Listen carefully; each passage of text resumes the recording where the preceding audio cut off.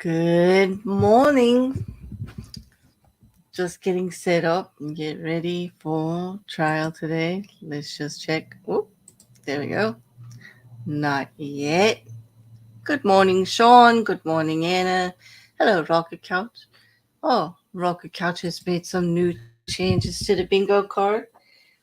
He's added some squares and also says if you have a duplicate, you can regenerate your card if you like. Isn't that cool? And added more squares. Ah, I can't wait to see what they are. I'm gonna go look. Good morning, Shill. Good morning. I hope you have a good morning, Rocket Couch. Gosh, I so appreciate what you're doing with the bingo cards. It's really fun. I've been getting them regularly now. It's it's really great.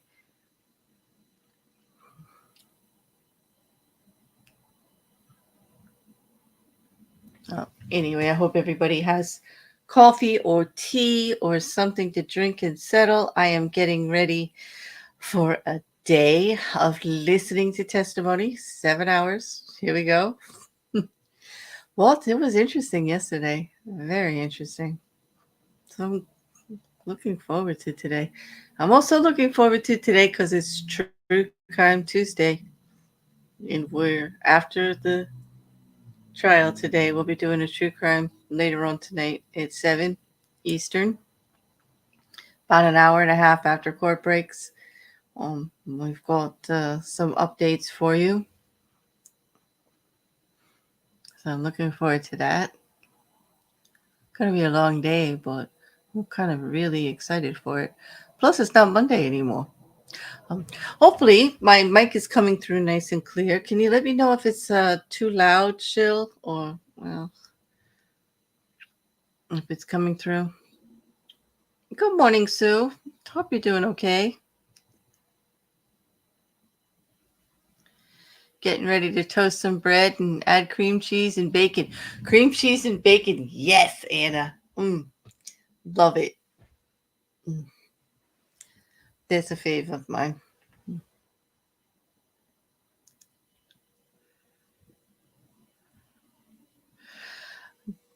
Good to grope you there, Jean. Good morning. Hope the coffee's hot. Yeah. Everybody do your group grope. Get your mornings in. Yeah. I do not think I can get this thing aligned until. Let's see. Oh no, I can. There we go. I got the live up. I could make it bigger. There we go. They've activated the feed, although it's muted.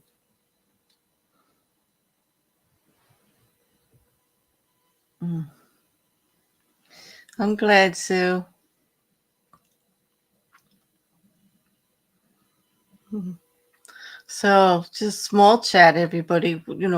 What was your highlight of yesterday? We had quite a few witnesses. It really went fast, didn't it?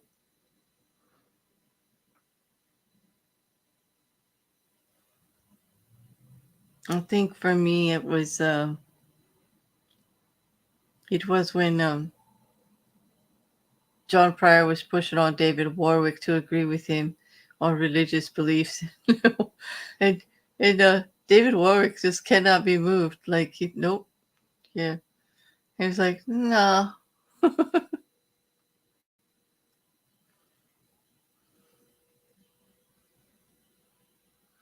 I can't believe a prosecution called him out for Rule 16 for pushing on him for his religious beliefs.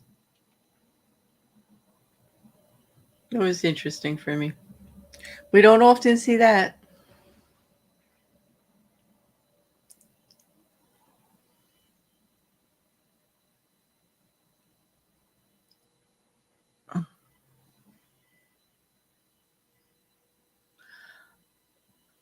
Oh yeah, Colby did take a stand. He testified in his mother's trial, and he did take a stand in this one. Yep, soon. Yeah, that I'll remember that phone call with him and Lori Vallow forever when he was accusing him, when he was talking to her about the children. How could you do this and take my sister and brother away and blah blah blah? And he was just she lied to her own son. Yeah, and that noise is coming through was the court. Like it's live, but not. They must be getting the mics in already.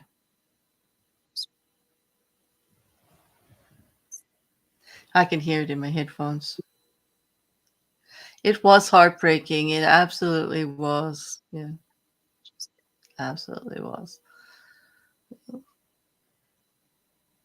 Speaking of heartbreaking, the case we're going to talk about tonight, along with the update of Kohlberger, is very heartbreaking. I can't even wrap my head around what happened here, but we're definitely going to be talking about it.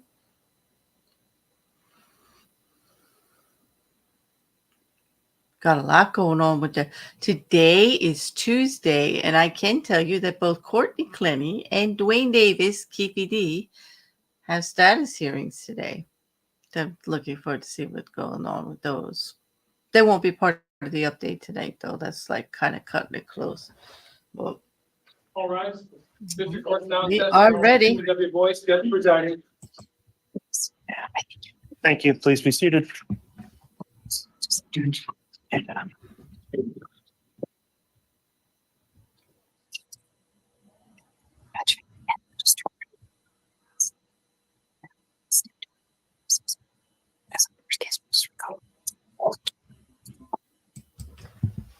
All right, good morning, everyone. Let me just inquire, are we ready to have the jurors brought in? Is the state ready? Yes, Your Honor. Defense ready? Yes, Judge. Okay, Mr. Bailiff, please have the jurors brought in. We'll go on the record. Oh, we got a little bit of a different layout today. I will be taking my picture down because that is the evidence screen there, and I don't want to block that. But I'm not blocking the judge today. Love the podium.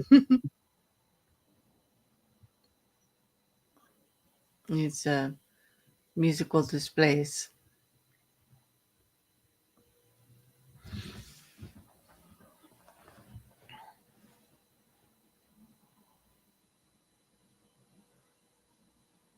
Wonder where we I don't think did John Pryor finish with David Warwick yesterday?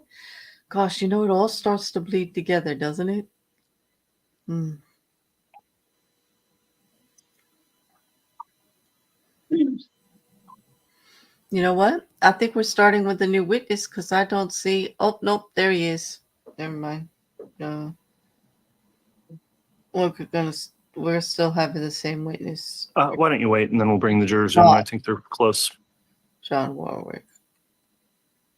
Is it? I can't tell. Let me see.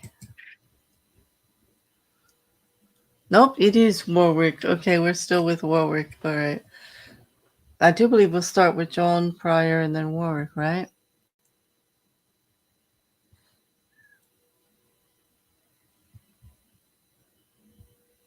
Yeah, I think so. Right, Anna? Didn't he say he still had more? Yeah.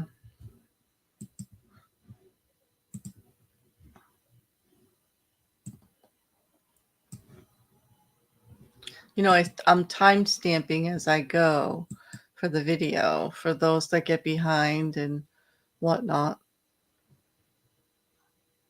I mean, for watching it later, if you want to go right to the video. Some people want to skip all the chit chat. All right, wait. Okay.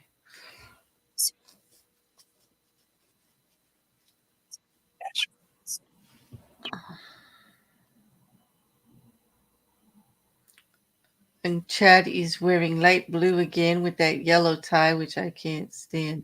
Well, at least it's not that white shirt. He's wearing like a light blue.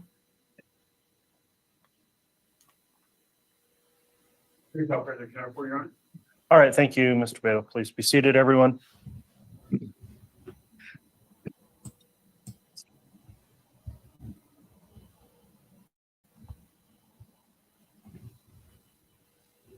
Good morning, everyone. We're back on the record this morning on case CR 22-21-1623, State of Idaho versus Chad Daybell. The prosecution's here present, the defendant as well as defense attorney, Mr. Pryor. Court notes the jurors are all returned and accounted for and properly seated. I've also received and reviewed the jury affirmation signed by each of the 18 jurors. So thank you again for continuing to follow the court's admonishment on your affirmation each day. When we concluded yesterday, the witness, Mr. Warwick, was under cross-examination, which will be continuing this morning. So Mr. Pryor, if you're ready to proceed with continued cross, you can do that as you make your way over to the podium, and you can do that now, Mr. Pryor. I'll just note to the witness, Mr. Warwick, you are still under oath for your questions. And I just want to confirm, did you review any of the trial testimony since you left the stand yesterday? Okay, you did not. Can you check your microphone also to make sure that's working? No. Okay. All right. Mr. Pryor, then if you'd like to continue with cross, we can commence this morning. Thank you, Judge.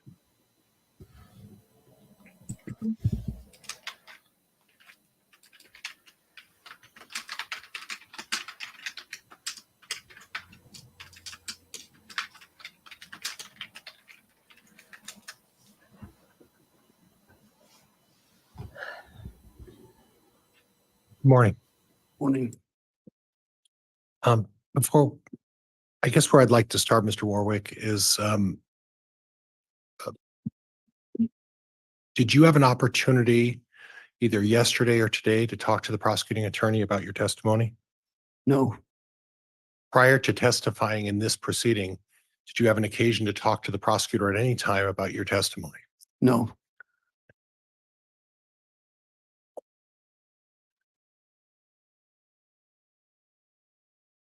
Do you recall testifying in a preliminary hearing in August of 2020?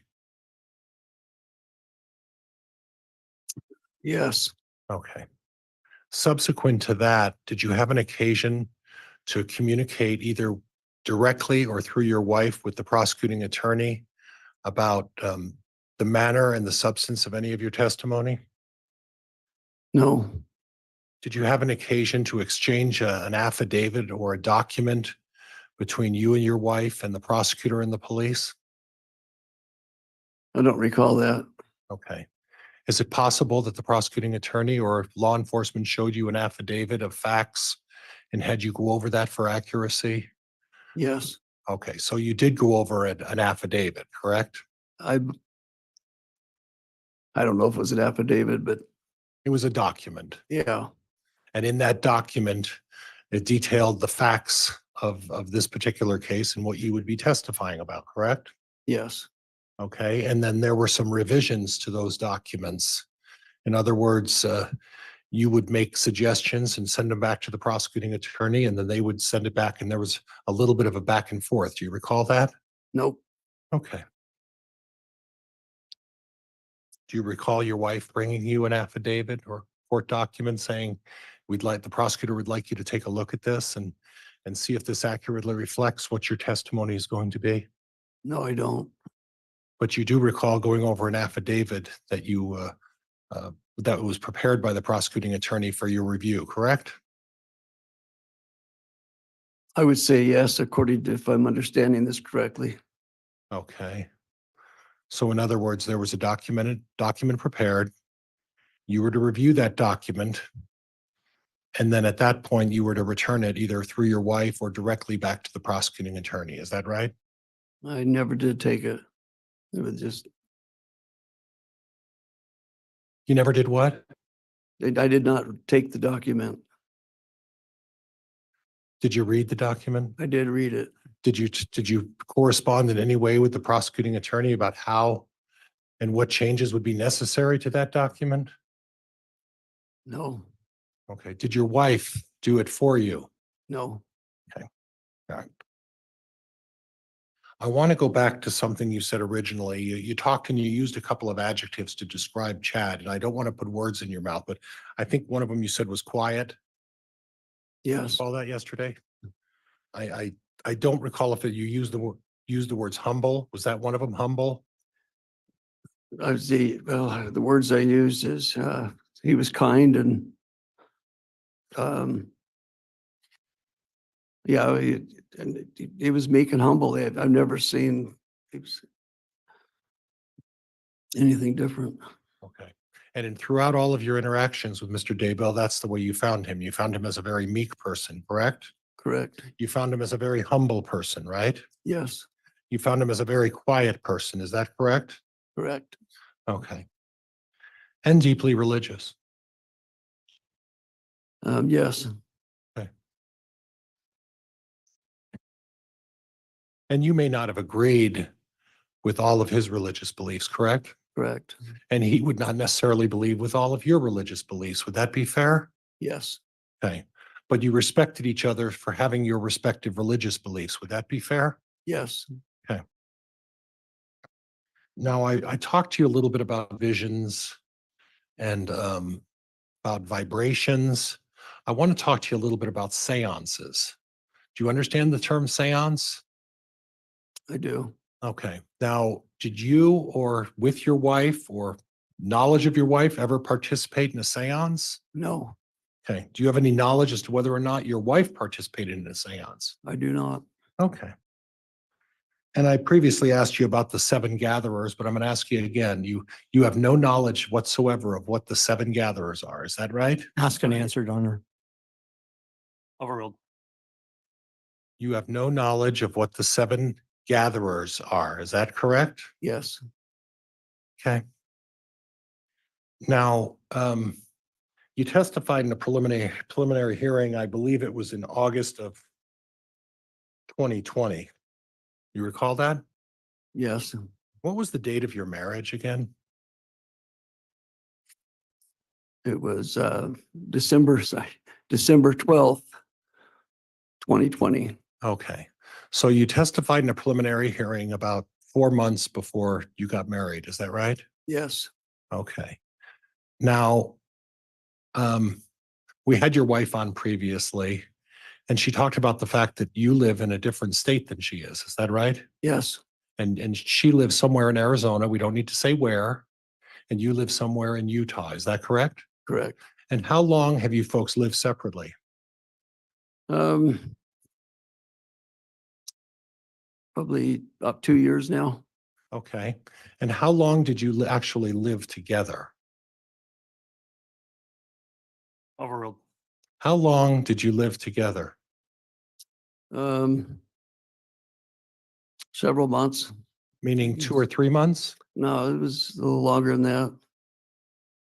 How much longer? I don't recall. Okay. Would it be as much as 8 or 9 months? It could have been. Okay. But several months. Mhm. Okay. Now, isn't it true that the reason you got married is because you were trying to avoid having to be forced to testify against each other in a criminal proceeding? No, Okay.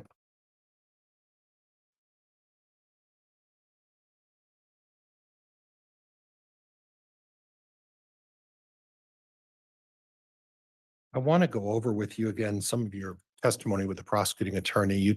You made mention of a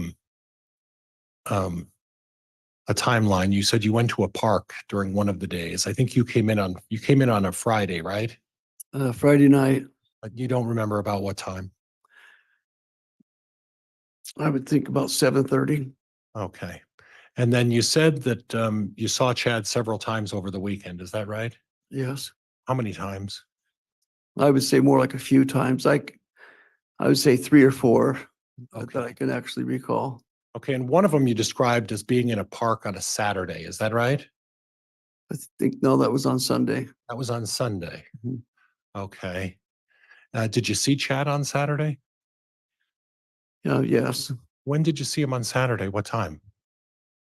I would say it was late morning or early afternoon. Okay. Okay. And what was the purpose? That was the time when you folks had that discussion about Tammy and some of the other items that you talked about. Is that right? Yes, That was the significant discussion where the vast majority of what you spoke to Chad about took place on that Saturday. Is that right? yes. Okay. Now, you didn't see Chad on Friday, is that right? That's right. Okay. And then you got up on Saturday and in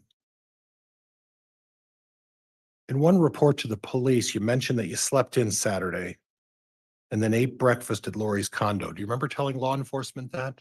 I don't. Okay. Do you dispute the fact that maybe you slept in and ate breakfast on Saturday morning? No, I just don't remember. Okay. And then what you did is you guys got prepared and went to a seminar called the Firm Foundation Saturday, right after you got done eating breakfast. Remember that? Yes.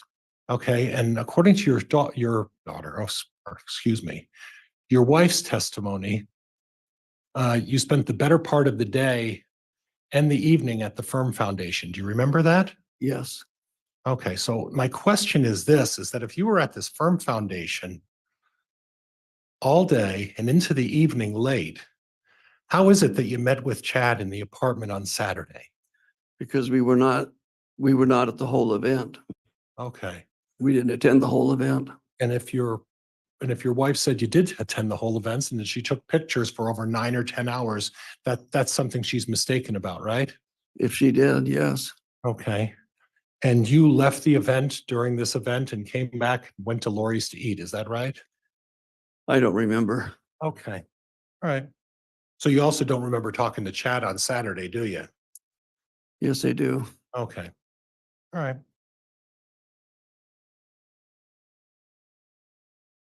And then when you got back from the convention late, you folks decided that you would consider starting your podcast. Is that right? No. Oh, you didn't have an equipment failure of your podcast on Saturday evening? No. Okay. And then you, again, expressed to law enforcement that you slept in Sunday morning, right? I don't recall. Okay. And did you see Chad at all on Sunday? Yes. When did you see him? At the park. Which park is that? Do you know? I just know it was at Rexburg. Okay. About what time was that? I would say late morning, Late morning. if I'm recalling correctly. Okay. Late morning, you saw Chad on Sunday. Do you recall meeting out at a 80 acres piece of land late Sunday afternoon? Yes. Okay. And you were there with Lori, No, Lori wasn't there. Alex, Alex Melanie. and Melanie. Okay. And nobody else was there, right? JJ wasn't there. Who? Who'd you say? JJ. No. Okay. And when you met with Chad at the park on Sunday, how long of a meeting was that? I would say a half hour. Okay. Did he just come right over and say, let's go out to a park, or was there another purpose behind that? No, they wanted us to come over to the park. Okay. Who's they wanted? Chad and Lori. Okay. So Chad showed up at the park, or did he come over to the condo and then you all went over to the park together Sunday morning? I really don't remember. Okay. Okay. But then later on in the afternoon, you met a realtor by the name of Ron Arnold at a piece of 80 acre piece of property, right? Yes, him and yes, he showed up later. Well, he showed up with Chad later, did he not? Yes, he did. And what I find interesting is that you had noted in previous reports that he showed up with Chad and Chad was wearing his church clothes. Do you Oh, hold on. There's an objection. Can you repeat that into the microphone, Mr. Wixom? Yes, Judge, that was argumentative, at least the first portion of the question or statement. Overruled. Chad showed up at that meeting on the land in the 80 acres with Ron Arnold, and he was wearing his church clothes, right? That's right. So he had gone to church that morning. Yes. So how is it that he met with you if he was at church in the morning? Well, this was the afternoon. No, I'm talking about the park. Well, this was after the park. Well, that's what I mean. He showed up at He was serving in his calling, and him and Ron were serving together, and they came over. And I did not know they were coming over because I said I do not want to do any business on Sunday. Well, I think you're missing my point, and I'll try to be a little clearer, I okay? appreciate that. All right, you're welcome. What I don't understand is that if Chad was at church, engaged in church activities Sunday morning, and engaged in this calling Sunday, how is it that he met you, Lori, and Melanie at a park on that very same Sunday?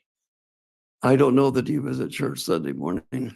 Okay, well, isn't it true that you told the investigators that he was showing up in church clothes with another gentleman who's a real estate agent? That was in the afternoon, yes. Right, and isn't it true they told you that they just came over from attending church?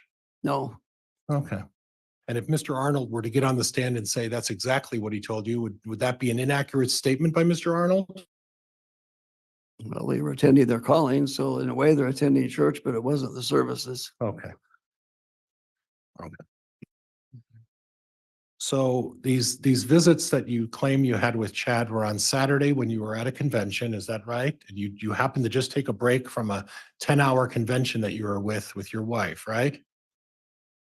To visit with Chad. Is that right, on Saturday?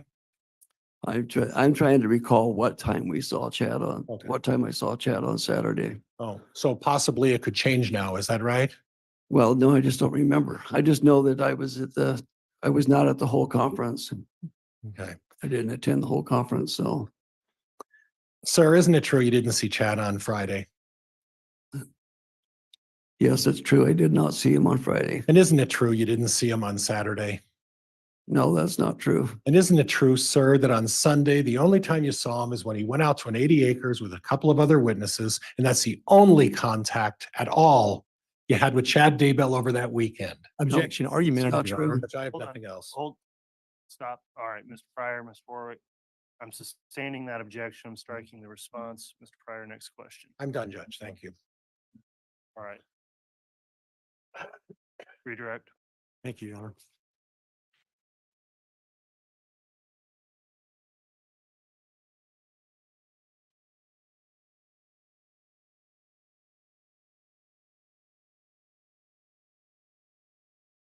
Morning, Mr. Warwick. Good morning. So I want to start by covering some of the questions that you were asked initially this morning. Do you recall the defense attorney just asking you whether or not yesterday you had met with prosecutors about your testimony? Do you recall that question? Yes, And you answered no. yes. Do you recall meeting with me yesterday? I don't. I mean, I talked in the hall, but we didn't talk about the case. Okay. What about the day before?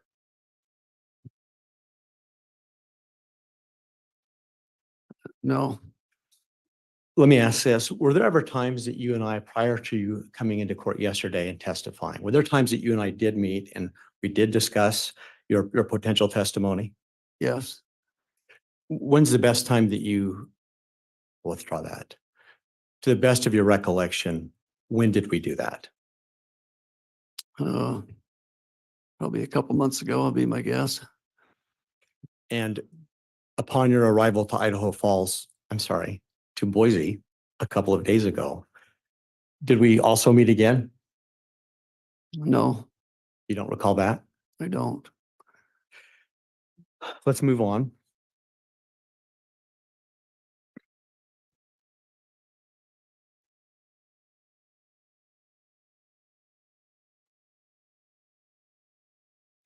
You were asked some questions by the defense about the way that you characterized Chad. Do you remember those questions? Yes, And I think the words quiet and kind and meek came up. Is that right? yes, Now, to be clear, over the last several years, you've met with law enforcement a few different times, haven't you? yes. Do you remember which law enforcement by any chance that you've met with? I probably remember more by face than name. Do you ever remember discussing with law enforcement your feelings about whether or not you liked Chad? Do you remember that? About liking Chad or liking his ways? Liking Chad. I'll say yes. It's vague, but I remember. What It's overruled. You can continue to answer. What do you remember about telling law enforcement about whether or not you liked Chad? Well, just the only thing I can recall that I was struggling with is when he approached me about doing a book. I told him that I needed time to come to understand if that was right and if it was right, and then I needed to decide who, if it was to be done. And for the next year, it was like when he reached out to me, he just didn't acknowledge the grounds that I had set.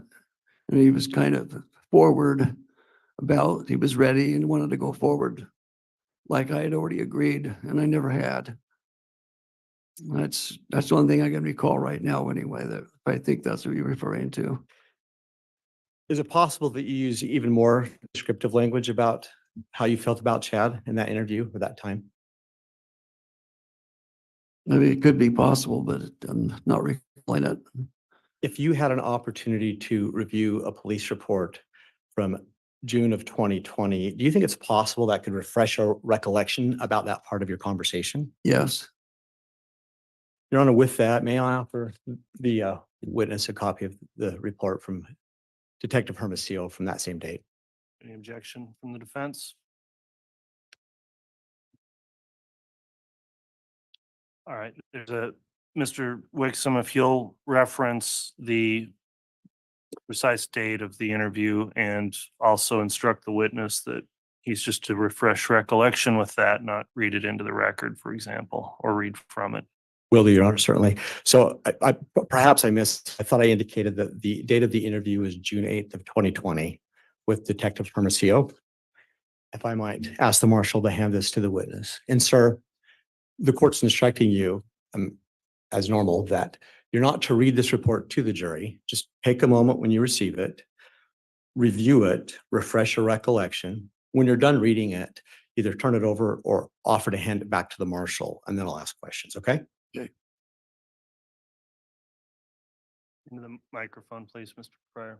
Judge, just to clarify, Judge, I didn't recall a June 8th interview with Officer Hermosillo, but I did have a recollection of a June 3rd. So counsel may want to correct his date. My recollection is it should be a June 3rd is when Officer Hermosillo interviewed Mr. Warwick from my recall. I'm referring to the date referenced in the very report that we've just handed to defense counsel. That's the best date that I'm aware of, Judge. It's the date recorded in the report. Okay, well, we'll go off the date listed in the report.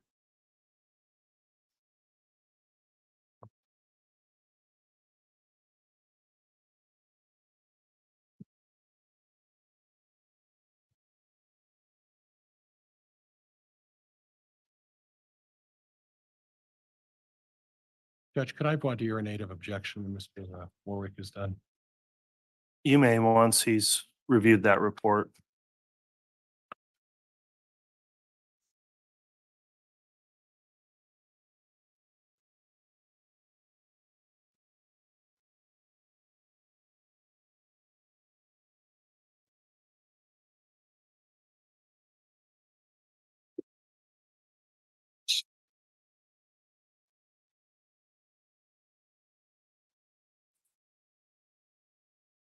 Judge, in the interest of time, may I direct the witness to a specific portion of the report to read to himself?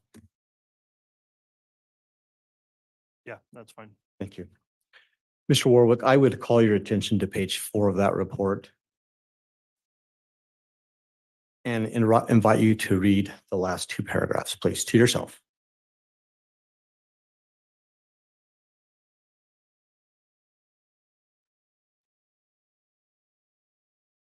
Um,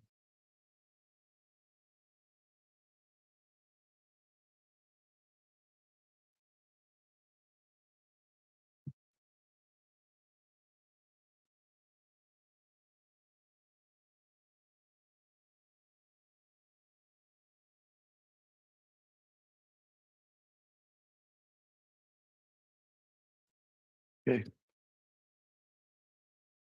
You'll just turn that over then. Uh, well, go ahead, Mr. Wixom, but I understand Mr. Pryor may have an objection, but you can ask whatever question you've got up next after that review. Thank you, Your Honor. And just for clarity's sake, for the record, upon looking at my copy, the supplemental report that was handed to Mr. Warwick was written and dated at the top for June 28th, 2020. But defense counsel is correct that the interview did occur on the 3rd of June of 2020. No questions, Judge, at this point. Okay, thank you. You can proceed, Mr. Wixom. Thank you, Your Honor. Mr. Warwick, having had a chance to review that paragraph, did it refresh your recollection? Yes, it did. Could you please explain to the jury, what was it that you told Detective Hermosillo in June of 2020 about Chad? I was really angry that he called Melanie and told her not to talk to the police Why were you angry? because when someone makes a call like that, there's something wrong. And I had no idea what was going on. My mom had just I was on the phone with my mother because she just got diagnosed with cancer. And so I was on my way over to, Judge, objection, sorry. Hold on. What's the grounds? relevance. Overruled. You can continue, Mr. Warwick. Here's the relevance. I was on the phone with a broken down mother trying to get to her. Melanie's on the phone with Chad. And then when we both got off the phone, Melanie was really quiet and I could tell she was really upset. So I just asked her, I said, what's going on? She Judge, said, objection, calls for hearsay. Yeah, this invites hearsay sustained. Do you happen to recall anything else that you told to Detective Hermosillo in that interview about your feelings about Chad? yes, What else do you recall? that he was manipulative. Can you explain what you meant to Detective Hermosillo when you use the word manipulative? Like he gets people's confidence and then he uses that confidence for his favor.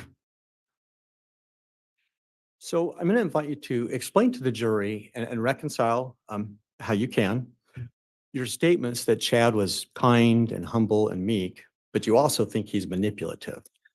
Yeah, because all my interactions with Chad were kind, humble, and meek. It was that situation that happened much later. I just wasn't in that time frame. So that's when I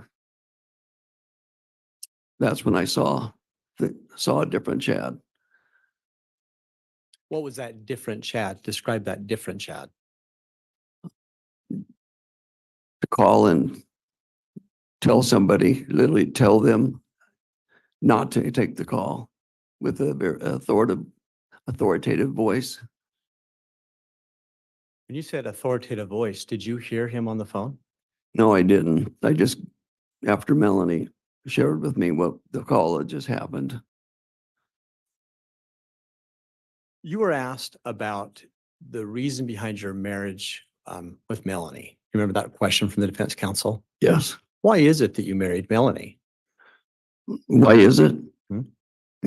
Because she's a wonderful, wonderful woman, and she was very good with my Down syndrome boy and with all my children, and we're very compatible on many things.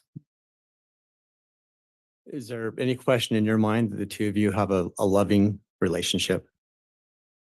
No, And in fact, it was suggested that perhaps your marriage was to avoid testifying against each other. Do you recall that? I'm going to object. yes, And I think I got the objection in time, Judge. Yes, grounds. But it's leading.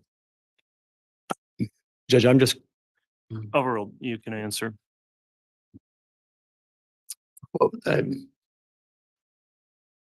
you need Your Honor, could we ask Madam Reporter to repeat that? I want to make sure that I did it correctly, if she'd be kind enough to do so. You may.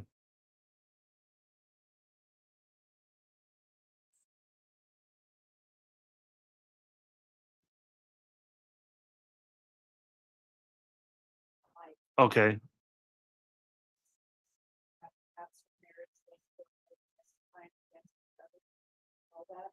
And I'm going to repeat that for the record. The last question was, and in fact, it was suggested that perhaps your marriage was to avoid testifying against each other. Do you recall that? I do recall that. Have you ever been charged with any type of criminal charge related to this case in any way? No.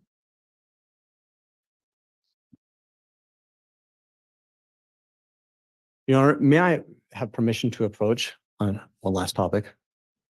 Approach the court? Yes, sir. Sidebar? If we may, yes. Very well.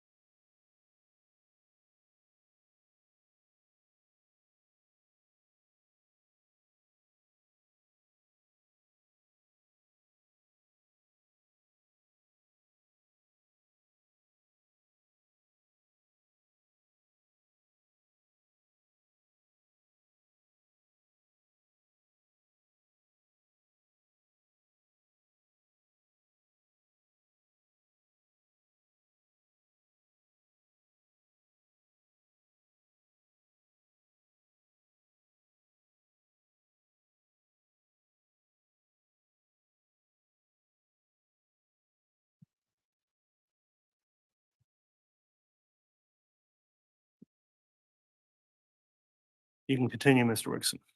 Thank you, Your Honor. Mr. Warwick, you were asked some questions by the defense about this meeting that you had with Chad whenever it occurred that weekend. Do you recall those questions? Yes.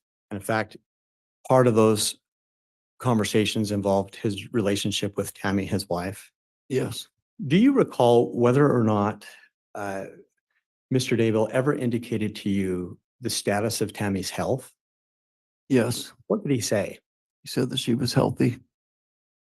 And was that in relationship to let me withdraw that. Give us the context of how he explained to you that she was healthy, please. I was asking him about his marriage, about what kind of wife and mother, and then he told me that that she was going to be passing because he was given a dream or a vision that she was going to be passing. And then I asked him about her health, and he said she was healthy. Thank you. The last couple of questions, Mr. Warwick, without intending to be facetious. Have any of your own personal visions or spiritual experiences ever led you to think that you personally have any kind of superpowers? No. Have they in any way caused you to feel like you have some prominent position in whatever you believe the last days events are? No. Have any of your visions or personal experiences ever revealed to you propriety or a way of dealing with people that you believe are possessed? No. Your Honor, I have no further questions. All right, thank you, Mr. Wixom. Judge, I think there's now some recross. Briefly, Mr. Pryor.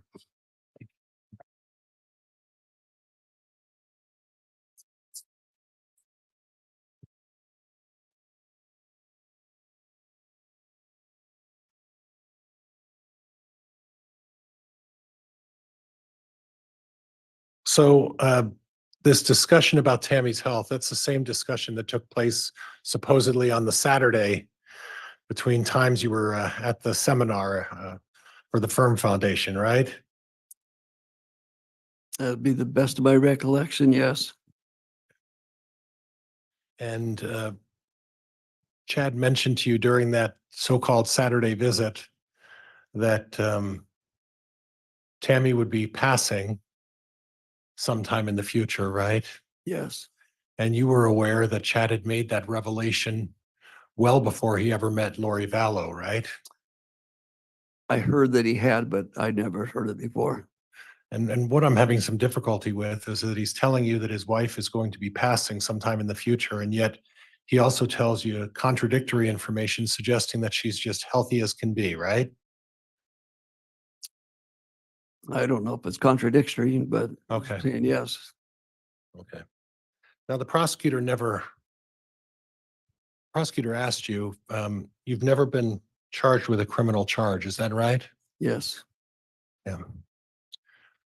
But the day and the evening or the morning that JJ Vallow was murdered, you and your wife were at Lori Vallow's condominium that night, right? Yes. Nothing else, Judge. All right, that'll conclude testimony then of Mr. Warwick. Is the state intending any recall of the witness? At this time, we would release Mr. Warwick from the state's perspective. Mr. Pryor, would the defense have any intention to recall this witness? Judge, he's under subpoena, and depending on what testimony comes forward in the future, we'll have to make that decision. So we'd like him to remain under subpoena at this point. All right, Mr. Warwick, then you're still subject to the court's exclusionary order in this case. You may be recalled since you're under subpoena from the defense, so you're not permitted to watch any trial testimony or discuss your testimony with anyone else until that time, all right? Okay. Okay, thank you. You can go ahead and step down, and then we'll have another witness called once the state's ready.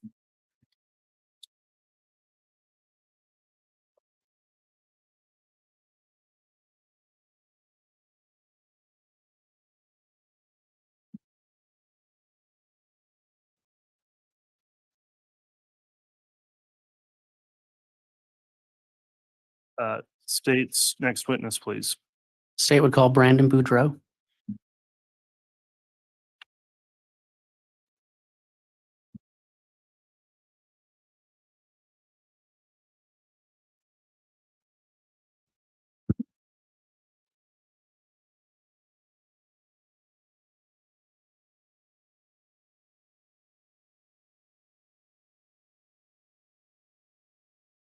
Only swear or affirm the testimony you're about to give to be the truth, the whole truth.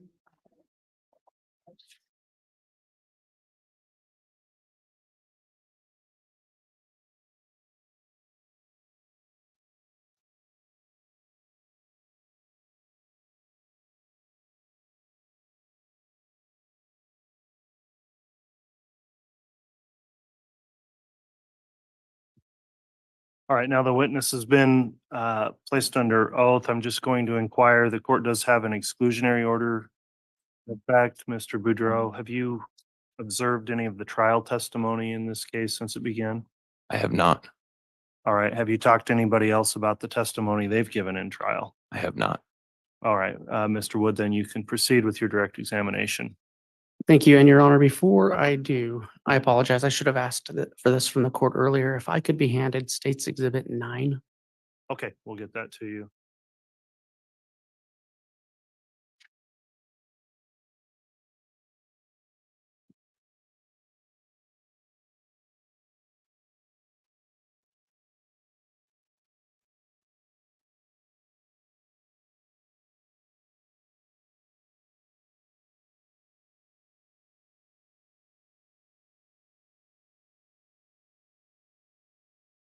Good morning.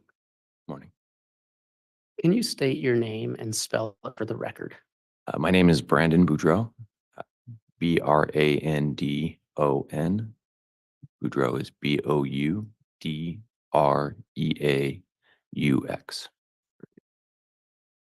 Mr. Boudreaux, are you married? I am. Are you on a first or second marriage? I'm in my second marriage. I want to ask you a few questions about your first marriage. Who were you married to? Melanie, she was Cope and then became Boudreaux. And in your marriage with Melanie Boudreaux, did you have any children? I did. I had 4. What are their ages? 14, 10, 8, and 7. And how long were you married to Melanie Boudreaux? I was married to her for about 10 years. Right. And you mentioned earlier that her maiden name was Cope. It was, yes. And are you aware of her current last name? Pulowski. What year did you marry Melanie? 2008. And during that time, did you have occasion to meet her family? Yes, I did. I want to specifically ask about, did you meet the Cox family? Yes, I did. And who were they in relation to Melanie Boudreaux? They would have been her birth mom's family, extended family. And who in that family did you meet? I met Janice and Barry Cox, Adam Cox, Summer Shiflett, Lori Vallow, and Alex Cox. And so what was Lori Vallow's relation to Melanie Boudreaux? She would have been Melanie's aunt. And what was Alex Cox's relationship to her? He would have been her uncle. So they were your aunt and uncle-in-law? Yeah. Did you spend much time with Melanie's family? Yeah, we spent a lot of time together. In what capacity would you spend time with them? We spent holidays together.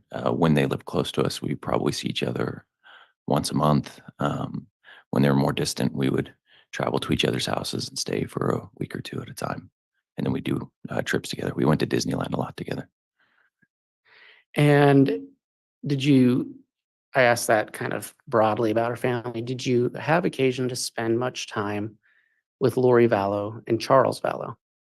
Yeah, that Lori and her kids and my kids, we would go to Disneyland a lot. We would hang out a lot. We did a lot of things together. It was just kind of part of our lives. Okay. And I said Charles Vallow at that time. Was Lori Vallow married to Charles Vallow? Yes. And how well did you get to know Lori and Charles? I would say pretty well, very well. And you mentioned your family spent time together. You said you went to Disneyland? Yeah. And would you spend holidays together? Yeah, often. Would your children spend time with her children? Yeah, my son Braxton was very good friends with JJ. They kind of bonded, and my daughters as well, right? And how old was Braxton as compared to JJ? He's a couple years older. And were you aware that JJ had some special needs? Yeah, JJ had autism. Everybody who was around him, it was easy to tell. Early on, when he was younger, he was nonverbal for a while, and so he had like all this energy, but he didn't know how to use it. So you just had to be prepared for that. You set your house up for it when he'd come over to our house, or when you went to Lori and Charles, they spent a lot of time making sure that it was a safe place for him, and that everything was kind of handled for that. And then as he got older, he started learning how to talk, and he could say things and similarly, he would rephrase things over and over. When he wanted to play with my son, he'd always say, go to Braxy, and he called my daughter Fridays instead of Bridie. So Braxy and Fridays, Braxy and Fridays. Did and so you said Braxton was a good playmate for JJ. Yeah. Did your family spend time with Tylee Ryan? Yeah. Tell me about your relationship with Tylee Ryan. She's a good girl. She was, I knew her from when she was little and then all the way up into being a teenager. So she was a normal teenager. She had her moments where she just wanted to sleep in late and no one to bug her, watch too much Netflix, and other times where she'd open up and she was sweet, and you got to know the real Tylee. So you got a little bit of both. And did she interact with your children as well? She did, yeah. Often would babysit them, or she was a little older than my kids, so she would naturally be kind of more of a, she had good motherly instincts, with them. Did you ever observe Tylee with JJ? Yeah, she was very protective of him. And did you know Colby Ryan? Yeah, I do. Speaking of Tylee, did you yourself have any special sort of religious connection to Tylee Ryan? I did. I baptized her. Okay. And when you baptized her, what church was that in? In the Church of Jesus Christ of Latter-day Saints. And so to your knowledge, Tylee and her family were members of that church? Yes. Okay.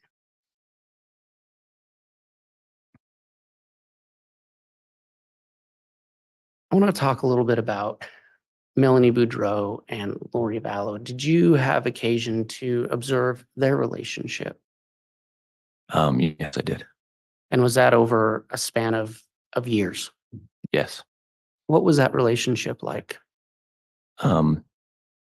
Melanie's mom died when she was young, and she had an awesome stepmom, but I think she also looked a lot to Lori as a mother figure. So she, in our marriage, at least, she was very easily influenced by wanting to do things. It's why we went always to Disneyland with Lori. It was just kind of, she always wanted to be like Lori and spent a lot of time looking for her acceptance.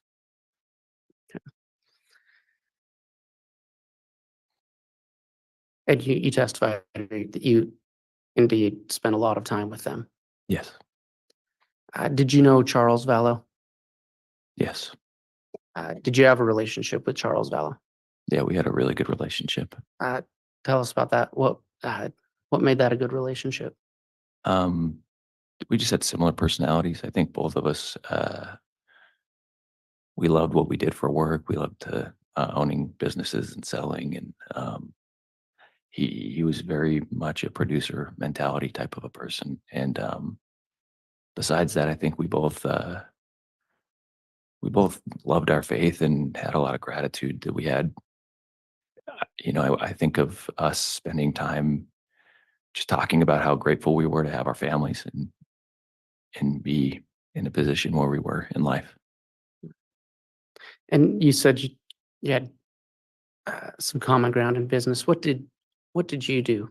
I worked I built a direct TV sales organization, and he did life insurance. You mentioned traveling to each other's homes. Where did that happen? It depended throughout, that 10 years is a long time. And so they moved, they never owned their houses. They rented, and they moved a little bit more often. And so they lived in Hawaii for parts of the time, and we would travel out to Hawaii to see them. Other times they lived blocks from us in Arizona. I lived in Arizona throughout that whole time. And would they sometimes stay at your house when they came back from Hawaii? Yes. Yeah. When I was first married, Lori actually came up and stayed with us in Utah as well when I had a place there. And I believe you mentioned that you would spend holidays together sometimes. Yeah. often like Christmas, Thanksgiving, major holidays, we'd end up meeting at somebody's house and doing it together. Do you recall the last Christmas that your family, the Boudreaux family, and the Charles and Lori Vallow family spent together? Yeah, it would have been 2018. And was that a typical Christmas? No, it was different. Why was it different? Um, in 2018, our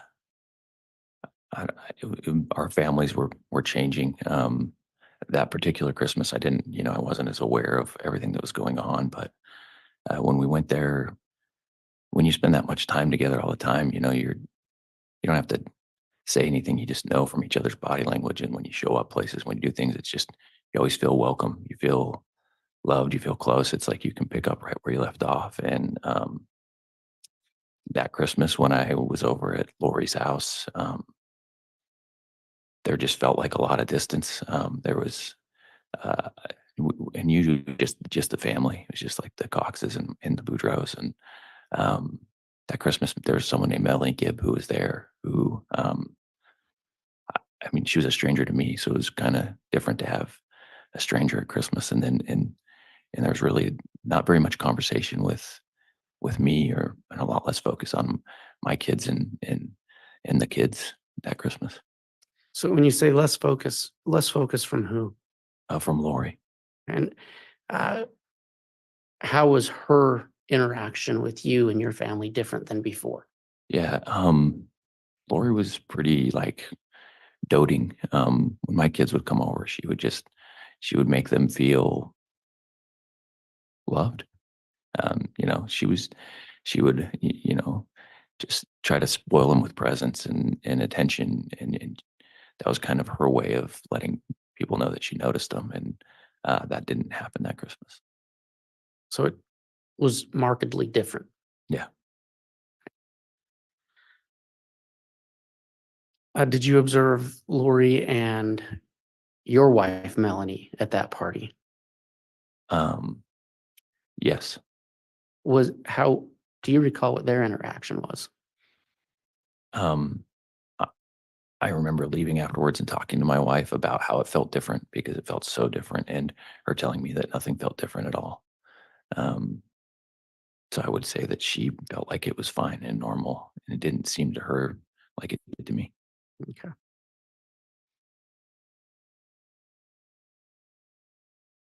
Around this time, were you and your wife active in your church? Yes. And when I say active in your church, did you regularly attend church meetings? Yeah, usually every Sunday, unless there's something going on. And had your family and the Charles and Lori Vallow family, had you ever shared religious activities with them? Yeah, like I said, I baptized Tylee. We talked about church openly amongst us.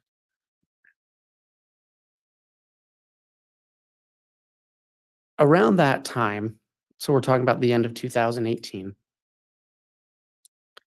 did your wife's activity in religious events change?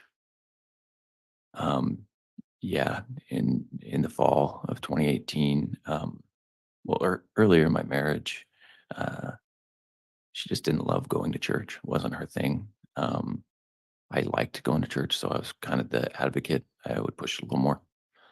But in the fall of 2018, she got very excited about religion and going to church, and she started talking about how she set this goal that she was going to go to the temple every single day. Okay. And so around the fall of 2018, her attitudes appeared to change. Yes. And you said she wanted to go to the temple every day. What did you think of that? In our faith, it's going to the temple is definitely something that's important to us. It's a way to kind of to go through a process to remind yourself of promises that you make to God. It's kind of ritualistic, but for me, it's a great thing to do in moderation. I might go once a month, and I think that's kind of a normal thing for a person. If they set a goal, they go once a month and just kind of remember, hey, I committed to God to give my life to certain principles. But when it's pretty rare for someone to go every day, that's a lot, especially for a mom with kids at home and a lot of other things that we had as responsibilities. And so it was surprising, I think would probably be the right word. But also for me at the time, I wanted to be supportive. I wanted to show that, I could meet her where she was and help her try to figure things out. And just for clarity's purpose, in your faith, is going to the temple the same thing as going to church? What most people think of as going to church? No. What's the difference? Going to the temple is something we do once for ourselves. That very first time to make promises to God. It's like being baptized. We go once for ourselves. We make promises to God. And then each time you go afterwards, you do it for someone who's passed on, but it's something that's kind of viewed, like I said, it's maybe a once a month thing, or going regularly is healthy. And I think a good part of anybody who wants to find a rhythm for their religion, but going every day would maybe be something somebody did if they were retired and they just had nothing else to do. But going to the temple is not your regular Sunday services. No, we go to a regular Sunday service every Sunday at a church building. Thank you to clarify that. And so this was, I think you said in the fall of 2018 that these changes started taking place. Yes. In addition to this daily temple attendance, what else changed in your wife's religious demeanor or attitude? At that time she started going to these things that she was calling firesides, but weren't things that I would call a fireside. Okay, so let's clarify that. In your church, if someone says fireside, what do you normally think of? So inside of our faith, there's a leader of like a group of we call it a ward. So like a group of people who live in a certain geographic area. And so inside your ward, that leader's name is a bishop, and him or one of the other people, like the counselors in the leadership group, at times they might, besides going to church on Sunday, they might set up a meeting that they think might lift us up or encourage us spiritually. And it might be outside the normal times you go. And so they usually do them in the evenings, and they call them firesides. That's something that, you get together, it's under the direction of the church. And ideally it's uplifting. It's something that's going to bring you closer to, your commitments you made when you're baptized to try to follow the Savior. Okay, and you said that Melanie Boudreaux, and there's multiple Melanies in this case, so I'm going to keep referring to her as Melanie Boudreaux, if that's okay with you. Yeah, that's fine. And so Melanie Boudreaux, she started going to what I believe you testified, what she called firesides, correct? Correct.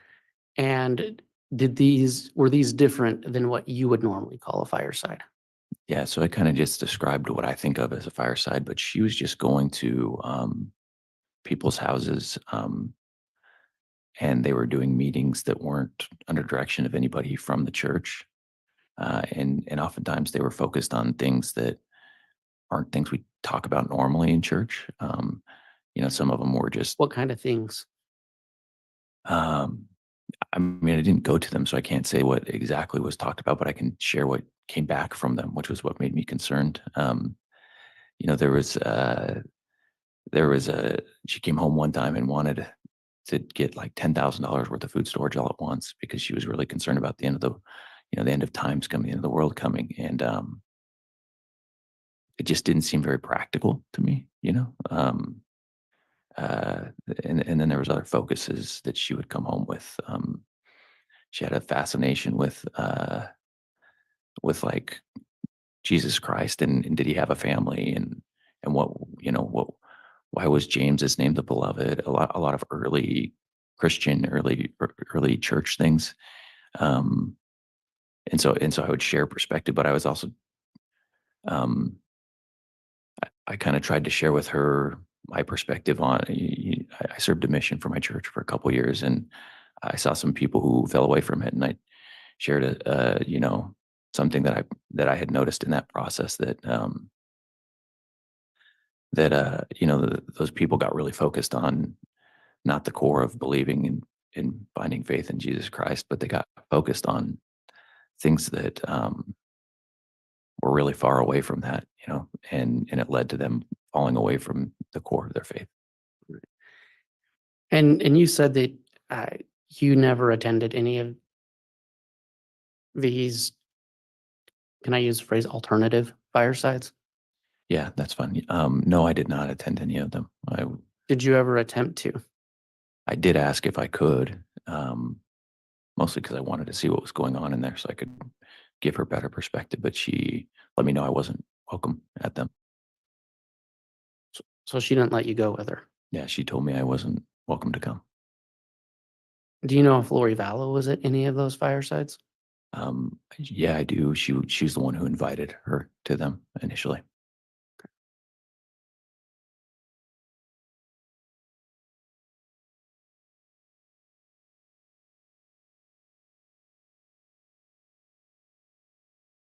So coming back to fall, winter of 2018, if it's fair to say that your testimony, your wife's religious fervor has changed, and you had this awkward Christmas party. Is that fair to say? Yes. Did the situation, and you testified that your relationship between the Chad and Lori family and your family was close. Did the situation between your family and Charles and Lori's family change around that time? A little bit after, right after in the new year, beginning of the new year, there was a period where Lori,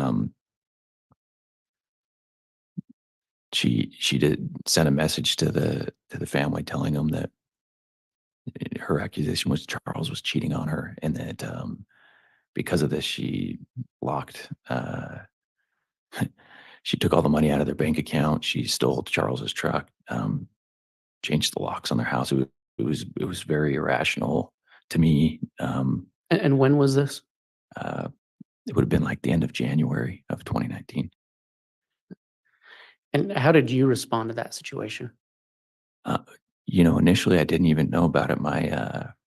I think she called everybody, but my phone was blocked from Charles, so I couldn't hear from him at all. I found out later that Melanie must have blocked him in my phone, but Just to be clear, Charles Vallow's contact was blocked on your phone.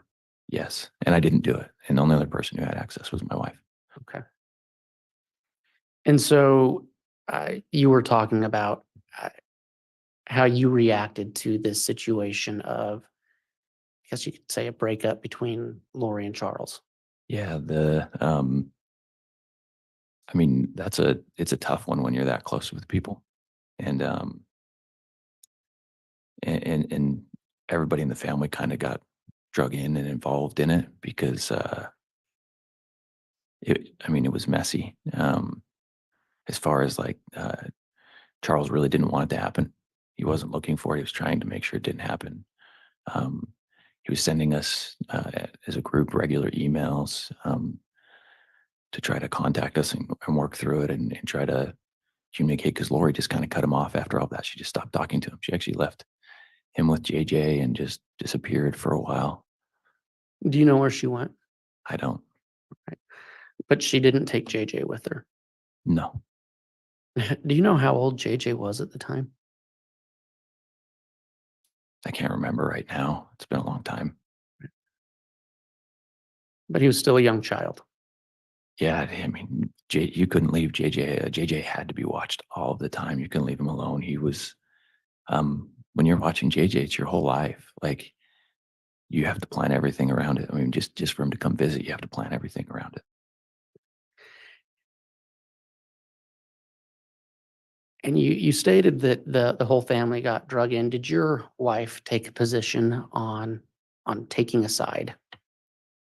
Yeah, when it happened, I wanted us to not take a side, and uh, divorces are just messy, like there's nothing anybody can do about, like, when you've been together for a long time and you're trying to separate both emotionally, um, gonna have a hard time going through the process. And so my encouragement was that we didn't pick a side. We just loved them both, and they made sure that the kids knew that they had somewhere where they could be safe, and our house could be that. Um, but Melanie just kept saying how she was uncomfortable with Charles, and she didn't. Microphone, please.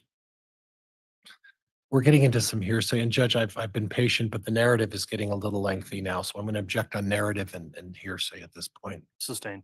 Okay. Did Melanie Boudreaux demand that your family take a side? Objection, hearsay. That's a request, Your Honor. A request is not hearsay. That is overruled. You can answer. Yes, she did. And did you respect Melanie's wishes on that? I did my best. And was that because she was your wife? Yeah, I wanted to stay married. It was really important to me. And so we've kind of moved on now to the beginning of 2019. Is that accurate to say in Yes. these events that you're talking about? Yeah.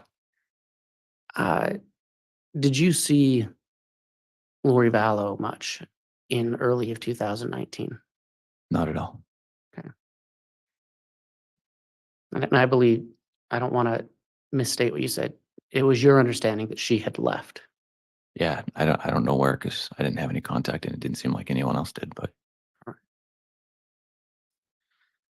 Did you see Charles Vallow at all during that time? I did a few times. We would agree for JJ to come over, play with my kids, and so he would come over. Okay. And Lori was never with him? Never. And was she with JJ? No.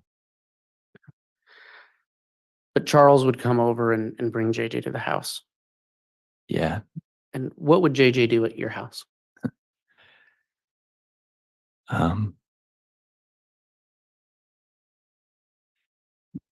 He would just come play with my son.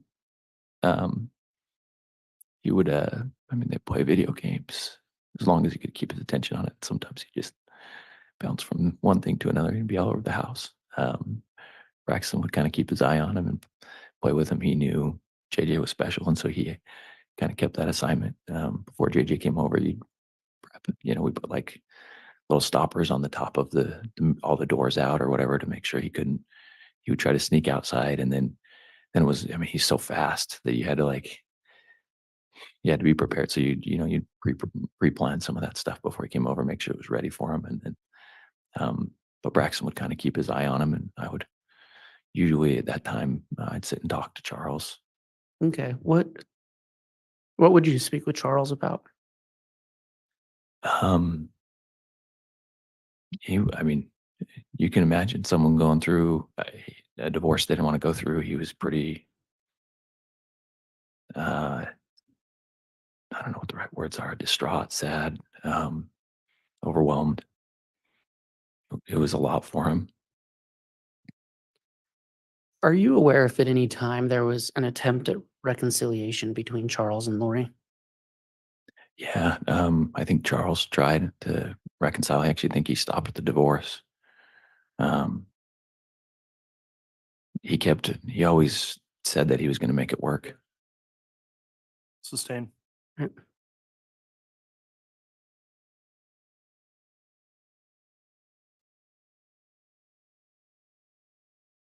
I'm going to move forward to the summer of 2019. Did you have an occasion to take a trip to your in-laws' house? I did, yeah. And do you recall when that was? It would have been in June of 2018. Do you recall the exact date or approximately when in June? The week of June, like 23rd, 25th, something like that. What was your purpose for going to your in-laws? My wife's younger sister was getting married. And while you were there, did anything out of the ordinary happen? Yes, What was that? a few things, but the first thing that happened is my grandfather died of a heart attack. Okay. And were you expecting that? No, And so you're at your wife's family's house when you got the news? I was actually with my parents. We took my family, went to, decided to go to church with my mom and my dad, which is they still live in the same place where I had left for my mission on. And we were actually just sitting in the pews right before church started. And my dad got a phone call and he never gets up and takes his phone calls in church. So he got up and he left. And he came back and he waved us all out, said, Your Honor, I apologize. Go ahead. It's sustained, as you're saying. It's just some foundation, so I can move on at this point. Very well. Did you have any conversations about your grandfather's death with your wife, Melanie? yes, after he passed away, I waited a day or two. My mom called me to tell me when the funeral was. And I told her that when it was and that I wanted us all to go, and she told me she wasn't going to go. Sustained, and I'll strike that final part of the response, what was said. All right. At this point, were you still at your in-laws' home?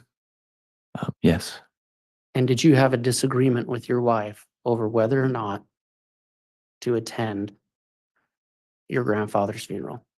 yes, Did you want to go to your father's funeral, your grandfather's funeral? Overruled. You can continue, Mr. Wood. yes, I wanted to go to my grandfather's funeral and I wanted my family to. While you were having this discussion with your wife, did that escalate into any other type of conversation? Yes, it escalated into a conversation and an argument that didn't make any sense to me. What was it about? Well, she started bringing Lori into this argument, which had nothing to do with what we were talking about. She said that God had Judge, I'm going to object at this point. It's hearsay. You're right. Response, Mr. Wood. Your Honor, I believe it comes in for the effect on the listener, not for the truth of the matter. Well, I think just the specific statements are hearsay. Beyond that, so I'll sustain the objection. Without saying what the words your wife used, what was the context of that conversation? we had an argument about whether or not I hacked Lori Vallow's computer. Did your wife accuse you of hacking Lori Vallow's computer? Yes, Did she request that you admit that you hacked into her computer? yes, she said that I had to. Judge, I'm going to object again. Your Honor, Sustain. Your Honor, if I might briefly argue, a request is not hearsay. Well, a request, if it's calling for specific statements of the party not here for cross, would be hearsay. So I'm not saying you can't answer, but in terms of specifically what was said, that's where the ruling stands. All right. Thank you. So that accusation was made. Yes. What was your reaction to that? I just felt really frustrated. I had no idea why we were even talking about it. It had nothing to do with what I was trying to get through to her and what I was trying to talk about. It was like this thing that didn't make any sense to me. Without going into any specific statements, did Melanie Boudreaux provide any context for why she thought you'd hacked into Lori Vallow's computer? Judge, it's going to call for hearsay. Overruled. Can you ask that question one more time?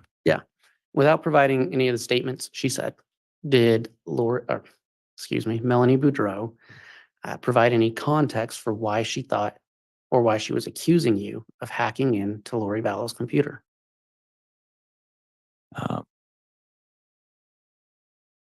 you ask that one more time? I want to answer it properly. Sorry, it's probably complicated. Yeah. Was there any reason given why she thought you had hacked into Lori Vallow's computer? Judge, response calls for hearsay. Overruled. No. Just a bare accusation. Yeah. To be clear, Mr. Boudreaux, did you ever hack into Lori Vallow's computer? No.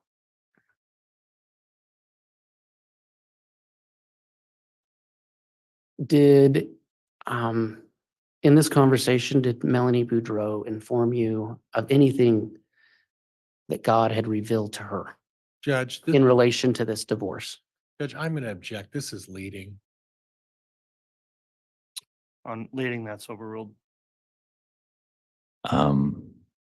Yeah, the argument continued to progress, and I guess she actually specifically said that God had told her. Judge, I'm going to object. It's hearsay. It is hearsay. Your Honor, that this statement is not coming in for the truth of the matter. It's just simply to show the argument and the effect on the listener. All right, and again, for that purpose, it's not hearsay, but any specific statements where they're not subject to cross, I'm finding are hearsay. Yeah. Without saying the specific statement she said, what did she accuse you of? Of being gay and of hacking her Aunt Lori's computer. And what was your response to those accusations? I mean, all of the emotions you would think you'd feel after 10 years married to somebody. Disappointment, frustration, a lot of grief, a lot of grief.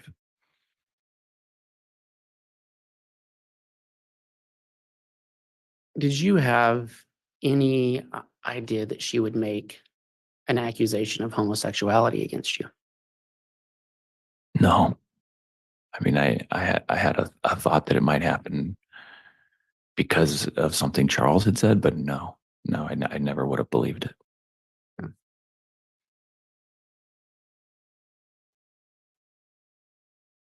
So you have, is it fair to call it an argument? Yeah. How did it end? Yeah, I mean, it took a long time. It started in the afternoon. It went past midnight, and she went to bed. I just stayed up troubled all night. Okay. Did you send a text to Charles and Lori that night? I did. I was really frustrated about this whole thing being involved in my relationship with my wife. So I sent it. It's becoming a narrative. It's non-responsive. Overruled. So I sent a text to Charles and Lori both, telling them that if my family was broken up and my marriage ruined, it was on them. Did you ever hear from Lori in response to that? No. Yeah. Did you hear from Charles in response to that? I did. When approximately was that? A little bit later, a lot was going on at that time, so I couldn't say like a specific time, but I ended up talking to him on the phone. Would you say this? Is it fair to say we're still in the late June? Yeah, it was like the next day, probably like in the evening.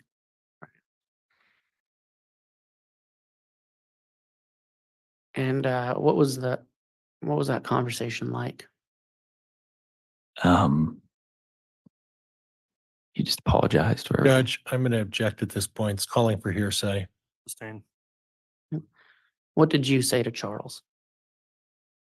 I just apologized to him. Told him I was really sorry about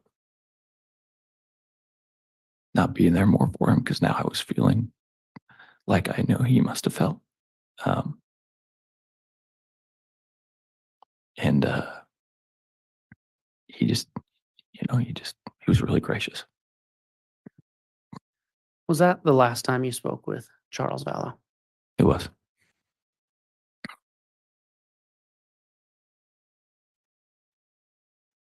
After Charles Vallow died, did you have any contact with Lori Vallow? No, I did not.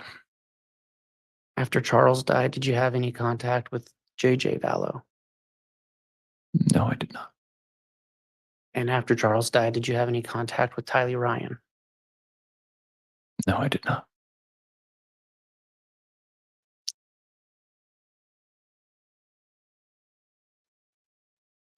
After Charles Vallow died, what happened with your relationship with your wife? Oh, we got divorced. When did that happen, approximately?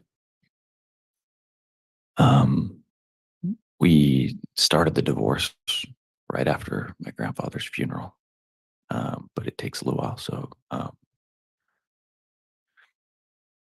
we got a mediator right after and signed all the documents. And I moved her into a rental house, and then I think it finalized in October. Okay.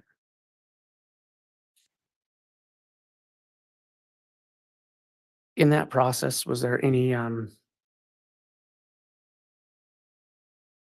the home that you and Melanie lived in, did you sell it? I did. And did she move to another location? She did. I helped her get a rental home. And did you move to another location? I did. I ended up getting a rental home as well. Approximately when did you get that rental home? I got it. I found out the house was sold like the end of September. It looked like it was going to sell. And so I went and found a rental home at that time. Right. And where was, don't go into specifics of neighborhoods, but what city was this in? Gilbert, Gilbert, Arizona. Okay. And is that where you had been living the last several years? Yeah, I moved back. And so did you, you located a property that, was it close to the home that you and Melanie had been living in? Yes. And why was that?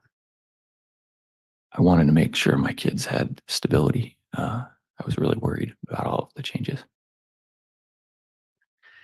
And were you sharing custody with Melanie at this time? I was.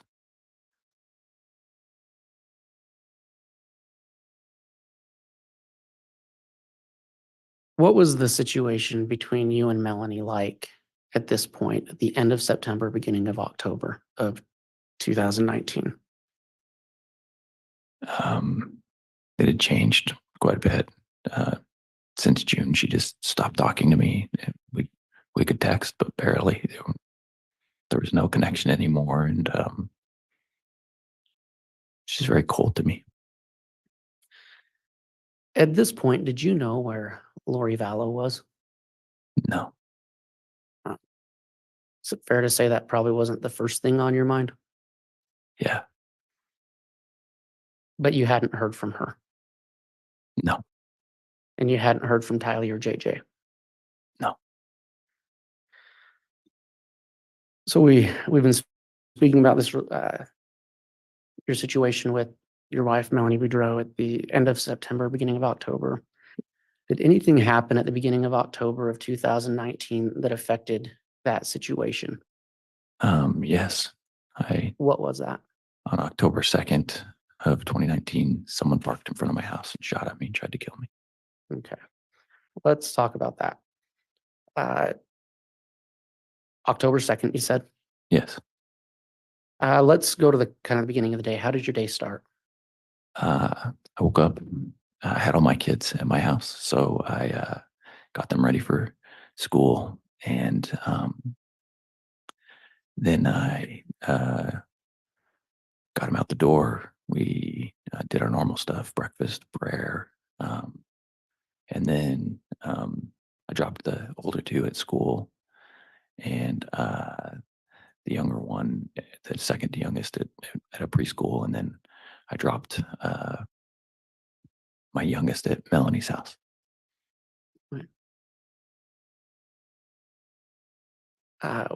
After you dropped your kids off, where did you go next? Then I went to the gym. This is all in that same area, Gilbert, Arizona. Yes. And after the gym, where did you go? Then I drove back to my house, and as I was driving around, my house is a couple of houses in on the street, so I made a left in onto the street. And as I was driving, I noticed a few things. My house, the driveway, there was like a Jeep parked right on the edge of it, where I would normally turn in, and there was nothing parked there usually. I'd only been there for a few days, but so far it was always, there's this van there, and like the Jeep was parked with its like bumper basically on the van. And it just looked at that place. It had a Texas license plate. There was no tire on the back of the Jeep. And you know how when you open and close a Jeep, there's like little tabs on the window. Those were sitting on the outside of it. So it just looked awkward, just was awkward enough that I noticed it right as I turned around the corner. Okay. So you noticed the Jeep. Mhm. Did you notice anybody inside of it? I couldn't tell if there was anybody inside of it. This all happened in such, imagine coming around a corner, driving a couple house lengths. So it all happened very quickly. And then the window opened up, and I saw a gun and a silencer. And I would my window shattered. I heard a bang, all kind of in the same amount of time. And my immediate thought was just, I'm getting shot at. And I, instead of turning my wheel and into my driveway, I just pushed the gas and drove straight forward. What happened after that? I drove to where my street ended, and there was a turn, and kind of as I came up to that part, I remember grabbing my phone, calling 911, talking to the operator. I went and pulled a little bit around, and there was like a little community pool there, and I kind of parked in front of it for a second. And there's like a loop between my street and the street above me, and I remember I could see on that loop. I saw that Jeep start to come around the corner, and then it did a U-turn and went the other way. And I think I started to follow it at first, and then I think Were you on the phone with 911 during this time? Yes, yeah, the whole time I was talking to an operator. And you just said, if I understand correctly, that you started following the Jeep. Yeah, I don't know what I was thinking at the moment, but Did you notify 911 that that's what you were doing? yeah, and I believe they told me to pull around and park in front of my house. So I did, and then they told me to wait for police, and they came shortly thereafter. Okay. I believe you testified, correct me if I'm wrong, that you had only been in this house for a few days. Yes. How many people had you told that you were in this house? Almost nobody. It would happen very quickly because I wasn't supposed to be able to get my kids as soon as I was, but my wife had agreed to let me have them sooner. And so I had moved everything out of the house that was selling to get them in so I could have them for that weekend with me in my house, because I would do anything to keep my kids with me. And So when Melanie Boudreaux knew you were there, had you told anybody else? So I had to tell her when I got the place. I hadn't told anybody else, but my neighbors had seen me moving, and they helped me move. So they knew where I was, just the ones that lived by me there. So had you told any other friends and family yet this was your new residence? Just hadn't had time to tell anybody yet. It was so quick, and then I had my kids.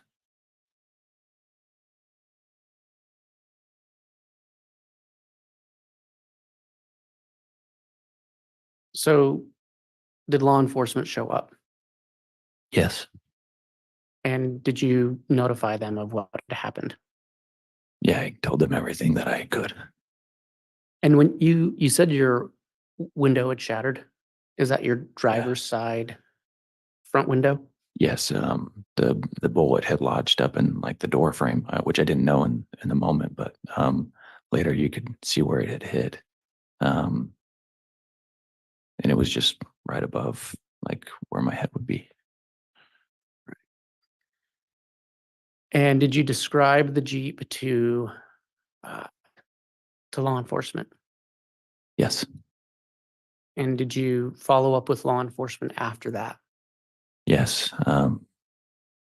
When you go through something like that, I mean, you spend all day, it feels like with law enforcement, it takes a really long time.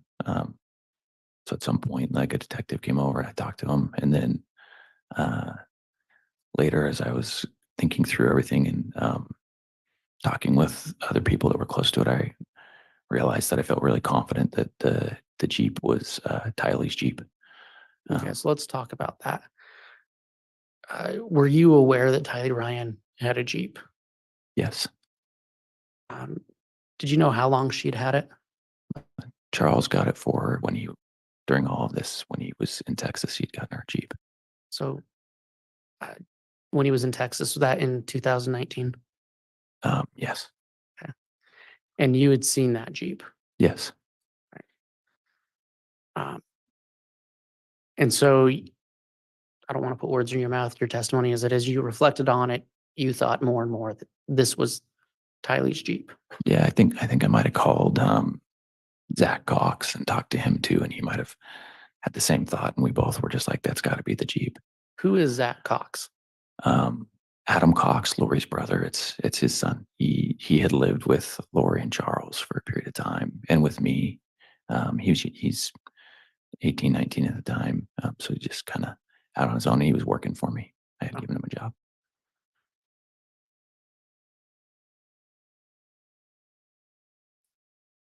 Did you take any other steps to identify that Jeep?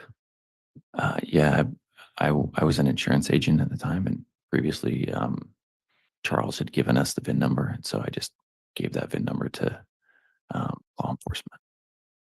Okay. And okay, so you had the VIN number for Tylee Ryan's Jeep. Yeah. Okay. And that's the number you provided to law enforcement. Yeah. And just to be clear, you had that because you were insuring that Jeep. I didn't end up insuring it. He had just given us all the information, Charles had. Okay. So.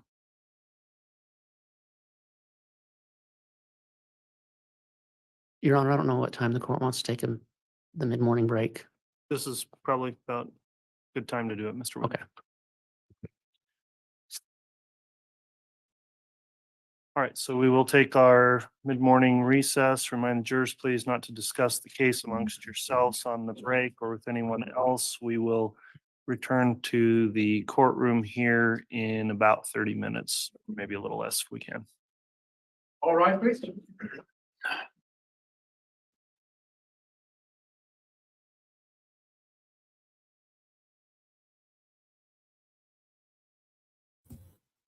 Okay, so we are on break for 30 minutes. That's a long one. And that was long testimony. The long direct by Rob Wood of Brandon Boudreaux, who had an attempt on his life also. A very emotional testimony. It was kind of heartbreaking to hear about the breakup of his marriage and the onslaught of attacks. And he still seems emotional about it all in his voice, doesn't he? Yeah. Well, that's good. You know what I wanted to ask you guys is yesterday we heard for the first time some of the direct was done by special prosecutor from another county, Ingrid Beaty. She's from the state prosecutor's office. What did you guys think? Anything at all? Did you notice?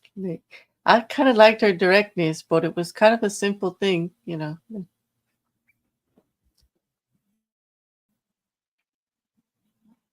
So far this morning, we heard from Rocky Wixom and Rob Wood.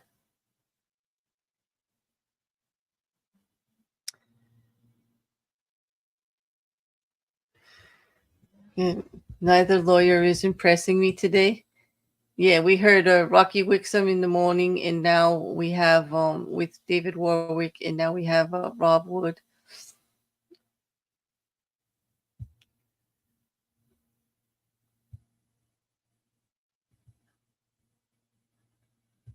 Mm. No, that was yesterday. Oh, yesterday, Shil. I mean, yeah, when Ingrid was doing the direct. Yeah, this was rough, and yeah, Pryor was annoying me, and I think he even annoyed the judge because the judge could tell that there was objectionable things going on, but it sounded to me, the way he was answering Pryor, that Pryor just wasn't picking the right ones because he was like, when he said overruled, he would say overruled the hearsay. Like, in other words, if you had picked something else, it would have been appropriate, but you're using the wrong objections here because he was just overruling it specifically for things, but the way he said it made me believe there was things he thought objectionable. There was quite a few things I thought were leading. When Pryor was doing his cross, there was quite a bit of argumentative going on. Pryor needs to adjust. Let me put this up. Pryor needs to adjust his tone. I cannot with that condensation that oozes from his tone. I know when he's like trying to get them to say what he wants, and then he goes, "Oh, okay then," when they don't agree with him. Like as if like, yeah, right. Like as if he's saying to the jury, yeah, you believe that one? He did get quite argumentative too. But then again, when he did have differences in the story between Melanie Gibb and David Warwick, he actually, although he did bring it up, I don't think he actually pressed it the way it could have been to show, I mean, granted, couples are not exactly in the same place at the same time all the time. Just because they were married doesn't mean that they both spent all that time at the convention that day. Or maybe one slept in a little later than the other. Who knows? All I know is there's a little difference in the testimony there that Pryor was honing in on in regards to Melanie Gibbs saying she never sleeps in late, and David Warwick saying in an affidavit that's on file from his interview that they slept in a little and had breakfast. Both statements could be true. It doesn't mean. Also, recall, like, it could be, they could be mixing things up a little bit, but it's still, they both did see Chad Daybell that day. But for some reason, John Pryor does not want anybody to admit to seeing Chad Daybell at that apartment on Saturday. I don't know. Katie, I agree that Brandon Boudreaux still sounds heartbroken, very heartbroken over the whole situation. Yeah. He was tearing up, and it is hard. Oh, Pryor gets you get what I am saying. The witness gets it. You are not accepting the answer. Exactly. She's like, yeah, I don't even remember what time I got up today. If it wasn't for my alarm, I wouldn't either. So, I'm telling you. Hey, that's very possible. I can definitely say I never sleep in. True, exactly. Is she saying she doesn't sleep in? She probably doesn't. Maybe she was up earlier than David Warwick. I'm just saying two things can be true at the same time, especially with a couple. They could be talking about the same day. One gets up a little later than the other. One spends 7 hours at a thing, and the other one only spends a few hours. Both can be true. Also, sleeping in can mean different things to each person. For one person, 7 a.m. is early. For another, 7 is super late. Exactly, depending on what your normal schedule is. Yeah. It's all the twisting of the words, very easy to do. Yeah, here comes the grubs. Hey, Jen.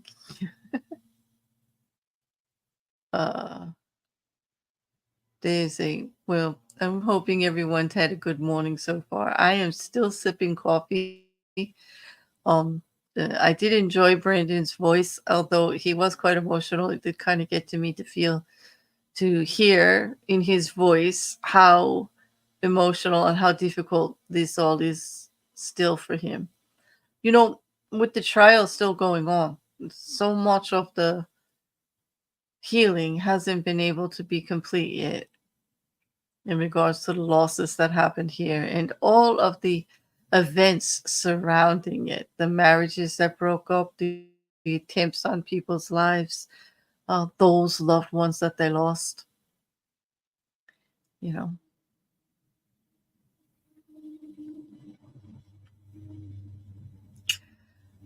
you can't get moving this morning, Juju. Have you had like the super coffee yet? Like, it's that kind of day. I'm kind of easing into it myself. I mean, no problems. I'm in a really good mood and all, but I'm just kind of like, sipping my coffee, not really like enthused or motivated. Although I am excited for tonight, We've got a true crime episode after trial today at 7, Juju. New case. Another heartbreaker. Yes, how many they affected. It's mind-boggling, the weight of destruction that Lori and Chad left behind. That's a very, very true statement. That still to this day gets me. Two people, they wanted to be together. They have a different view on how things should be. Why couldn't they just hold hands and walk off into the sunset together? Why did they have to leave such a wake of destruction behind? So many losses, so many innocent people affected.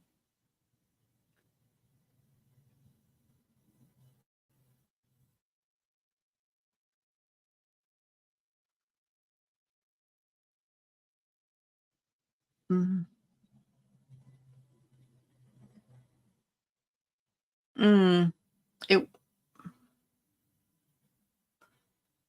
I locked the work computer, and when I opened it, it wouldn't. It's not running. Oh, it wouldn't let the stream play. Oh. Sorry, Jean. I know the work computer is probably boycotting me. I know, Juju. They don't look like they care at all, especially when you heard at the trial Lori's statement afterwards. It's disgusting.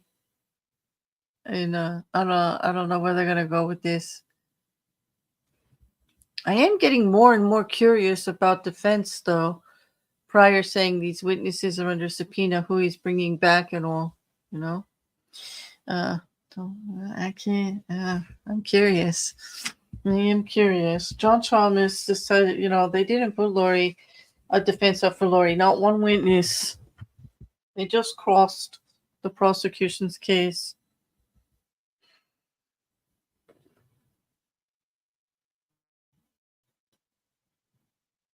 Yeah, I'm sorry you're having trouble there, Jen. Yep. Tech issues abound everywhere, I'll tell you. Well, the court is nice and clear today, except for Pryor still messing with this mic. And earlier in the morning, we had a little bit of an echo, and somebody's mic was on while they were discussing stuff, but it was very clipped and muted, so we couldn't really hear it, which is a good thing because you don't want these private conversations between the attorneys to be out there, between Chad and his attorney, John Pryor. That's all privileged. That nobody needs to hear any of that. And the prosecutors, they don't want to leak what they're discussing in regards to the case.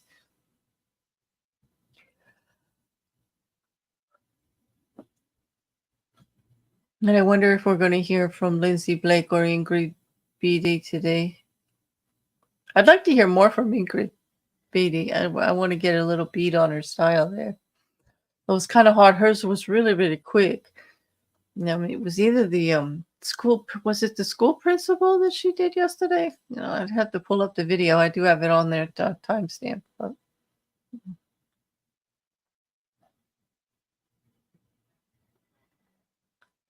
Oh, yeah, right. Rocket is the ASMR version of the Chad Daybell trial here on day 9. Day 9 ASMR. Yeah, but yeah, it kind of lulled me. And then also that was a long direct.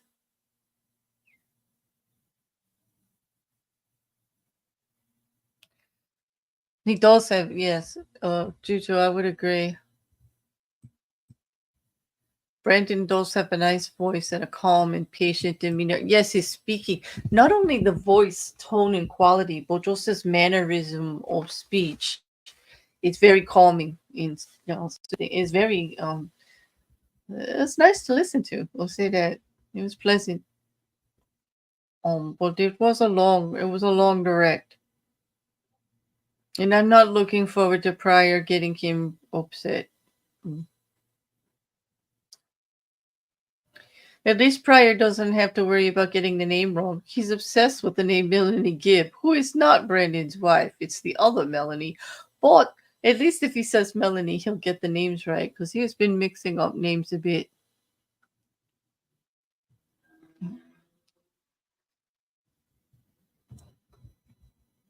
I'm sure all of the family is looking forward to this all being finally tried and set and justice being served, and so that they could all rest. So once Lori Vallow faces the charges of conspiracy for the murder of Lori's ex-husband Charles Vallow, and the attempt made on the life of Brandon Boudreaux, that happens in Arizona in August. Yeah, there's two Melanies. There's Melanie Boudreaux, who's now Pulowski. That is Lori's niece. And she was married to Brandon. And then there's Melanie Gibb, who's married to David Warwick, who was Lori's best friend, so to speak, very close friend, who gave the affidavit to the state that was quite damning against Chad. She knew Chad first. She was actually instrumental to introducing Chad and Lori. Yeah.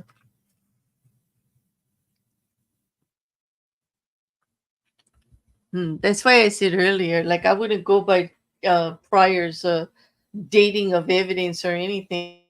He's been mixing up names and all. I wouldn't count on anything that he says, that he's arguing that the evidence is actually a different date when the report actually has the date on it. I did appreciate that answer from Rocky Wixom. Oh, sorry, Judge, I'm just going by the date that's on the report. Like a little bit of shade there, just a little. Yeah. Yeah. This case seems to have elements of brainwashing and maybe mind control. There's quite the cult element to it, Katie, which is what had fascinated me in the beginning, because, Chad Daybell's books and his speaking engagements and all, he kind of like takes a lot of liberties in the religion that he says that he's Latter-day Saints, the Church of Jesus Christ, and it kind of goes off script a bit with all of it. And we see in the text messages to Lori, he's quite manipulative about the visions and control and like things that he wants. Melanie Gibb followed Chad Daybell prior to even having Lori meet him. And she was, and she admits to being interested in a lot of his theories and stories in regards to light and dark and these things. That's where all the portals come in and all of these healing circles that they did, these cast outs to try to remove evil spirits from people. That the one reason John Pryor keeps attacking Melanie Gibb, trying to impeach her statements, is that she's the one who provided the evidence forward that says that Chad Daybell is the one who declared who was dark and who was light, and assigned numbers to them, and spoke regularly of his visions in answer to questions that people have, and that Lori would go to Chad for advice on everything. in on what was going on into whether she was doing things appropriately. So, Pryor had started out that all of this was Lori Vallow and that Chad is just a victim of manipulation and falling for a glamorized person.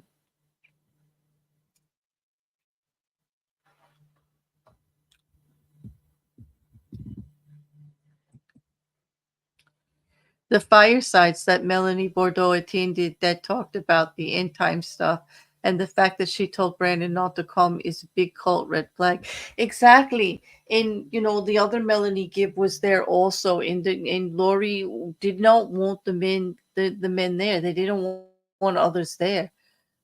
They were excluding people they did not feel believed 100% in what they were saying.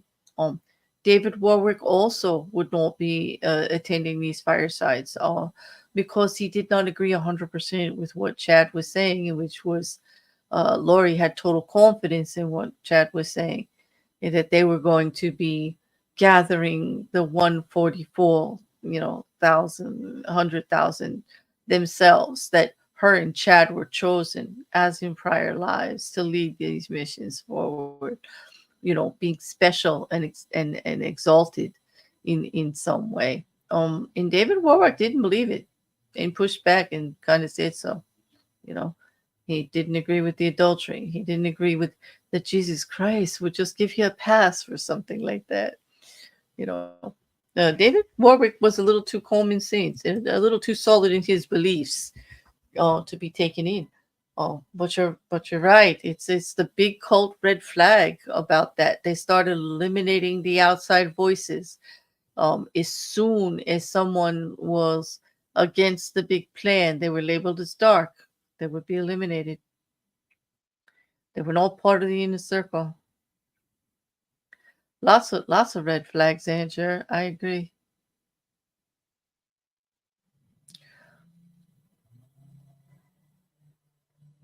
Well, what tells me a lot about the kind of person that Brandon Boudreaux is, that kind of really stuck with me, is that he sees that the influence of Charles and Lori and what was going on is affecting his marriage. He's really upset. His marriage is falling apart. He's getting attacked. And yet when he talks to Charles Vallow for the first time after that big argument, he actually apologizes to him for not understanding more, while he himself was going through the same thing with Lori, because now he understands after being attacked by Melanie the same way, with accusations from way out wild about being homosexual, being dark, not being committed, all of this. And he actually apologized to Charles first for not being there for him, because now he understood. It takes a big person to see through your own pain and say, I get it. You must have been suffering too. I'm sorry. That spoke a lot on who he is. It made me feel for him even more.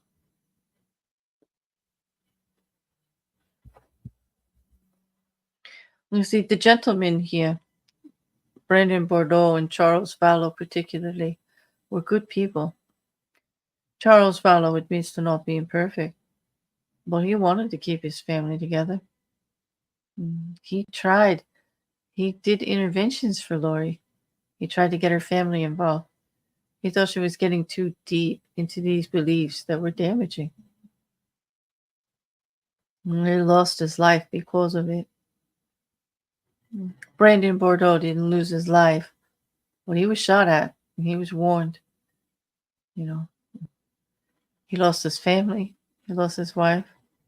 He's remarried, hopefully happily. I hope he's doing well. He has his children.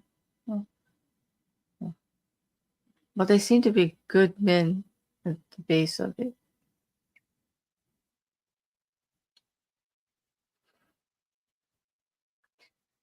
Another thing that I found that's kind of sticking out to me in here is all of the women involved here have abandoned their children. I just read that even Melanie Gibbs walked away from her children for a while. it's almost as if the children just don't not fit into the picture of how they're going through these end of days preparations, which kind of makes sense to me. Children being young and representing the future. If you're involved with a doomsday prophet, speaking of the end of the world all the time, I could see that children would be an issue.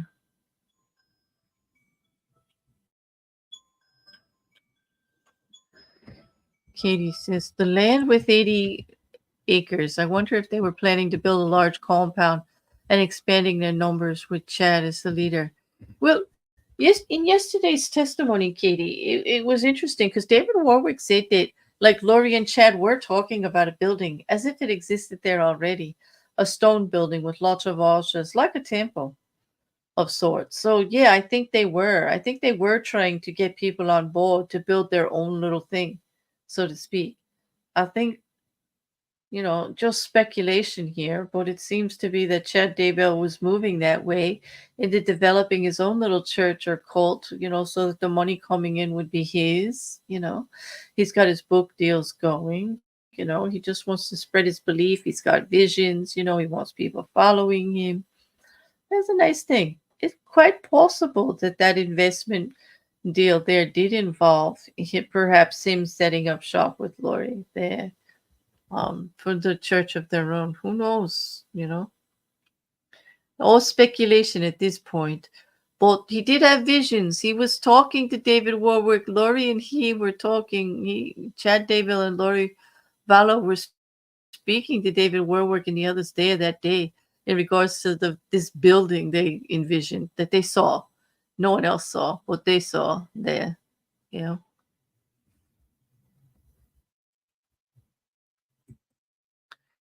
Only in the U.S. can you look up at shooting with such cavalier disregard.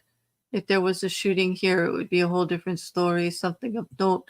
Yet it is, I guess, because like there was no injuries and everything, but like it's surely we do have a lot of gun violence here, yes, and we are shootings every day.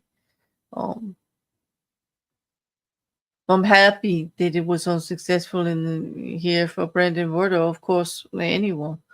But I guess for him it's still a shattering experience, but thankfully it was an unsuccessful attempt.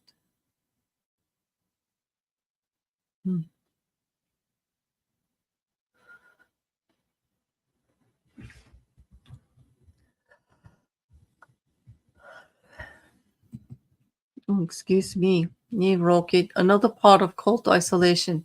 If the kids don't conform, they'd probably have members sever ties. Exactly. The situation there, like I don't know what's going on. They all have a lot of children. I mean, the Boudreaux have quite a few. David Warwick does. Melanie Gibb does. Lori Vallow had a few. They sure do marry a lot too. Lori Vallow on her fourth.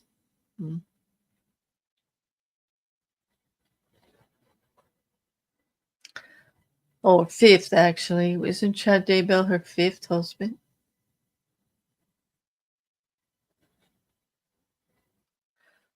I don't believe he did, Andrew. I was kind of listening to his voice, but kind of like, the soothing tone. Like I didn't get it word for word. But he did just testify to the whole shooting thing this morning.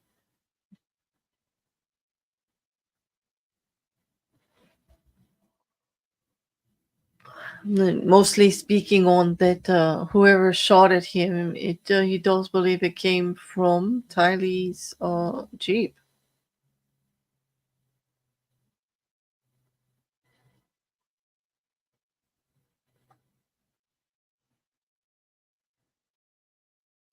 Yeah, Jen, kind of like the shunning in the Jehovah Witnesses. I get it, like with the children and all. I do.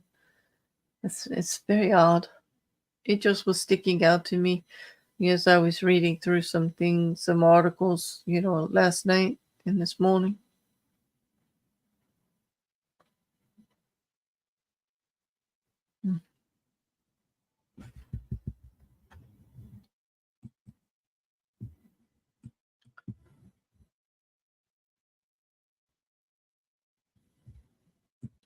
They should be coming back in about 8 minutes or so. I'm going to take a very quick. I thought I could last through the break, but I'm going to have to mute and put music on for a minute to take a quick loo break. And I will be right back before they come back.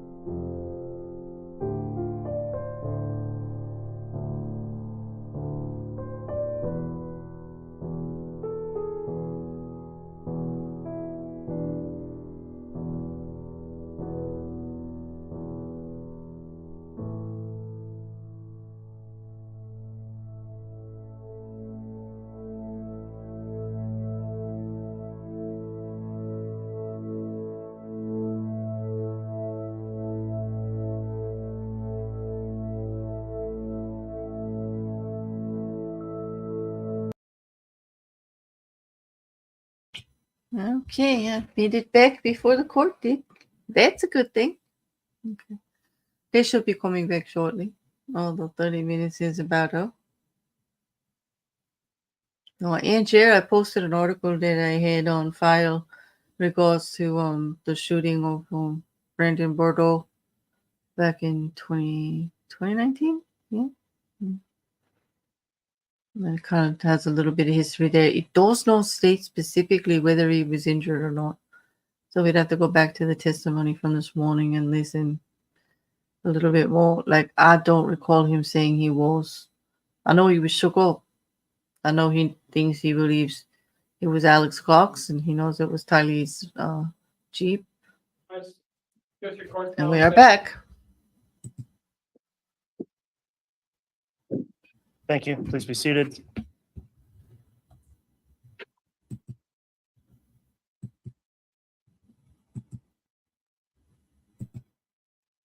All right, Mr. Bailiff, if we could have the jurors return, please. Your Honor, if the state and defense could just briefly confer with you.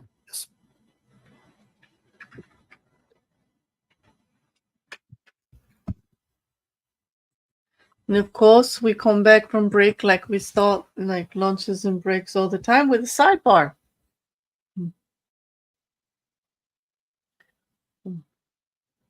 There's a lot of sidebar. In this particular case, there's been a lot of evidence labeling issues and areas they cannot discuss.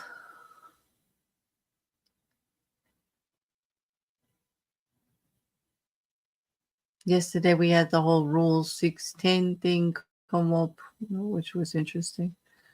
Oh, but Brandon is on the stand still. Jury's coming back in. Sidebar is going on.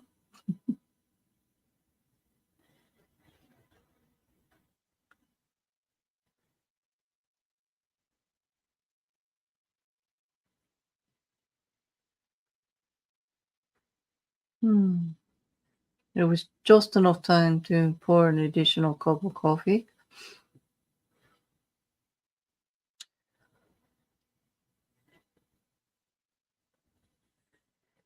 I do remember after the her defamation trial had ended in Fairfax, Virginia, several months afterwards, they did release all the sidebar testimony as part of the court record. And wow, there was like another 3,000 additional pages or something like that. But it was interesting, the stuff going back and forth. We thought it was contentious in the courtroom. The sidebars were quite juicy.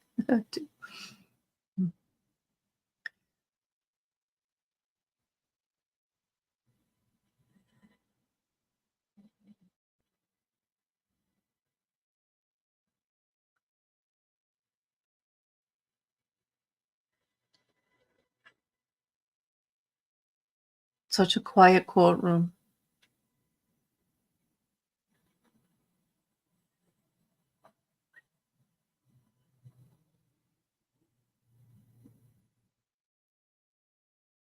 All in all, it is quite a sombering case when you look at the details of it. It is mind-boggling, and it's hard to, wrap yourself around the facts and look at all the devastation and not be affected in some way.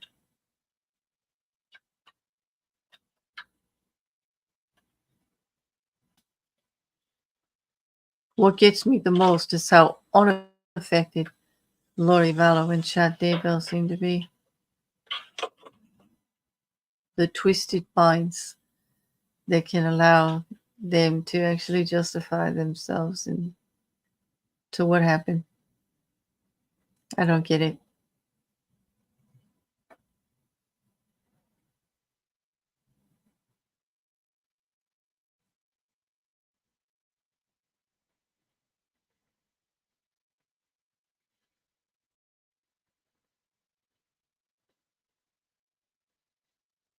This is a long sidebar.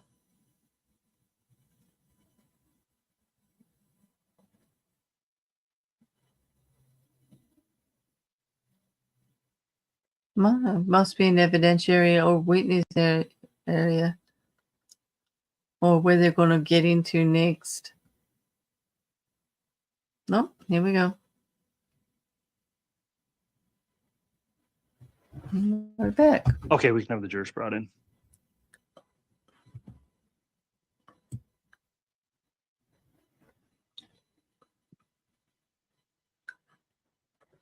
No. So actually, they didn't bring the jurors in yet because of the sidebar.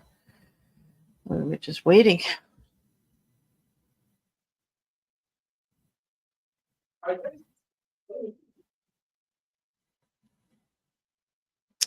No, Mark, I don't think you're weird at all. I think that's how I am. I think that's how a lot of people are.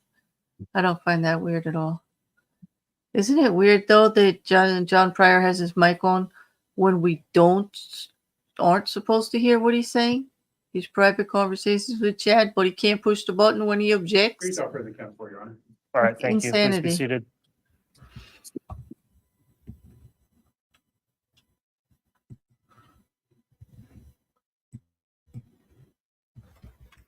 All right, we're back on the record on CR 2221-1623, State of Idaho versus Chad Daybell, continuing direct examination of Mr. Boudreaux, who's still under oath for testimony. I'll remind the witness, the jurors have returned, and Mr. Wood, you can continue with your direct. Thank you. Mr. Boudreaux, when we left off, we were discussing an incident on October 2nd. And again, I don't want to put words in your mouth. It sounds like you had testified, you had come to some opinion as to which Jeep was involved. Is that accurate? Yes. Okay. And you provided the VIN number of Tylee Ryan's Jeep to law enforcement. Yes. Your Honor, I'm going to ask state be allowed to publish State's Exhibit 9A. As previously admitted, correct? Yes. Yes, you may publish it.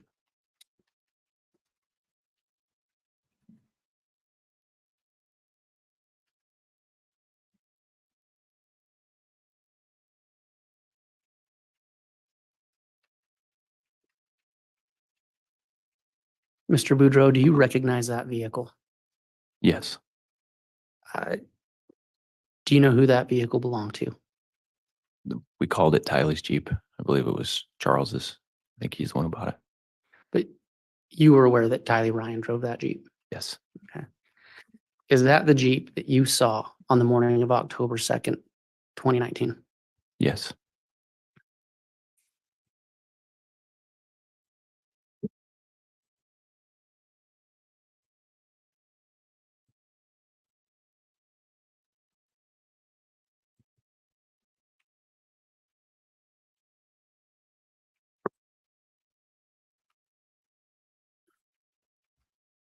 So as you provided that VIN to law enforcement, did you do anything else in regards to that shooting? That day or when specifically? Well, let's start with that day. Did you do anything else? Or let me ask this, strike what I just said. When approximately did you give law enforcement the VIN number for Tylee Ryan's Jeep? That day. Okay.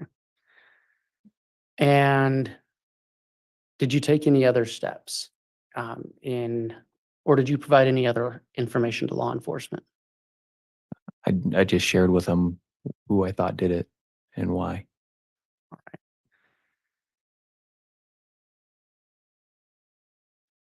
At any point after that first day, did you do anything else looking into the shooting that took place? Yes. What did you do?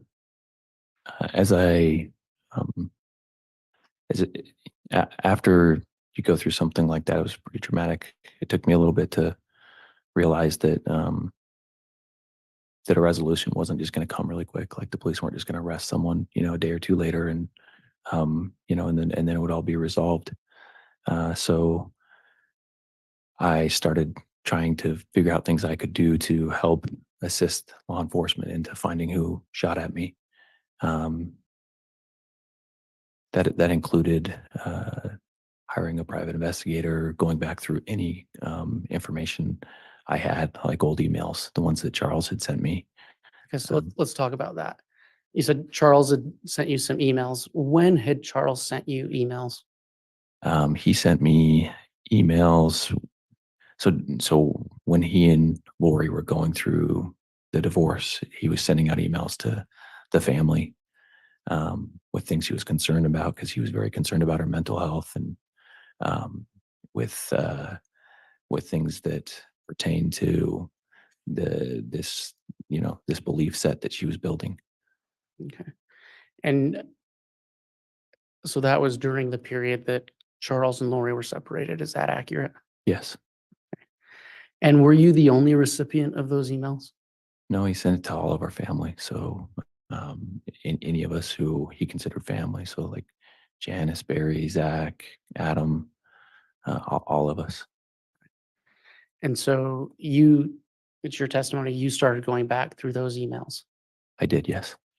And what was the purpose of that? I thought maybe if I knew more about what these beliefs were, that now apparently to me it seemed my wife had and Lori had, that I could maybe I could try to figure out more of what was going on, because everything was so bizarre. And these emails that Charles sent, what was the nature of these emails? Was it a narrative that he was speaking about? Well, in them I found that a lot of the stuff was being sent by a Chad Daybell, who I didn't know. Okay. And when you say stuff, what type of stuff?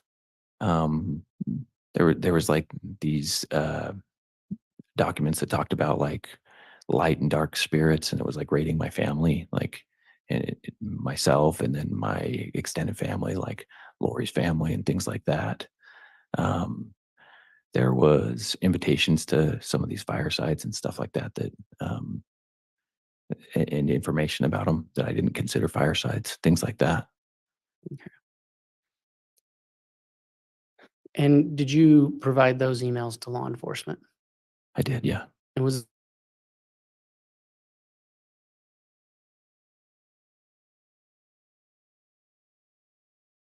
did you see your own name written in those emails I did.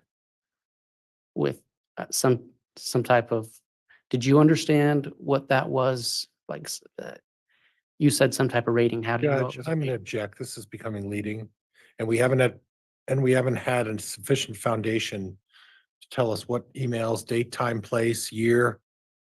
It's sustained as leading. Okay. You had testified that you saw your name. Yes. Was there anything written next to your name? At a letter D. Okay.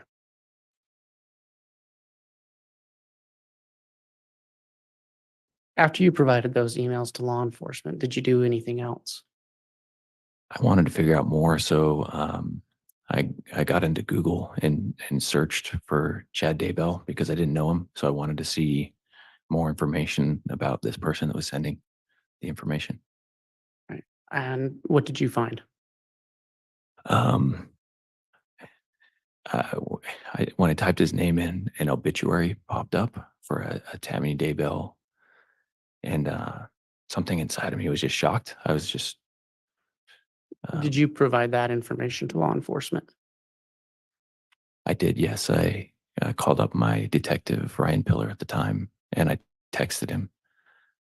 So just to clarify, you said my detective. Was that your private investigator or a detective, law enforcement detective? Sorry. Yes, he was the detective at Gilbert at the time that was assigned to my case. Right.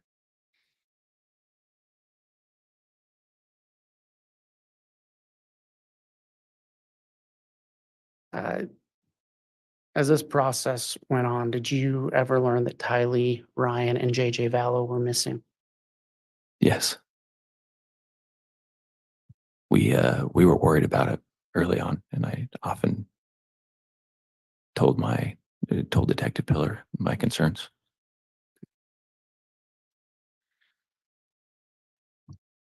Did you ever learn whether or not JJ and Tylee Ryan had been found? I'm sorry. I did. Sorry. And do you remember when that was?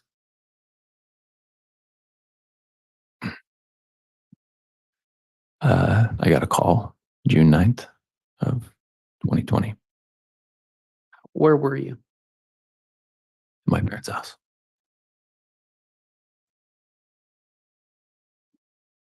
Do you recall do you remember who called you? I don't. I just remember somebody from, I think, Rexburg calling just to let me know that they had found what they were pretty sure was the kids. Okay. Once you got that information, what did you do? And the next day was my wedding. So I was getting remarried. So I got married. And shortly after that, I just felt like I needed to go up to Rexburg. I don't know what for. I just felt like I should. So I drove up there. When you were in Idaho, did law enforcement ask you to do anything as it related to JJ or Tylee? Yes, they asked me to identify JJ. And do you recall where you were when that happened? Where I was when I identified JJ? Yes. Okay. It was, I think, outside of Pocatello at an FBI location. And do you recall the date? June 11th or June 12th. How did they have you identify him?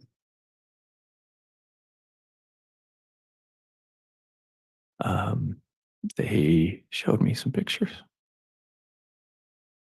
of him deceased.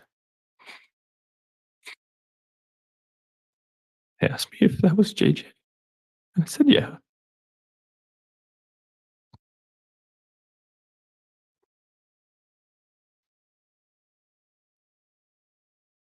Your Honor, I have no further questions at this time. All right. Cross-examination.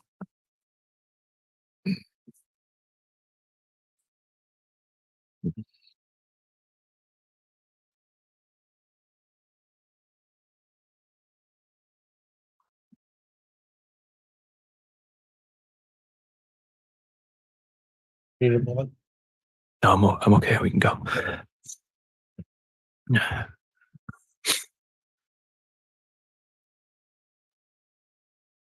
You mentioned you had contact with Charles Vallow and Lori Vallow quite frequently. Is that right? Yes. What was the frequency with which you had contact with Charles Vallow from when you first met him to the time of his death? It varied by the years. Sometimes when he lived close to me, I'd see him often. You know, I could see him every week at sometimes, and then there was other times where you know, he traveled for work, so I might not see him for a couple months. And they also lived further away, so sometimes I wouldn't see him as often. They were nomadic. They never owned a house. They would just constantly rent. That's what I recall. I think you testified to that. Is that right? I wouldn't use the word nomadic, but they definitely moved more often than I did. Okay. And approximately the date you first met Lori Vallow? It would have been in 2008. I was driving with my then fiance at the time from Texas to Utah, and we went through Phoenix, and I met the Cox family at that time. Okay. And would you agree with me that Lori Vallow and Alex Cox had a very, very close relationship? It was on again, off again. There was times where it was very close, and there's times when they wouldn't see each other very often, but they knew each other very well. Well, are you aware that it seemed that every time Lori moved, Alex would follow her and move to where she would move to? Not always. Yes, sometimes that did happen, but other times no. And more often than not, though. It depended, like, there were times where Alex lived with in Arizona with us, and Lori left to Hawaii for a few years. But then there was other times, I agree with you, where Right. they all moved from Texas to Arizona together and things like that. And on the subject of Hawaii, during the time that Lori left JJ with Charles for that 2-month period, and I believe that was January and February of 19. Does that ring a bell? Yeah, it might have gone into March a little bit too, but yeah, that time frame sounds right. And during that time, are you aware that she was residing and staying in Hawaii? I don't know where she lived at that time. I didn't have any contact with her. Okay. And at the time you were married to her niece, so you guys didn't discuss Lori's whereabouts as being in Hawaii for 2.5 months. Well, my wife said she didn't know where she was. Oh, okay. I don't know if that was true. I just know that's what she said. Okay. Now, would you agree with me that Tylee and JJ had a very, very close relationship? Yeah, I mean, they were brother and sister, so I would say they were close. Well, more than that, isn't it true that for all practical purposes, Tylee was really like the second mother to JJ and caring for JJ? It depended. I mean, she was a teenager, so there was definitely times where that wasn't the case. But there was also times where she was a nurturer for JJ. I mean, she loved him, but she was, like I said, she's a teenager, so Right. that was not her primary responsibility for sure. But did you observe JJ looking at that in maybe a different perspective? That he relied on Tylee for a lot of things and things that maybe Lori wasn't providing for him? Objection calls for speculation. Overruled. Did you observe anything to that effect? And JJ was special needs, so I don't know that I could have identified that JJ could have. I mean, JJ needed every adult or anyone who was there to help him. That's what he needed. And I definitely remember during that time when Charles had him, he missed his mom a lot. Charles brought it up in those same emails a lot, and it broke your heart. And after Lori got back from Hawaii in March, early March, there was an attempt at reconciliation. Yeah, they did try. And at that point, did Charles confide in you that he actually was convinced by Lori to make Lori the beneficiary of his life insurance policy again? Charles didn't talk to me about his life insurance policy. Charles did not talk to me about his life insurance policy. So he never discussed with you finances or anything like that? We talked about financial stuff, but he never talked to me about his life insurance policy. Okay. So you're not aware that the life insurance policy was placed in Lori Vallow's name during this reconciliation period then, correct? I would have no ability to testify to that. Okay.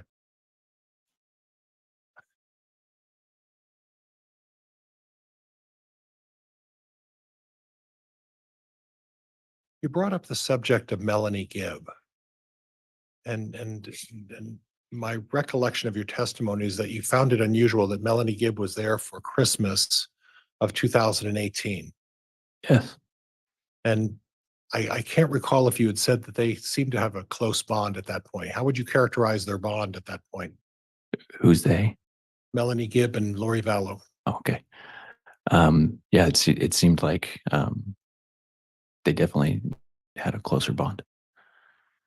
And are you aware of when Melanie Gibb and Lori first met? I can't testify to when they met. Did your wife participate in these gatherings in August, September, and October with Melanie Gibb and Lori? I believe so. Yeah. And these gatherings in August, September, and October of 2018 were what you described as these fireside chats? And I think they went past October. I think they were in November as well, in December. But they started in the mid to early summer of that year. Is that right? I can't say when Melanie's very first one was. Okay. And were you aware that Melanie Gibb was the organizer and planner of all of these events? I can't testify who planned them. Okay. It wasn't your wife who was planning them? I don't think so. It would have been without my knowledge. Okay. And you found it unusual that Melanie was there at your Christmas holiday for what would be deemed a family holiday. Is that right? Yes. Did you happen to recall seeing a gentleman by the name of David Warwick at Christmas that year as well with Melanie? No. Okay.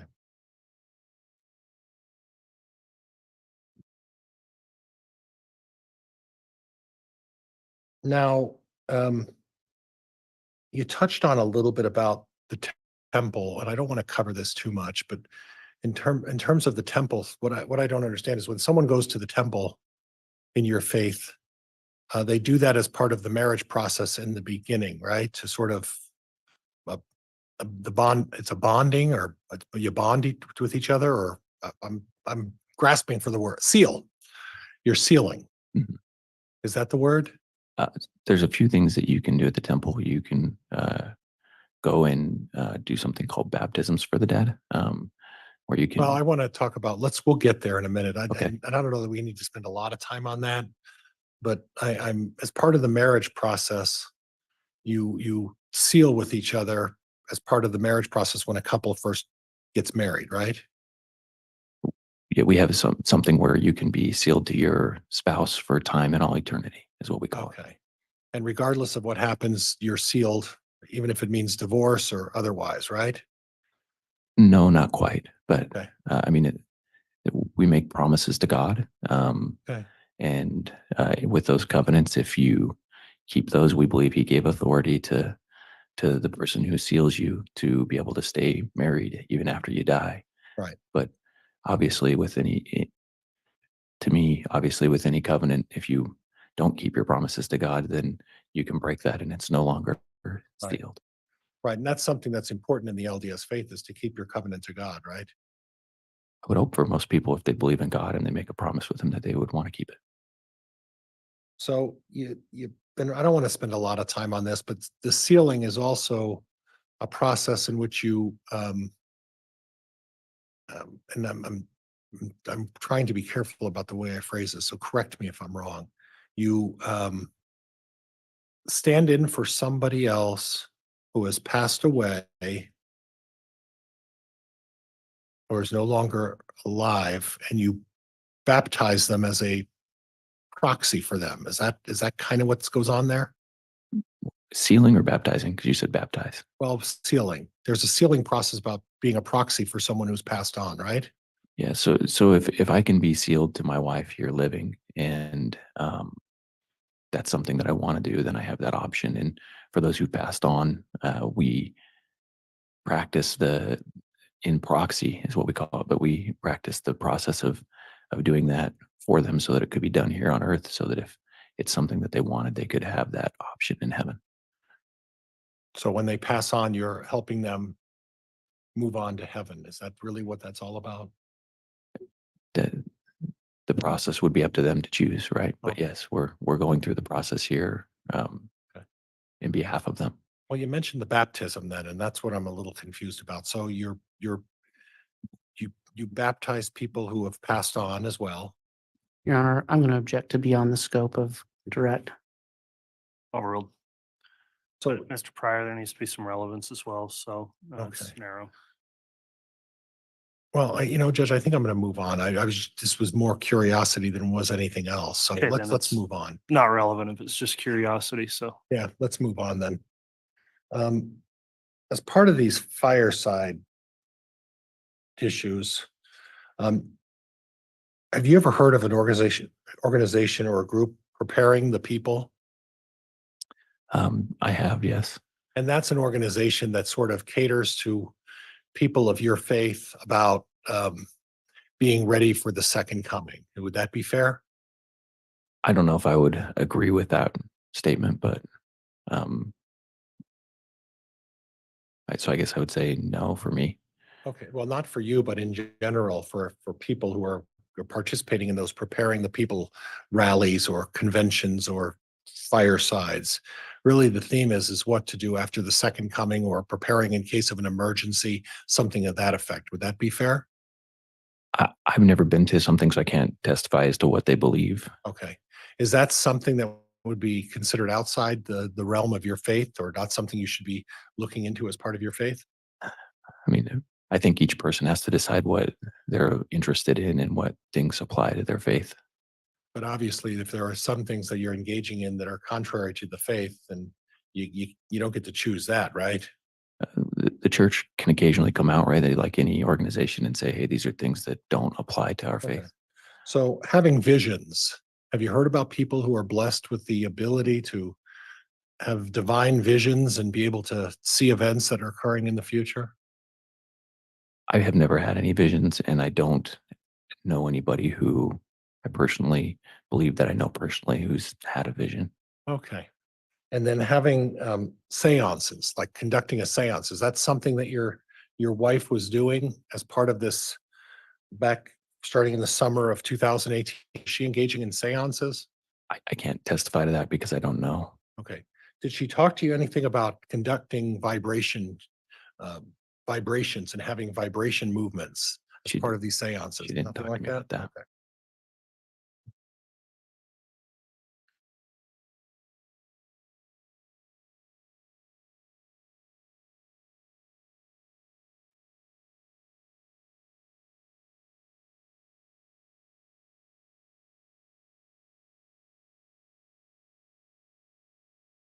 And the discussion of light and dark, you talked a little bit about Chad Daybell and then that there was some discussion about light and dark, right?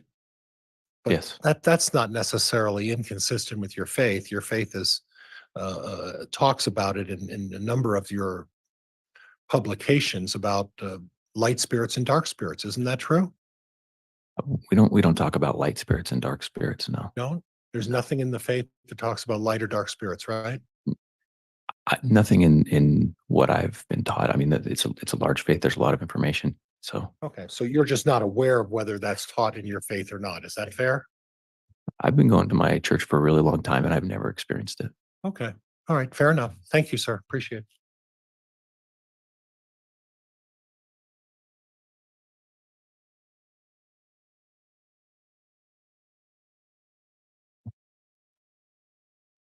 Redirect.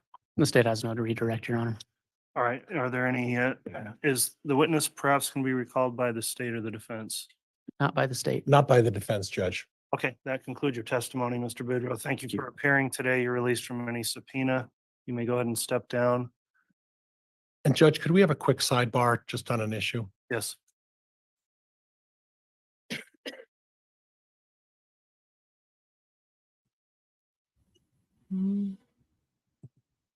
I'm gonna bust a little bit here. I just have to say it. Sidebar, George, could we have a sidebar based on a little issue?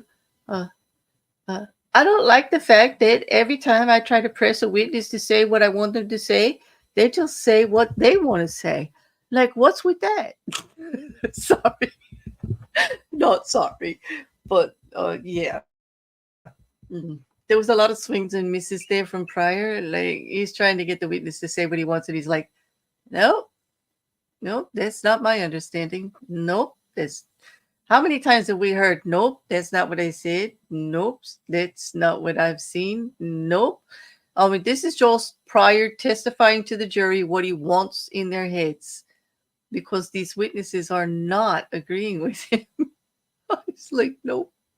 I don't know. It's so frustrating, though. I'm chuckling, but at the same time, I find it to be very bad legal manners. Sorry. He's not my style of attorney. Although I do think he's trying very hard for Chad Daybell to chip away at things. Yeah. Pop pop is that, yeah.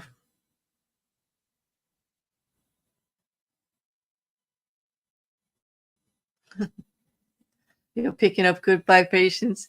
It's giving you excitations. You beach boying it on me there. All right, the state can call the next witness. State calls Officer Ryan Pillar, Your Honor.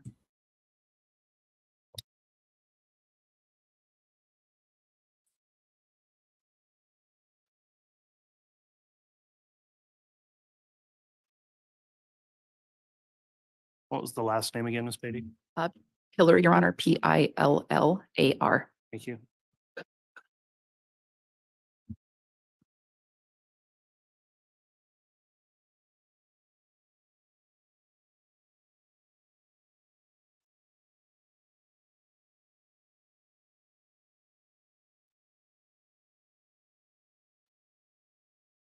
Solemnly swear or affirm the testimony you're about to give will be the truth, the whole truth, and nothing but the truth, so help you God.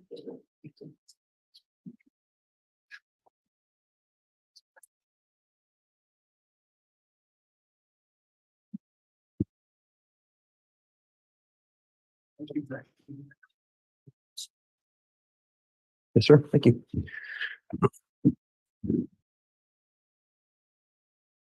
All right, before I allow direct here, let me just inquire of the officer now that you're under oath. These trial proceedings have been live streamed and open to the public. Have you been observing any of the testimony that's been provided in trial up to this point? No, sir. Okay, and have you discussed with anyone else the testimony they've provided at trial? No, sir. All right, thanks for your responses. Ms. Beaty, you may inquire on direct. Thank you, Your Honor.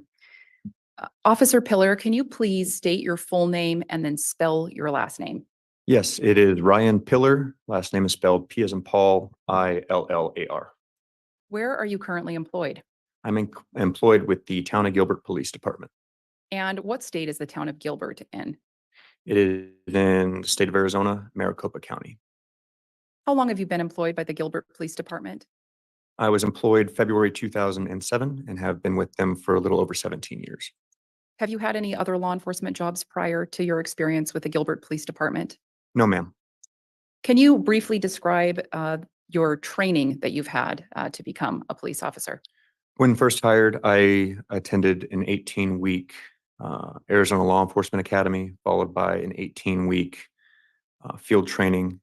And then I was a patrol officer for 9 years, where I received hundreds of hours of continuous training to include arrest procedures, state laws, firearms training, basic investigations and interrogations.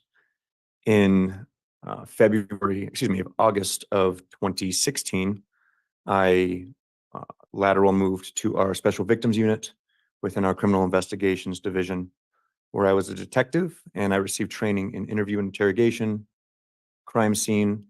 I spent a week-long training with child crimes investigations. I also went to a week-long forensic interview training. In August of 2019, I lateral moved to our Violent Crimes Unit, which is focused on investigating robberies, homicides, and violent crimes. I received another 5-day training with homicide investigations and interviewing techniques, as well as crime scene investigations. I'm now back on patrol work voluntarily and working within the school programs within Gilbert, Arizona. So your current job title is you're an officer with the Gilbert Police Department. That is correct. I'm a police officer. What was your job title in 2019? In 2019, I was a violent crimes detective. Can you briefly describe your job duties as a violent crimes detective? As a violent crimes detective, we investigated crimes that are related to violence, death investigations of any kind, homicides, and robberies, anything that would potentially lead to a death or a serious physical injury sustained to a victim. Were you on duty as a violent crimes detective on October 2nd of 2019? Yes, Did you respond to an attempted shooting of a gentleman named Brandon Boudreaux that day? yes, I did. Approximately what time was that? About 9:13 in the morning is when the initial call for service kicked out. And did you go to a location? Yes, 3875 East Phelps Street in Gilbert, Arizona. And whose residence or what place was that? It was soon learned that it was the residence of Mr. Brandon Boudreaux. When you arrived at the scene, what was your role? Upon arrival to the scene with fellow detectives, I took the primary investigator role, which is the lead detective for that particular investigation. And when you're the lead detective of any investigation, what are your responsibilities? Initially, it is to task fellow detectives with their duties, and then as the primary investigator, it's to interview the involved parties, in this case, the victims and witnesses. Are part of your duties as a lead detective to make determinations about next steps and directions that the investigation should go? Yes, ma'am. Okay. Now, when you arrived at the scene on October 2nd of 2019, did you make contact with Mr. Boudreaux? Yes, ma'am. Did you talk to him without getting into any narrative or any specific statements he made to you? Did you discuss the incident with him? Yes. Based on your discussion with him, were you able to ascertain what had happened? Yes. Did you have any other discussions with anybody else at the scene or in the area? Yes. Part of the duty, again, was tasking other detectives with canvassing the areas and speaking with witnesses. There was evidence at the scene to include in the roadway some shards of glass. Mr. Boudreaux's vehicle was parked in front of his residence. It had evidence that it did in fact sustain damage from a projectile. And witnesses at the scene confirmed a vehicle was idling in front of Mr. Boudreaux's residence prior to shooting occurring. Okay, so let's walk back just a little bit. When you describe seeing Mr. Boudreaux's vehicle, were you able to ascertain where this shooting had occurred, where Mr. Boudreaux was? Yes. Where was Mr. Boudreaux when the shooting had occurred? Mr. Boudreaux was driving his vehicle westbound on Phelps Street, approaching his residence. And you mentioned that a projectile hit the vehicle. What do you mean by projectile? Bullet. Okay. And where was that bullet mark on Mr. Boudreaux's vehicle? It was up in the A pillar of the door frame, near the windshield. The damage itself actually caused the windshield, or excuse me, the front driver's side window to fracture, crack, and ultimately shatter. And then there was a hole within the B pillar. And you personally observed that at the scene? Yes, ma'am.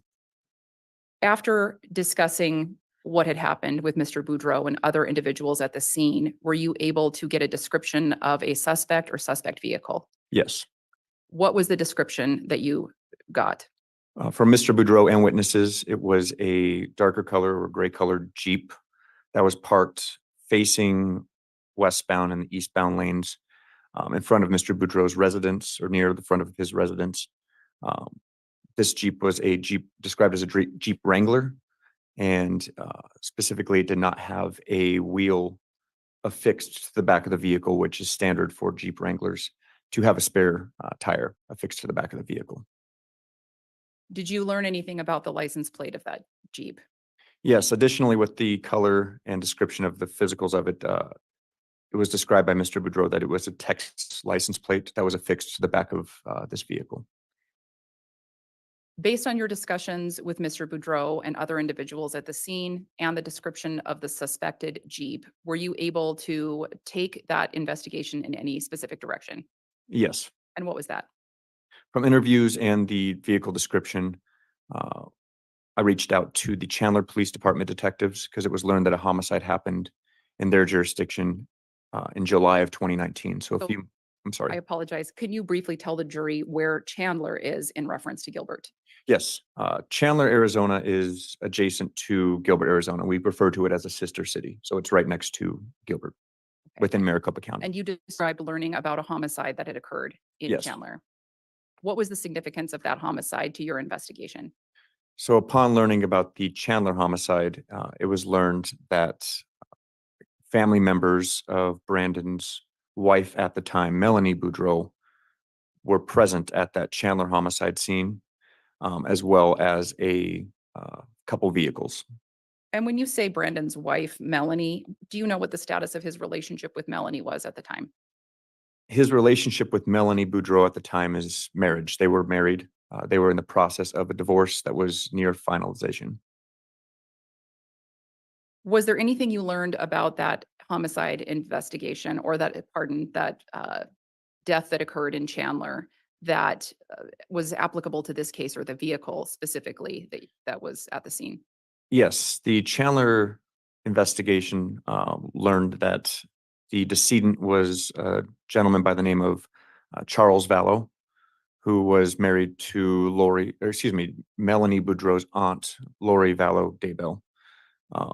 Present at that scene as well was Lori's brother, Alexander Cox. It was learned that a vehicle at the Chandler crime scene was a dark colored gray Jeep with a Texas license plate that was registered to the decedent, Charles Vallow. At that time, were you able to develop a person of interest with regard to that Jeep? Yes. Based on the information that you had as the lead detective, who was that person of interest? Person of interest was Alexander Cox. What further steps did you take in that investigation with regard to the Jeep? From the Jeep information and the license plate that we've confirmed, we reviewed LPR hits. LPR is an acronym for license plate reader. And we were able to track the movements of that Texas license plate on that Jeep with photographs to confirm it was still on the Jeep, moving from the state of Arizona to the state of Idaho. And did you determine what dates that had occurred? Yes. What were those dates? Those dates were just prior to and after the shooting in Gilbert, Arizona. Were you able to determine where in Idaho the Jeep had traveled from? Yes. Where was that? It traveled to and from the area of Rexburg, Idaho. And were you able to determine whether or not Alex Cox had a connection to Rexburg? Yes, it was soon learned that he was residing in Rexburg, Idaho. Okay. At some time, did you begin coordinating with law enforcement agencies in the Rexburg area? Yes, once it was learned the Jeep was located in the area, we reached out to Rexburg Police Department and Fremont County Sheriff's Office. Fremont County Sheriff's Office, sorry. At some point in time, did yourself or any of the law enforcement agencies you were working with obtain a search warrant on that Jeep? Yes. When was that? The Rexburg Police Department was able to locate and confirm the Jeep was at an apartment complex in their area, and they executed a search warrant in mid-November, November 18th. Were you present when that search warrant was executed? Yes. Can you briefly describe what took place during the execution of that search warrant? Myself and a crime scene specialist flew up from Arizona directly to Rexburg. We went to Rexburg's property evidence building where the Jeep was secured. I stood by with my crime scene specialist as she processed the vehicle.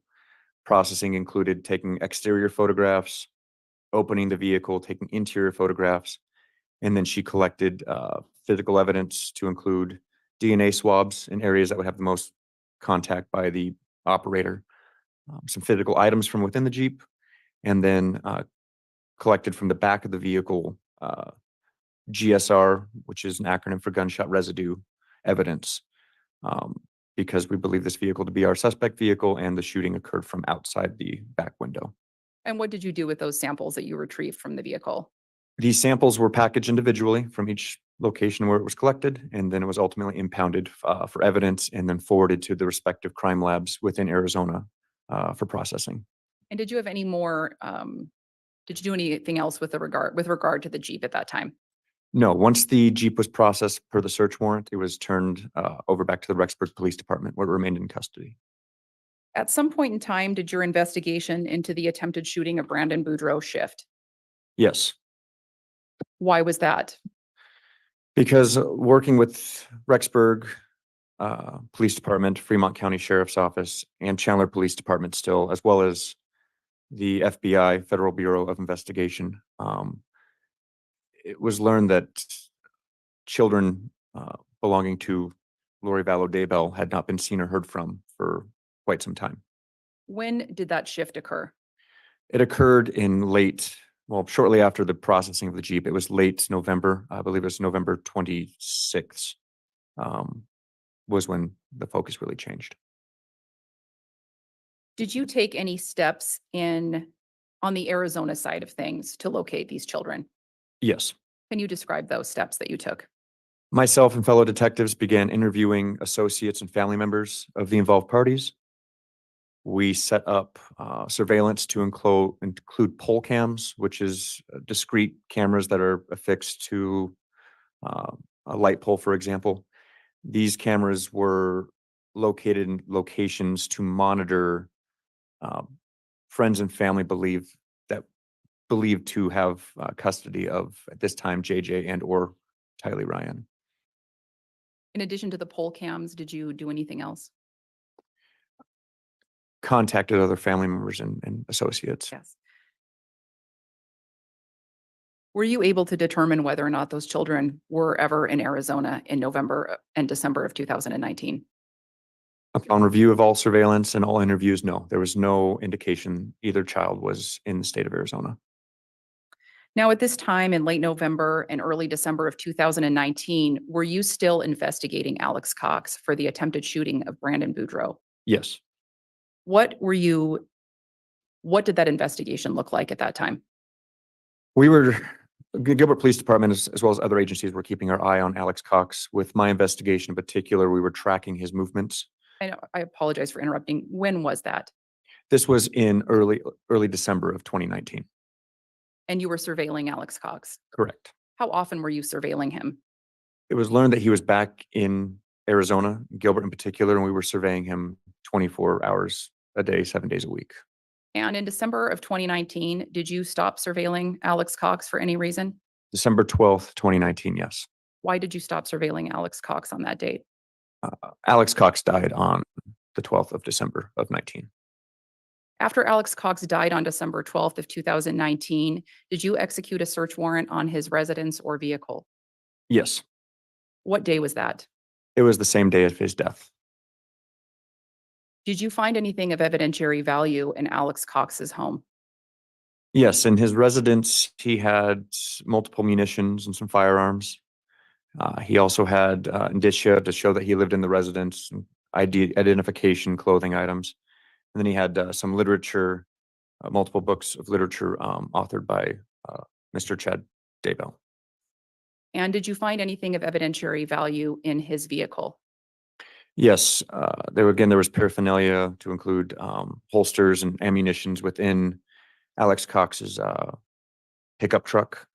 And there was a letter that was found also within his pickup truck. What was that letter?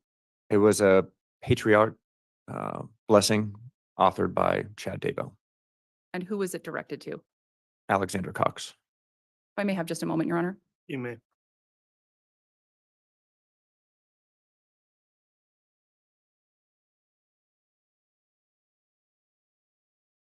And Your Honor, I have no further questions for this witness. All right, before cross, just a quick sidebar with counsel, if I may.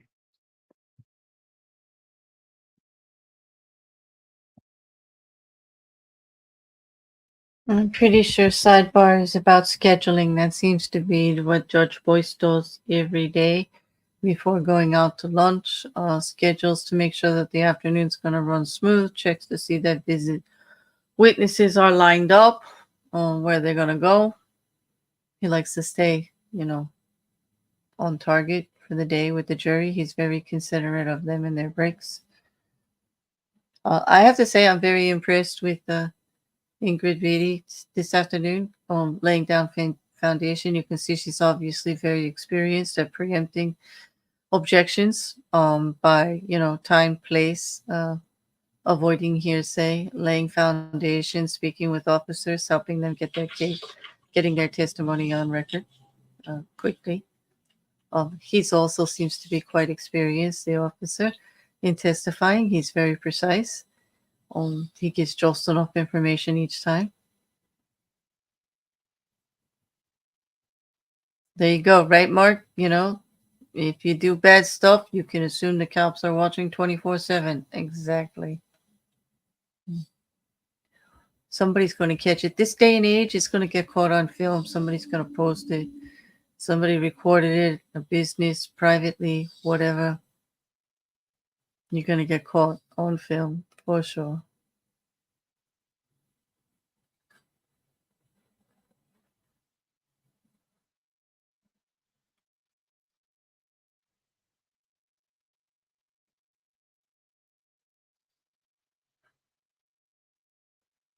We do have another 26 minutes until the lunch break, so I don't think they're talking about an early lunch, I hope. Or a long lunch like yesterday.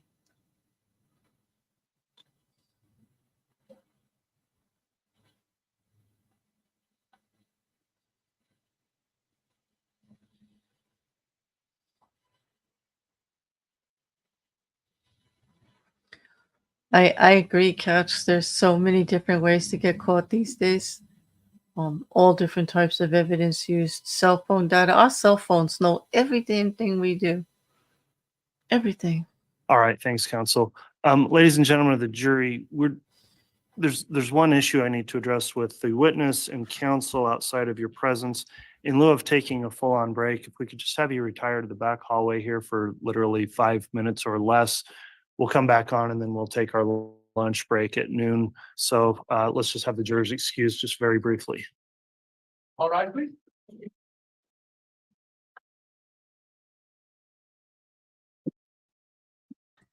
Well, this is curious. I wonder what this is about. You guys got any ideas where he might be focusing with this?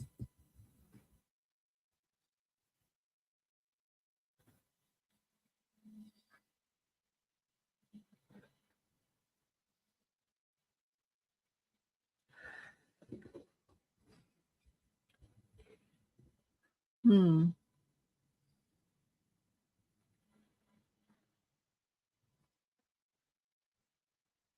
All right, thank you. Please be seated. Directs concluded. Just very briefly, counsel, I was reminded at a former trial in the case versus Lori Vallow, one of the Arizona officers, and I'm not entirely remembering if it was Officer Pillar, but made some type of a kind and thanked the jury or something on the way out, which raised an objection by the defense. And I thought it was perhaps at least had the appearance of impropriety. So I just wanted to inquire and make sure that no passing comments were made at the conclusion of the witness's testimony to that effect, because we're just trying to keep the jurors as impartial as possible. Yes. Okay, so that's all I wanted to address, and we just didn't know a better way to do that with the jurors here. So with that, we'll just have the jurors brought right back in. We can continue with cross then, Mr. Pryor. Thank you, Judge. All right, so if the jurors can return.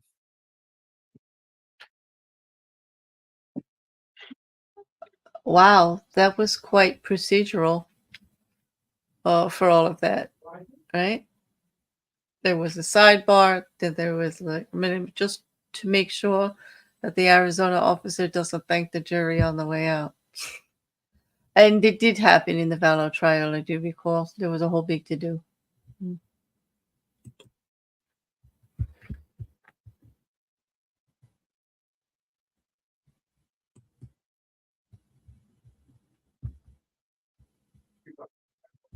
All right, thank you. Please be seated. All right, Mr. Pryor, you can commence with cross-examination if you'd like.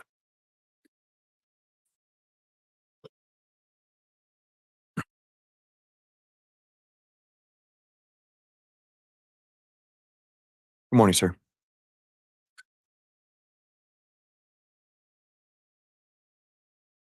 You spoke about having coordination with the folks in Rexburg, the folks in Chandler, Arizona, Yes, sir. you at Gilbert, Arizona.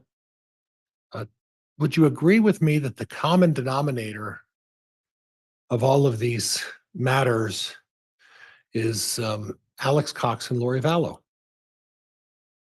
For the Gilbert investigation, Alex Cox was our primary focus. Yes. And Lori Vallow as well. Yes, she came into play with being Alex's sister. Right. And those are the ones that are implicated in the Gilbert, Arizona case. Is that right? Yes, sir. And then as far as Charles Vallow is concerned, the murder of Charles Vallow, are you aware that, again, it's Alex Cox and Lori Vallow who are implicated in the murder of Charles Vallow? Yes, for the Chandler, Arizona case. Okay.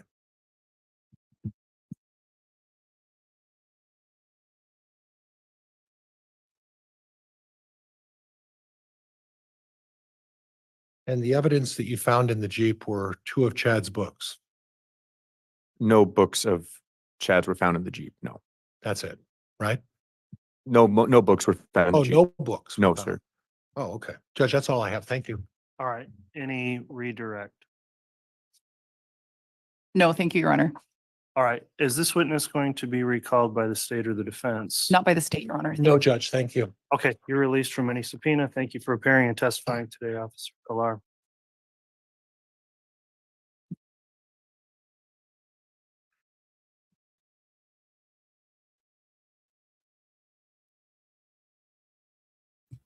Do not look at the jury. Do All not. right, before we call another witness, the court has previously provided a limiting instruction in this case, and given the nature of both this testimony and the testimony of the previous witness, Mr. Boudreaux, the court is going to reiterate that instruction, which will be included in your final instructions as well when you retire to deliberate in the case.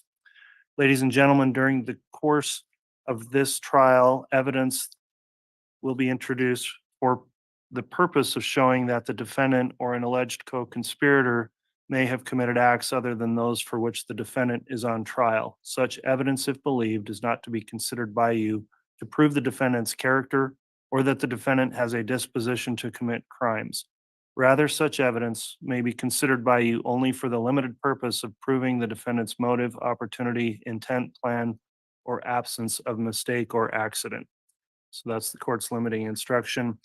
With that, then, is the state ready to call another witness before the lunch recess? We are, Your Honor. All right, you can call your next witness. Your Honor, at this time, the state would call Deputy Colter Cannon. All right.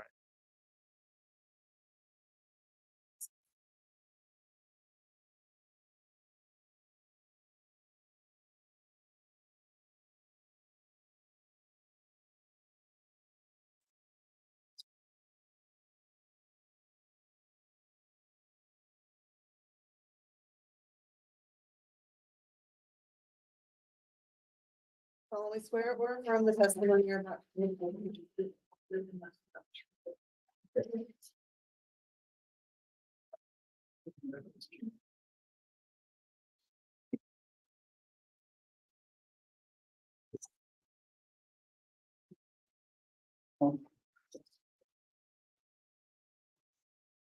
All right, now that the officer's been sworn, I'll just inquire on the court's exclusionary order.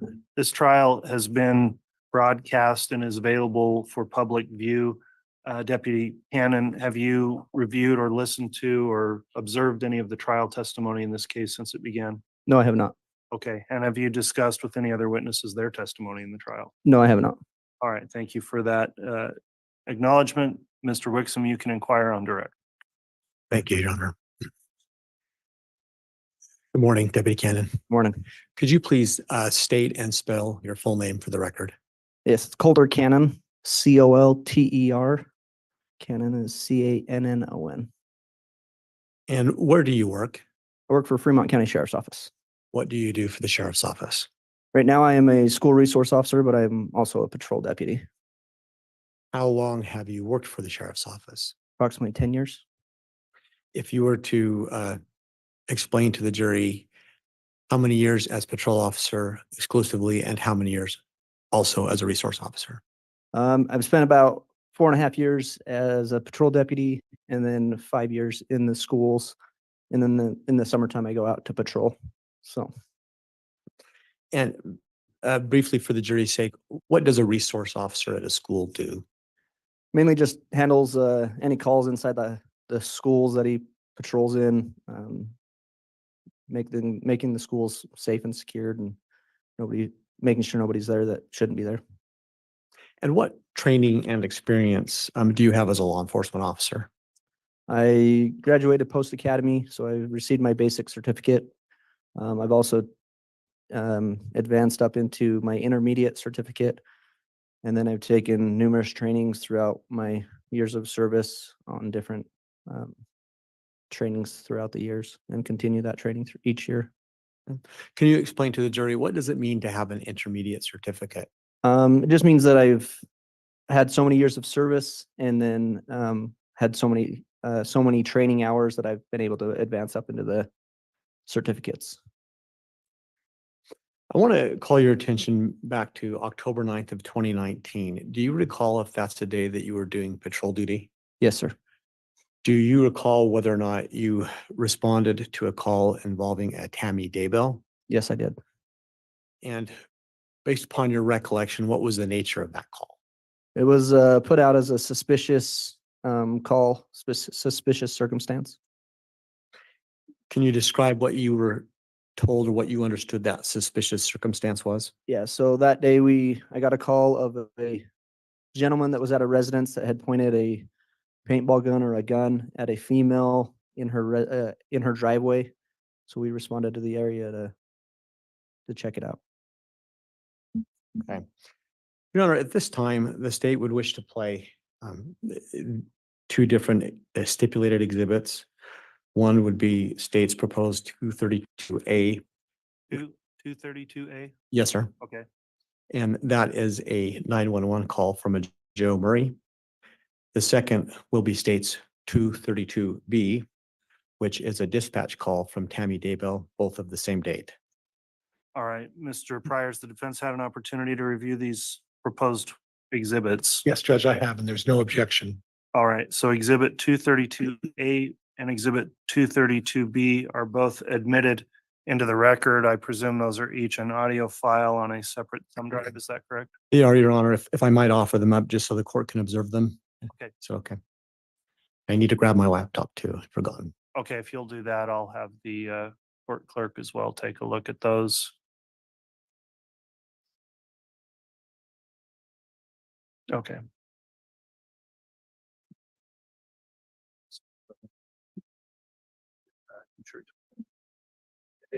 You want these returned to be published, Mr. Wixom? If I may, Your Honor. All right, I'll have the bailiff return them. Thank you.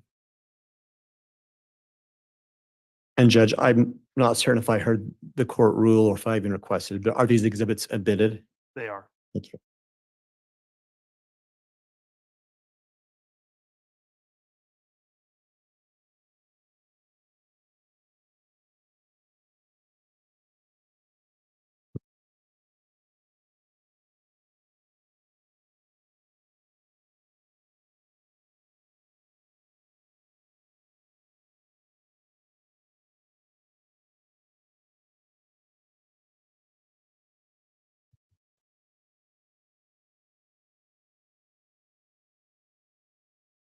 And for the record, the first exhibit that I will be playing is state's exhibit 232A. I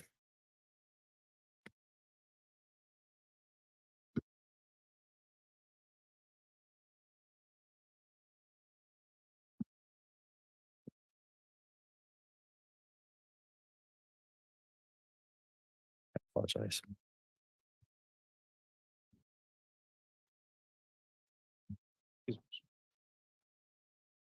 Okay, yeah, we'll activate the podium microphone. Thank you. All right, if you'd like to start it, Mr. Wixom, we should be able to. Thank you, Your Honor.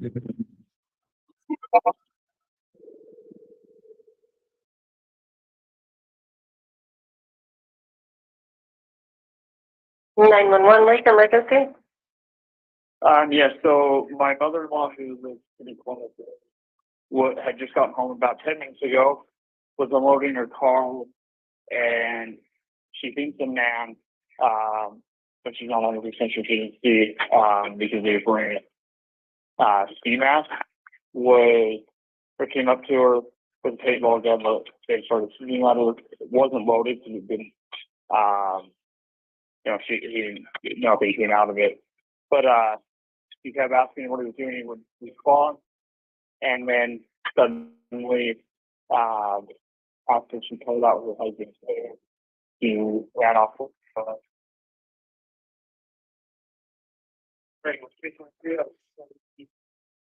Okay, what's the address? Are you there? Hello?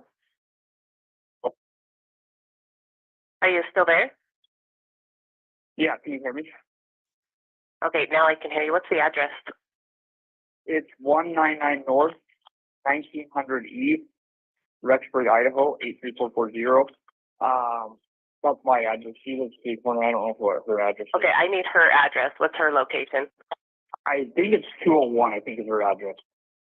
201 North 1900 East? North, yep. Does he know which direction he ended up running? He headed east, back behind their house. Okay, and did she give you a description of the clothing? I didn't get one from her. I took all of that.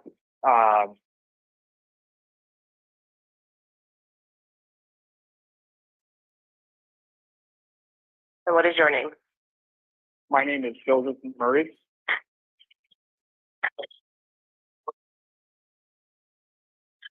Okay, is this a good look or a good phone number for you? Yep. Okay, I am sending a deputy out to your mother's home. All right, thank you. You're welcome. Bye-bye. Bye-bye.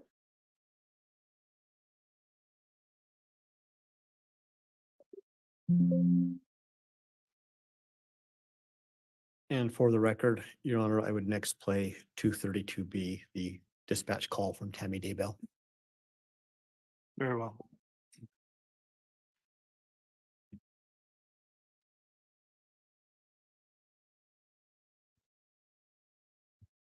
October 9, 2019, 21 hours, 49 minutes, 20 seconds. Fremont County Sheriff's Office. Hi, I need to report something. Okay, go ahead. What's the address? Okay, at 202 North, 1900 East, the corner with the blinking yellow light on Salem Highway. Is it a suspicious person? Yes. Okay, what was he wearing? He was all dressed in black and he had a ski mask on. And he said the blinking light now is where you saw him?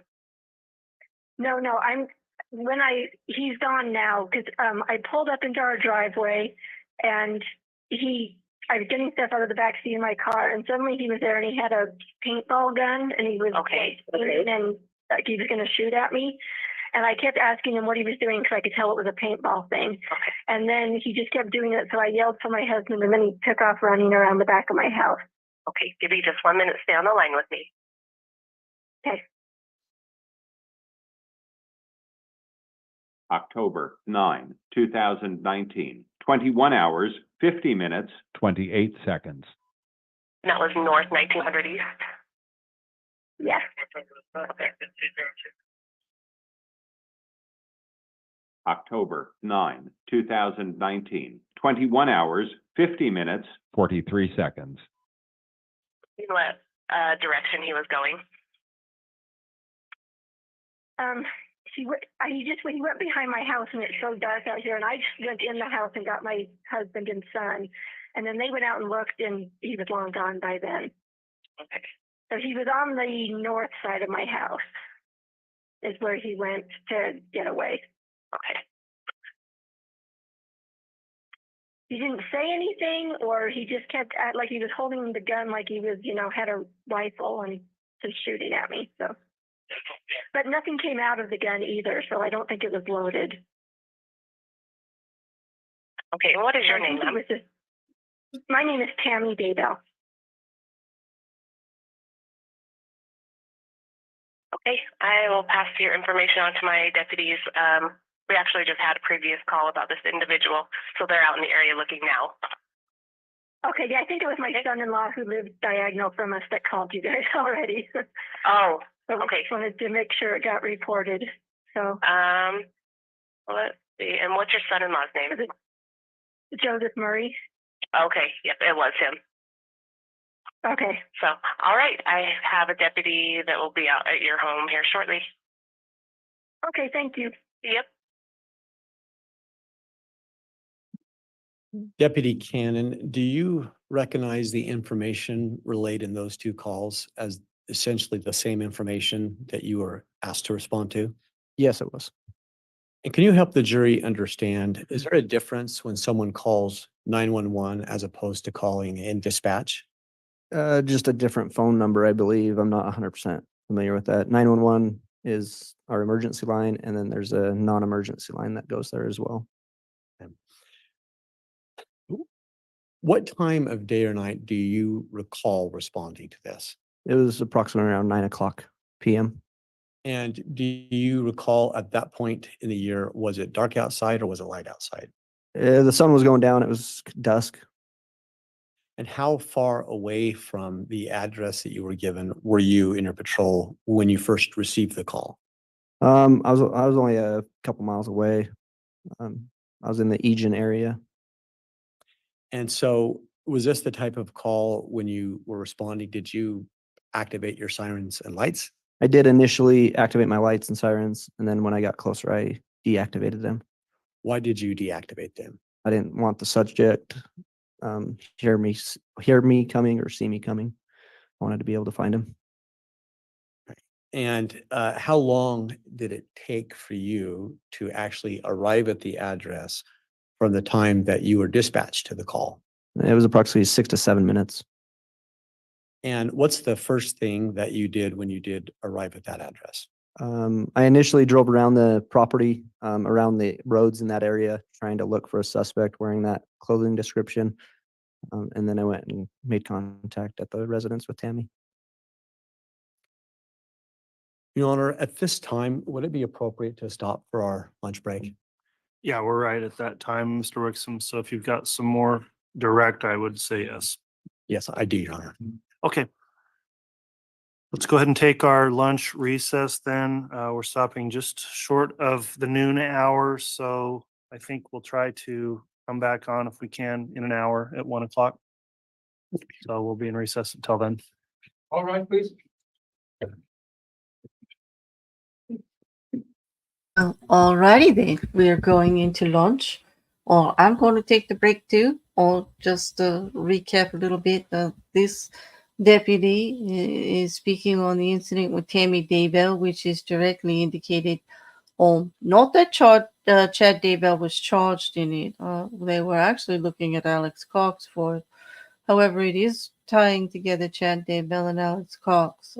Remembering, I'm wondering if it's going to come in again. Remember the beginning testimony of Officer Hermoso, Detective Hermosillo, who says that when he interviewed Chad Daybell, Alex Cox was there, all the time with him, present at his home. So they were friendly, very, very friendly. So we'll see what goes with Cross afters in with the continuation of the direct with Rocky Wixom of this deputy from Fremont County, Idaho. In the meantime, everybody get a good stretch, get a cup of coffee, get a tea, a drink, have a little bite to eat, some fresh air, maybe good stretch at the least. And we will be back prior to the hour before they come back up. I'm going to put on some music and leave up the sign. And I will be back in just a bit.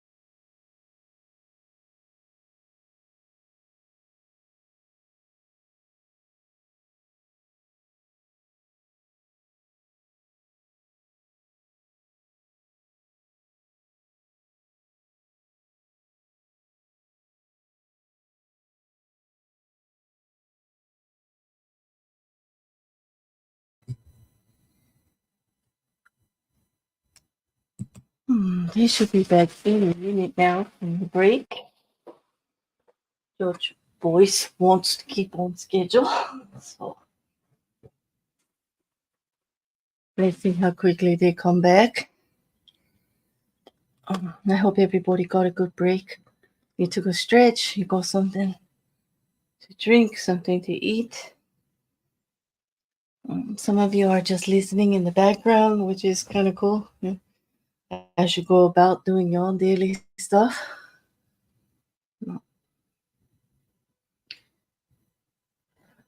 You started 2 more bingo cards there, Rocket Couch. Am I reading that correctly? Oh, yeah. Just 2 more. So I started 2 more bingo cards because I like pressing buttons. Just 2 more copies of the live trial one. Got 2 new cards. Okay. Yeah. Welcome back. Welcome back, Jill. Did you get a good nap? I see Mandy's catching up.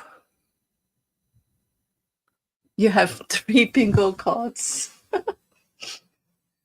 One of them should be a winner then, Couch. You should get bingo on one of them. Got a whole afternoon to go yet.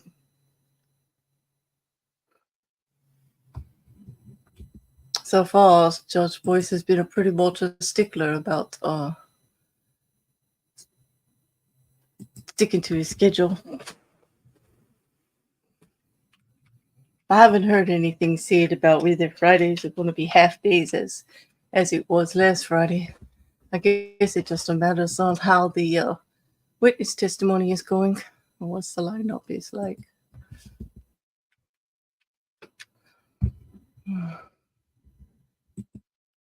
We shall see.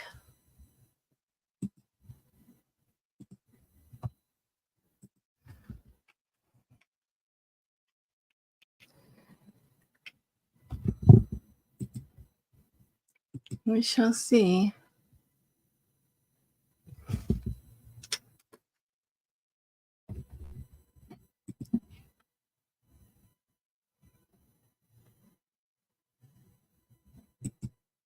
Card 1 is distinctly sandwich shaped. Oh, here we are. Thank you. Please be seated. Right on schedule.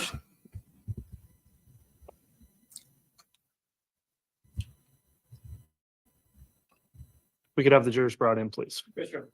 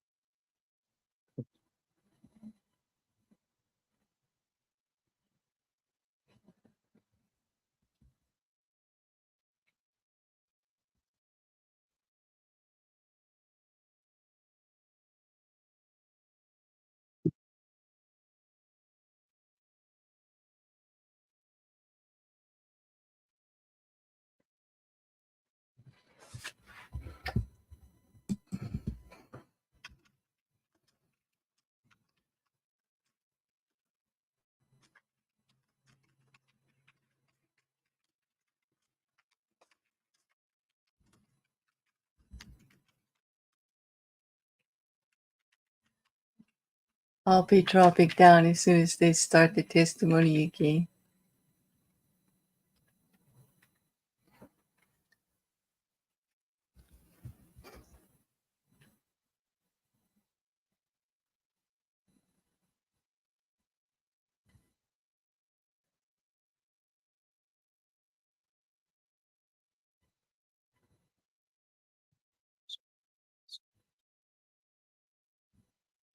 I can hear just little bits of whispering, but I can't make out what anyone's saying.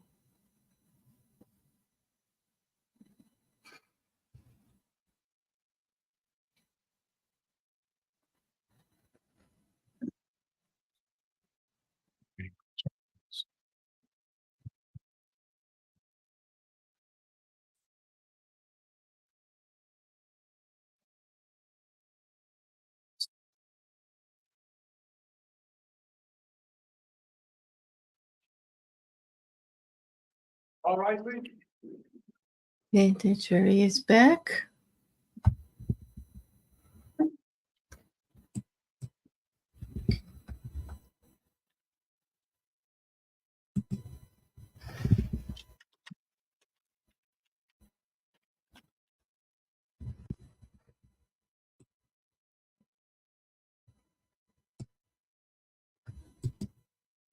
Here's our president, counsel, Your Honor. All right, thank you. Please be seated.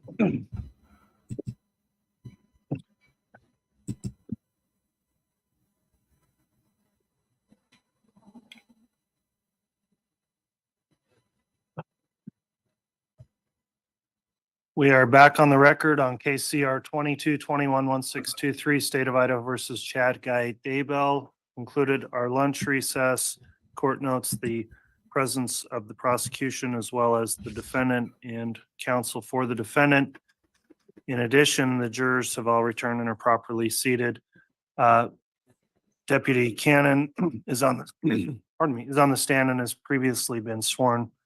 And I will note that based on a request from counsel to end slightly early today, the court's intention would be to take evidence going forward from now until 3 o'clock and forego the normal afternoon recess in order to stop a little early but not be interrupted by the recess. So hopefully, if the jurors are able to make it through that time, we'll go ahead and recess today at 3 o'clock without a mid-afternoon break. However, if for whatever reason you do need a break, just please advise the bailiffs or the court and we'll do that. So with that in mind, Mr. Wixom, I believe you were conducting direct still of this witness and you can continue. Thank you, Your Honor.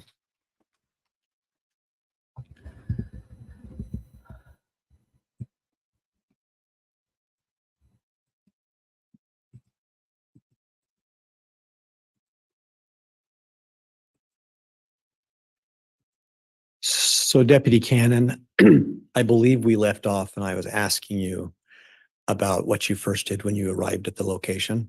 Yes. Okay. And what was it that you first did when you arrived?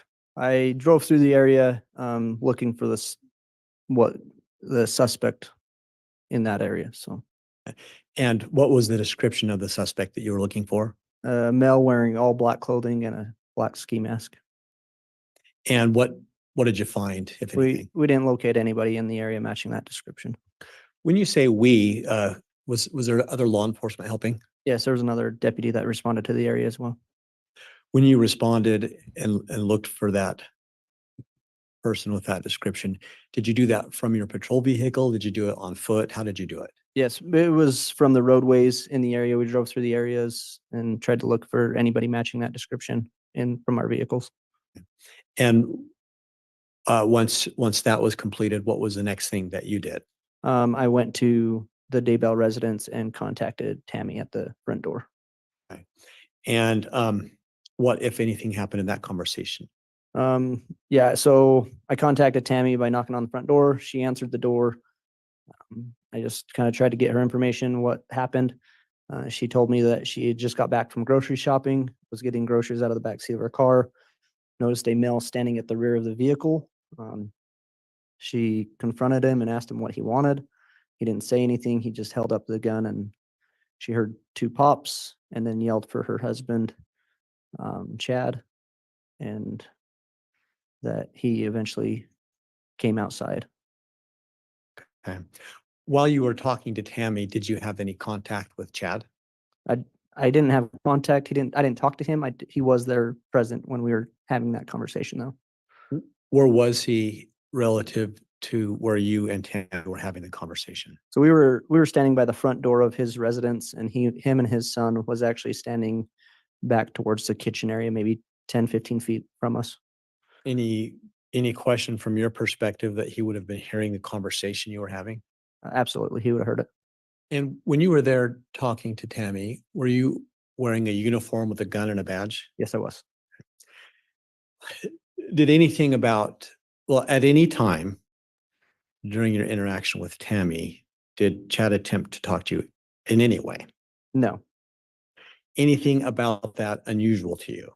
I thought it was kind of odd that she had just been like victimized and he wasn't taking any actions to protect her in a way, I guess, but that was just my thoughts personally. Did that play into your investigation at the time at all? No, not really, just that it was odd. What did you do next, if anything? After that, I went outside. I walked around the initial area where the vehicle was, looking for any shell casings or paintball marks or anything like that in the area. Does a paintball gun typically have a shell casing? No. So why did you say you were looking for shell casings? If it was possibly a firearm and not a paintball gun. And did you find any indication either way? No, I did not. What did you do next, if anything? I went and talked to Joseph Murray, who was across the street chopping wood. I spoke to him for a brief moment, just trying to figure out what he saw. And that he told me that he heard Tammy scream and he saw a male run around the north side of the property. Was there anything contradictory between what Tammy had said and what Joe had said? No, there wasn't. At that point, did you do anything further or did you leave the property? I cleared from the scene, unable to locate any suspect or that. After that incident on the 9th of October, do you recall ever going back to that address? Not on the property at all. I might have drove past the property, but I didn't go to the home. Did you ever participate in any searches on that property? Yes, later on in the next year. To the best you recall, what was the date that you participated in that search? It was January 3rd Of what year? 2020. What were you there searching for?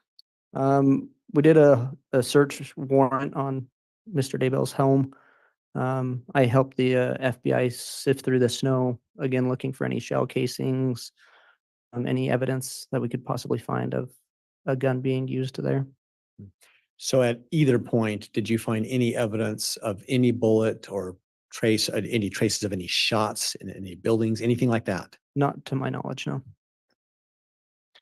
So as far as you sit there today, would there have been anything else you could do to investigate that particular call? And me personally, no. Your Honor, I have no further questions at this time. All right, thank you, Mr. Wixom. Mr. Pryor, cross-examination. Thank you, Judge.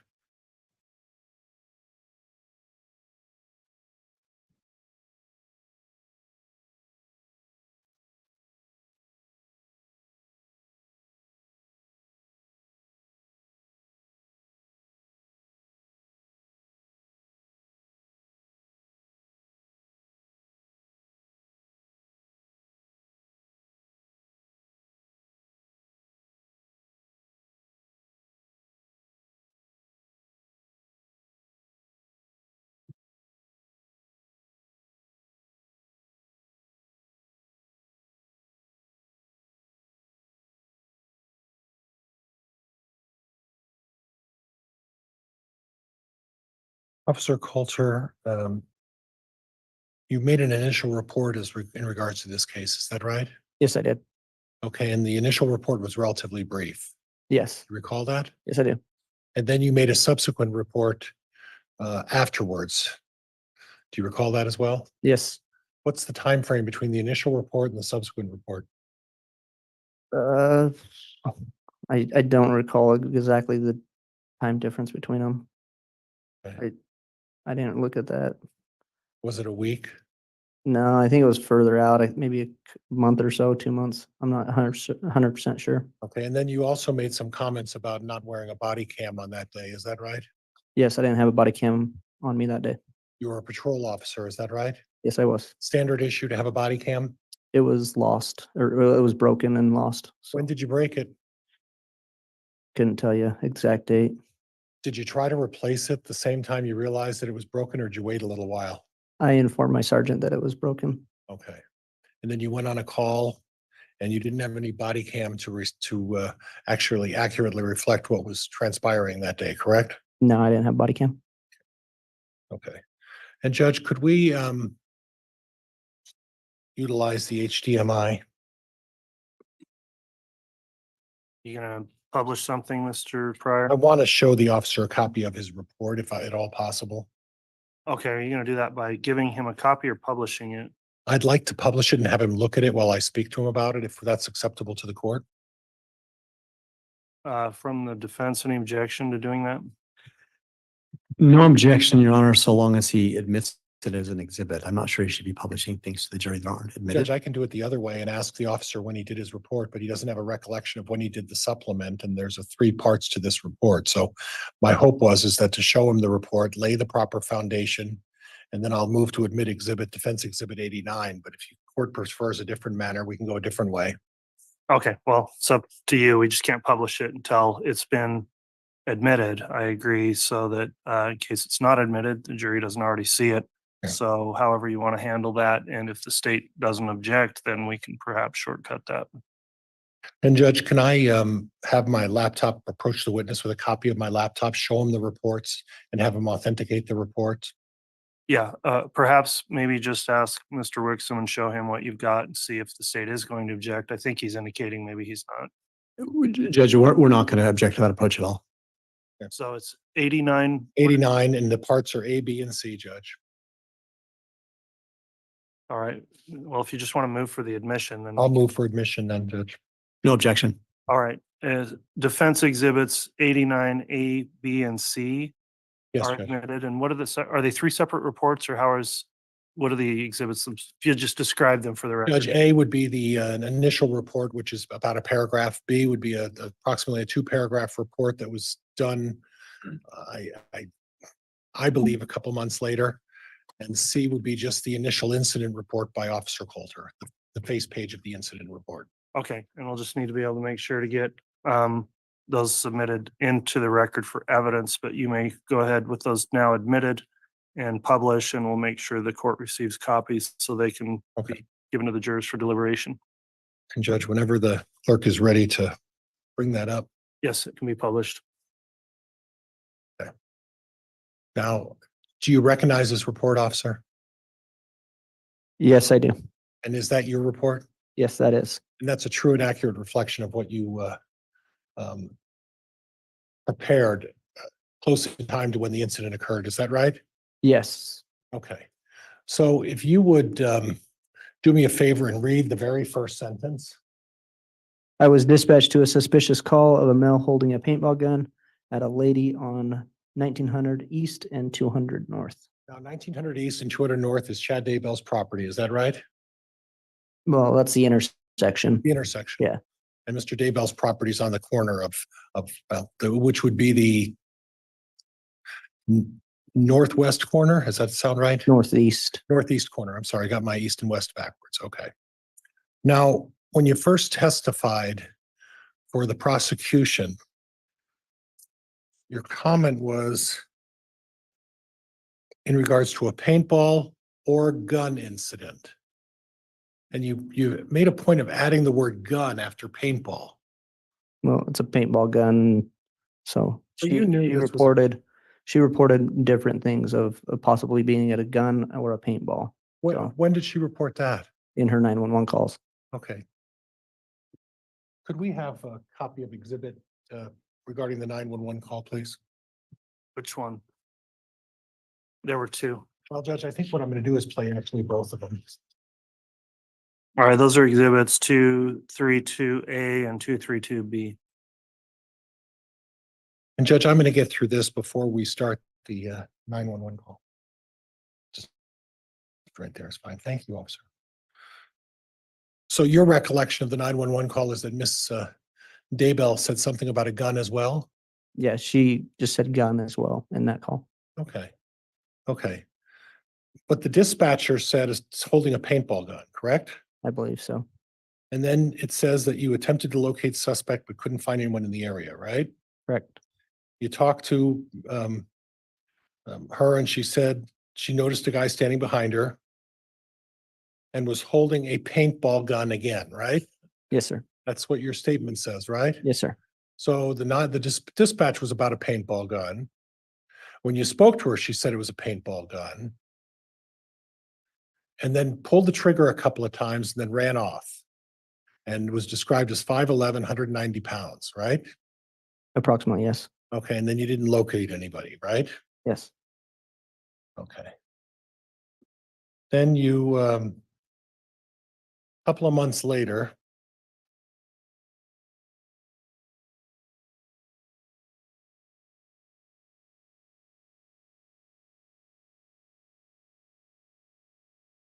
your story, at least your report expanded a little bit. Would that be fair? Yes, I was asked to put more detail into it. You were asked to put more detail into the report. Yeah, just to be more brief about actually more detail on the report. Who asked you to put more detail into the report? I don't exactly remember who asked me. It was one of my supervisors. So one of your supervisors said they needed to get more detail in the report. Yeah, they just said be more specific.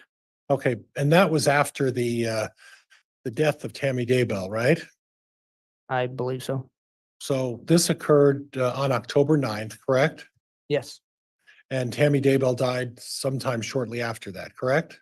Yes, I believe so. And then after you did your initial report, your supervisor came up to you and said, we don't have enough information in that initial report, so we need to add some more information, right? Well, just more detail. Okay. Report. Was this such a significant issue with a paintball gun that it required you to go back and then write a 2-3-page paragraph with more detail on it after the incident had occurred 60 days earlier? Can you ask that again? Sorry. Well, they put you up to putting more detail because they were trying to get you to allege that in some way there may have been a gun there. Isn't that what the police are trying to do here? Objection, Your Honor, argumentative. Sustained. So you put in your report on October 9, 2019, 21:45 hours. You were talking to Tammy Daybell in front of her home, right? Yeah, it should have been in her home. Okay. Front room of her home. Yeah. Okay. Now I listened to the 911 call and I seem to recall the 911 call coming in at 21:49. So you're not quite clear on the hours that you talked to Tammy, right? Yeah, it might have been a different timestamp. I'm not sure. Okay. So if the 911 call says 21:49, we can rely on that reasonably well, right? Yeah. Okay. And then you put in your report that at 21:45, you were talking to her 4 minutes before she ever called in the 911, right? If that's what it's saying, yeah, I guess. Okay, well, we'll go back and listen to the recording again in a minute here, but, and her son were sitting back with the room by the door. Okay. That I believe that led to the kitchen. They were sitting back in a room by a door. Sitting at the back of the room by the door. They were standing there in the Okay. doorway. Okay. And then you made mention of the fact, and when you revised your report a little bit, you mentioned that she was standing at the back of her car with a gun she believed to be a paintball gun. So you've added the word gun and said believed. So what you're really doing is she told you it was a paintball gun, right? To my best knowledge, yeah. Yeah. And the 911 dispatcher said it was a paintball gun, right? Yes, I believe so. So why did you put that caveat in there saying believed to be a paintball gun? You knew it was a paintball gun. There was no gun there that day, was there? Sustained.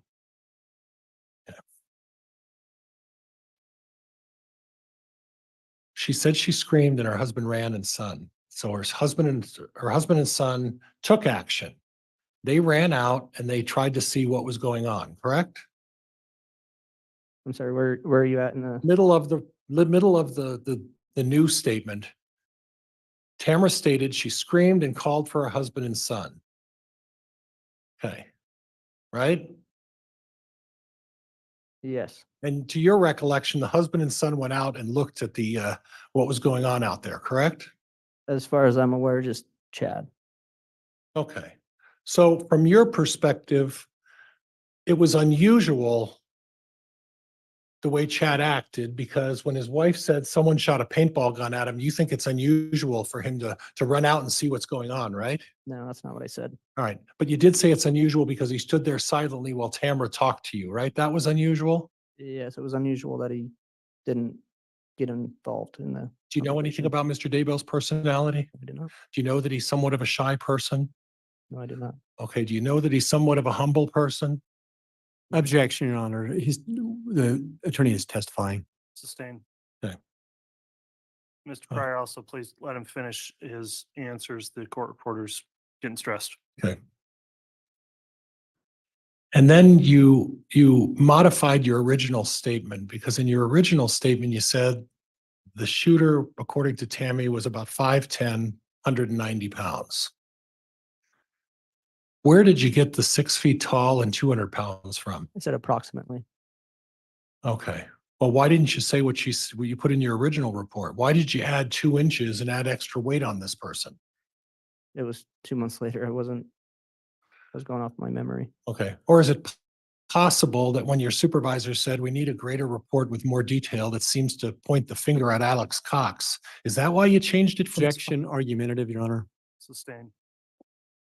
You changed it because you didn't fit the scenario of Alex Cox, did it? No, that's not why I changed it. Okay. But you waited 2 months on a report before you decided to change that report, correct? I didn't wait. I was asked to change it. Okay. By your Not change it, but to put more detail into it. And I guess this more detail that you need of a paintball incident is a result of your supervisor needed more favorable information, didn't he? Objection, argumentative. Overruled. Your supervisor needed more favorable information to link this to Alex Cox, didn't he? Not to my knowledge, no. Okay. Not to your knowledge, right? No. Okay. And then you say Joseph Murray, who lives kitty corner from the property, right? Yes, he lives kitty corner. You went over to talk to Joseph Murray, right? Briefly, yes. Okay, and Joseph Murray stated he was cutting wood, heard a scream, and he saw someone run around the north side of Tamara's property, right? Yes. Okay. Would it surprise you to learn that Joseph Murray may be telling you a different story than what you're telling this jury? No. Okay. That wouldn't surprise you, right? No, it would surprise me. Sorry. Okay. Okay. You know, did Joseph Murray hear a gunshot? I don't know. Well, did you No. bother to ask him if he heard a gunshot? No. I Well- just asked him what he saw. And So according to your testimony and your report, Joseph Murray saw somebody running, and that's an important fact, isn't it? I don't know. Well, it's important enough that you had to change your report and add that into the report, right? So it must be an important fact. I guess maybe so. Okay. But wouldn't you think it'd also be an important fact if Joseph Murray had actually heard a gunshot of some kind? I don't think he would have heard a gunshot if it was a paintball gun. Exactly. Exactly. So this narrative that you're trying to suggest to this jury that this was a gun, you know it was a paintball gun, don't you? Objection, argumentative. Sustained. All the information that's been presented to you points that this was a paintball gun, doesn't it? No, not necessarily. Okay. No, not necessarily. Yeah, what information from the reports you gleaned at the time you investigated this suggests that this was not a paintball gun? Give me a couple of reasons why you don't think this was a paintball gun. Just from the calls and what I've heard on the testimony from Tammy's call. Okay. Okay. So from Tammy's call and from your report and the dispatcher saying it's a paintball gun, where did it say it was a rifle or an AK-47 or anything like that? I never said it was. Okay. So again, you know this was a paintball gun, don't you? No, I don't. All right. Judge, I'm gonna replay the video if I can get it to work on my the 911 if I can get it to work. All right, please clarify which of the two you're playing. And you may publish, but clarify which one. 232B will be first, Judge.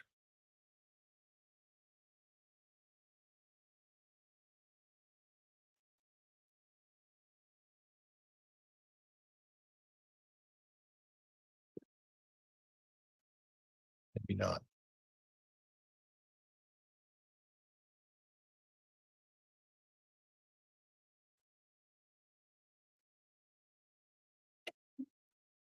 October 9, 2019, 21 hours, 49 minutes, 20 seconds. Fremont County Sheriff's Office. Hi, I need to report something. Okay, go ahead.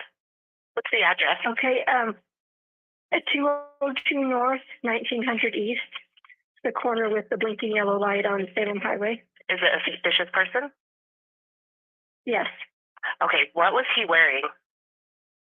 He was all dressed in black and he had a ski mask on. And he said the blinking light now is where you saw him? No, he's gone now because I pulled up into our driveway and I was getting stuff out of the back seat of my car and suddenly he was there and he had a paintball gun and he was and like he was going to shoot at me. And I kept asking him what he was doing because I could tell it was a paintball thing. Okay. And then he just kept doing it. So I yelled for my husband and then he took off running around the back of my house. Okay, give me just 1 minute. Stay on the line with me. Okay. October 9, 2019, 21 hours, 50 minutes, 28 seconds. And that was North 1900 East? We can stop. Yes. Okay. And Judge, I'm done with the, so I was listening pretty carefully. I heard the word paintball gun. And I heard the word paintball thing. Would you tell me on that tape where the word gun was used Later on later on? Mhm. Oh, are you telling me there's more evidence here? of that recording, yes. Where's that? More further on in that recording she talks more. She talks, I didn't hear that. I heard it stop. That's because you stopped it. I So there was mention of a gun, is that right? believe so. You believe so? Yeah.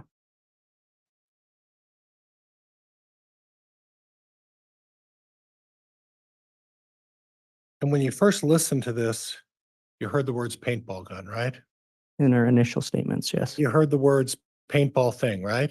Yes. And the dispatch said that it was a paintball gun incident, correct?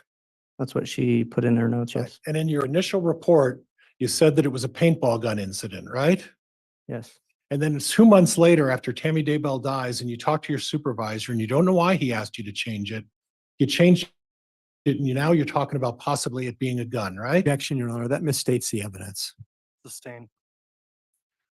Well, the subsequent report then starts hinting at, well, maybe this was a gun, right? No, it's Okay. still a paintball gun. Okay, all right, just so we're clear. Now, were you part of the other investigation that looked at some of the other possibilities of why someone on the property would be out there roaming around? Did you talk to any of the other potential suspects in this thing? No, I didn't talk to anybody about Tammy. Okay, who was the other officer with you? Deputy Simper. Okay. Did you go down and talk to one of the neighbors about the husband of a dog kidnapper that had been causing some problems down the street, just right down the street?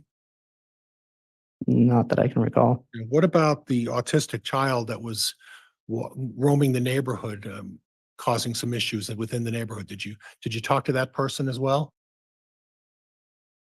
Not that I can recall. Okay. But you agree with me finally now that this was a paintball gun incident, right? Like I says, I don't know if it was a paintball or a gun. Okay. All right, Judge, that's all I have. Thank you.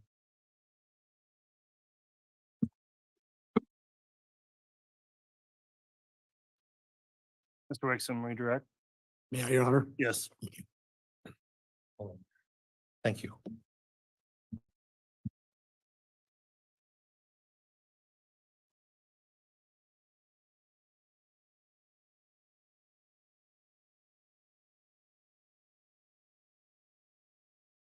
Deputy Cannon, you were just asked on cross-examination a number of questions about having written this second report. Yes. So in reference to those questions, how long after this incident was it that you wrote the second report? Like I said, I'm not 100% sure, maybe a couple months or so. Is it fair to say that over the course of a couple of months, you have a number of calls and interactions with the public as part of your job? Absolutely. And as part of law enforcement, as a deputy, is it expected that you will conform to your superiors. Absolutely. So if a superior officer says, please go write another report, is that something that you would do? Yes. But in this case, is that what you did? Yes. Is there any question in this case, were you fed information to put in the report? No, just more information about what happened. But the information that you included in the report all came from your memory. Is that fair? Yes. You were asked some questions about whether or not you were wearing a body cam at the time. Yes, I was asked that. I think you explained that at the time yours was broken. Correct. Can you state, is it fair to say that at Fremont County Sheriff's Office, is there any kind of policy requirement that you wear a body cam for anything? No, And so why do you normally wear a body cam? just for my recollection and safety and different things like that. But that doesn't mean you can't perform your duties without the body cam. No, it doesn't mean that. And what else do you do when you have an incident besides recording it on your body cam? What else do you do as law enforcement to memorialize what happened in that incident? I don't understand. Sorry. Why do you write police reports? Oh, so you can remember what happens. Okay. And when you do that, do you write these reports to the best of your recollection? Yes.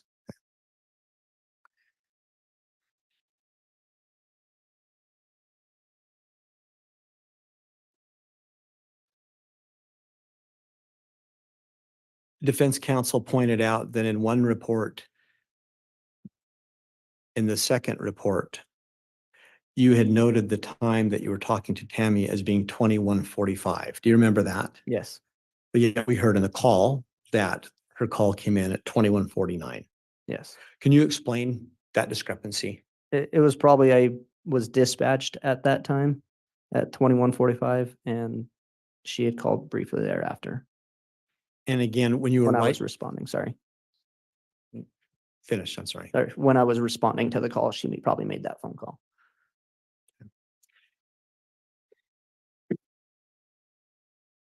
When you were writing that second report, were you writing it from memory? Yes, just from my memory. Is it possible that the 4-minute difference could have just been a function of your memory? Absolutely. And to be clear, you did use the word paintball gun in your report, correct? Yes. But yet on direct, you indicated that you were looking for shell casings. Correct. What made you look for shell casings? Judge, exceeding the scope of cross. I'll sustain that. Was there anything about the information that you received when you initially investigated that would cause you to rule out the possibility that it could have been a real gun? Sorry, say that again. Was there anything about the information that you had when you first responded that would have required you to rule out that it could have been a real gun? No, that's just, she heard 2 pops and she screamed and so.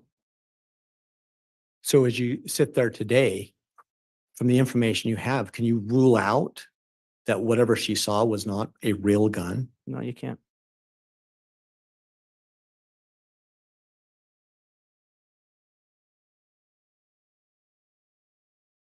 You were asked a question about whether or not Joe Murray had said if he had heard a gunshot. Do you remember that question? Yes.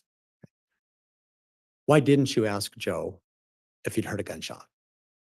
I guess it just didn't cross my mind. It didn't seem important at the time. Did Joe bring up to you in the conversation that he'd heard a gunshot? No. Is that something that you might have assumed he would bring up? Possibly, or if he saw a gun or something.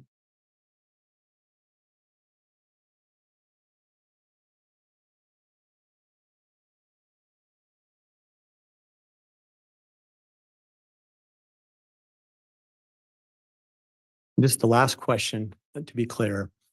In the second report, did you include any information in there that had been provided to you by anybody else? No, just from my memory. Thank you. Your Honor, I have no further questions. All right, that'll conclude the testimony then of Deputy Cannon. Thank you, Judge. Thank you. Is the state or defense intending to recall this witness?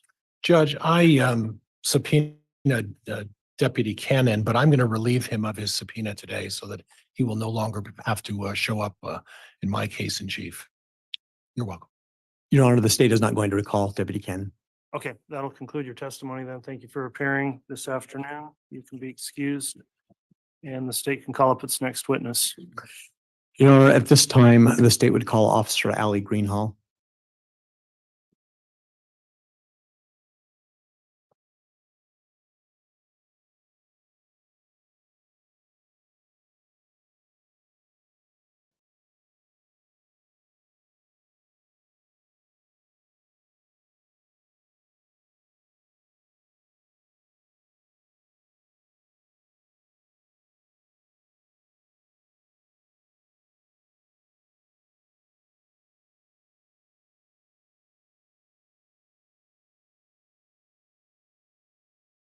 Swear or affirm the testimony you're about to say will be the truth, the whole truth, and nothing but the truth.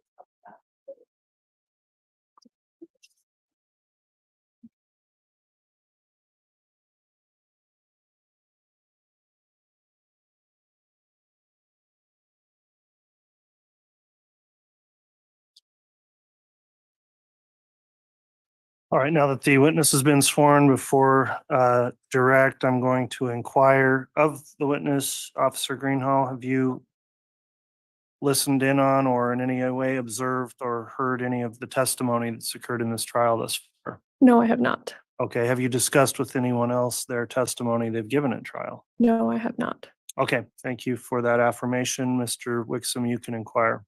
Thank you, Your Honor. Officer Greenhalgh, I believe I'm mispronouncing your name. It's Greenhalgh, isn't it? Correct. Okay, I apologize. Will you please spell your full name for the record?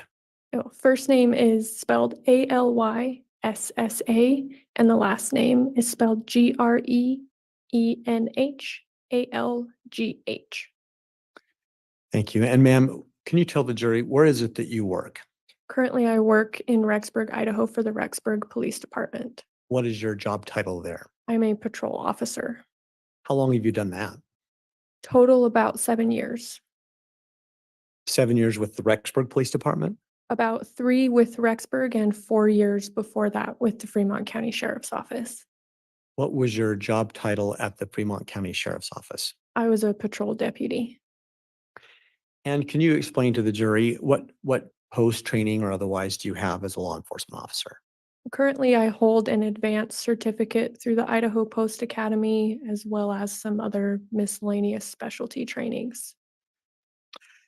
And as part of your work for Fremont County, was it one of your functions to respond to calls about unattended deaths? Yes. From your perspective as law enforcement, please tell the jury, what is an unattended death and what is your function as law enforcement? An unattended death is, generally speaking, any death that occurs where the person is not under a physician's care.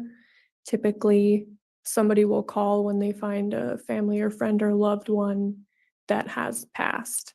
And my duty as a patrol officer or deputy initially on scene is to respond before the detectives and the coroner get there, to check for obvious signs of foul play, and then request resources as needed.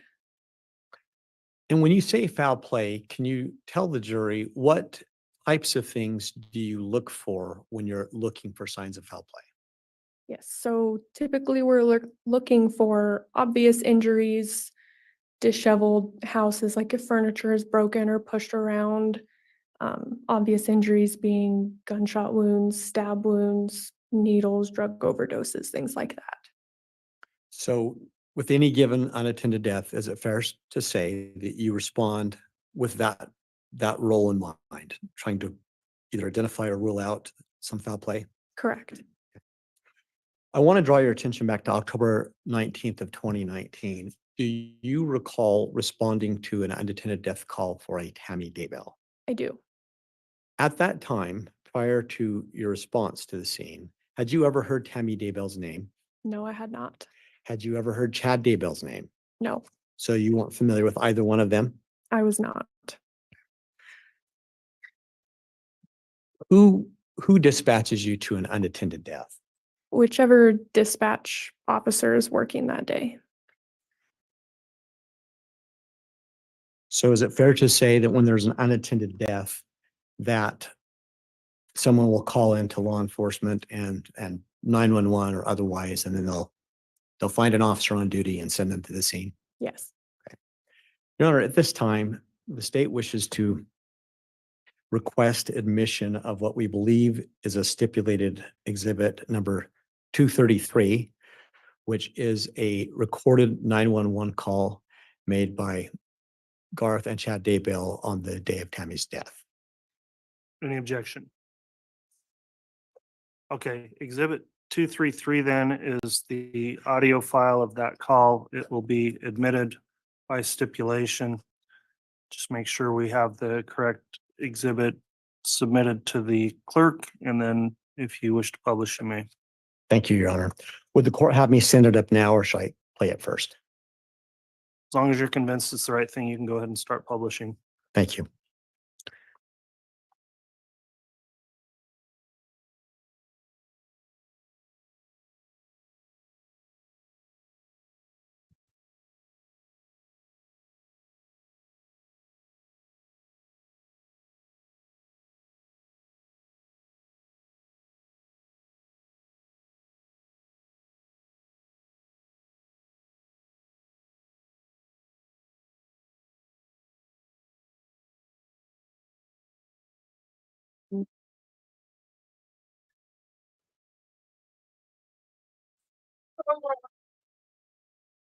Your Honor, would it be possible for, I think I skipped a step here, us to broadcast this over the court system by plugging my HDMI? Sure.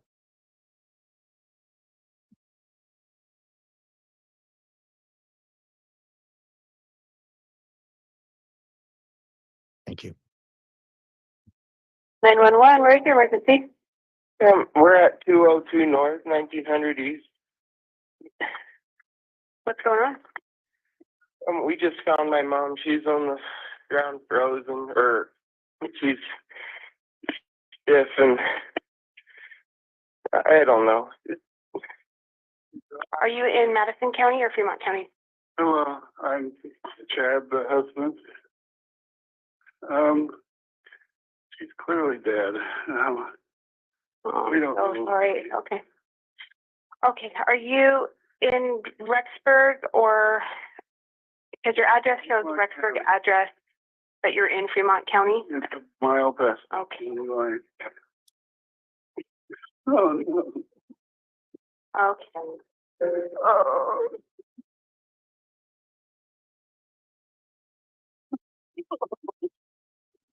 Yeah, she's not even. She's frozen.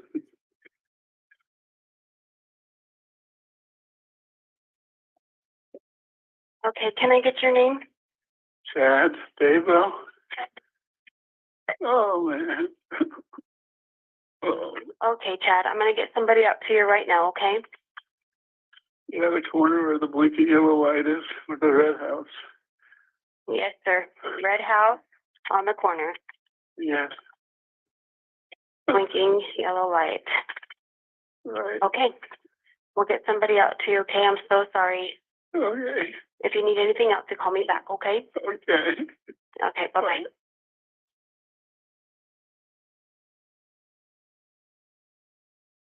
Ma'am, to the best of your recollection, was that particular phone call related to your response to Tammy Daybell? Yes.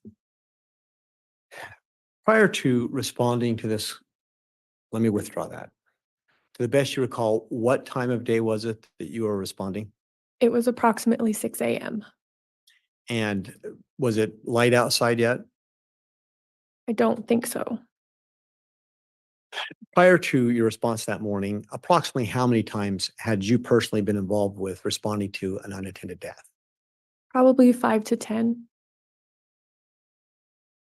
And when you did, in fact, arrive, what was the first thing that you observed?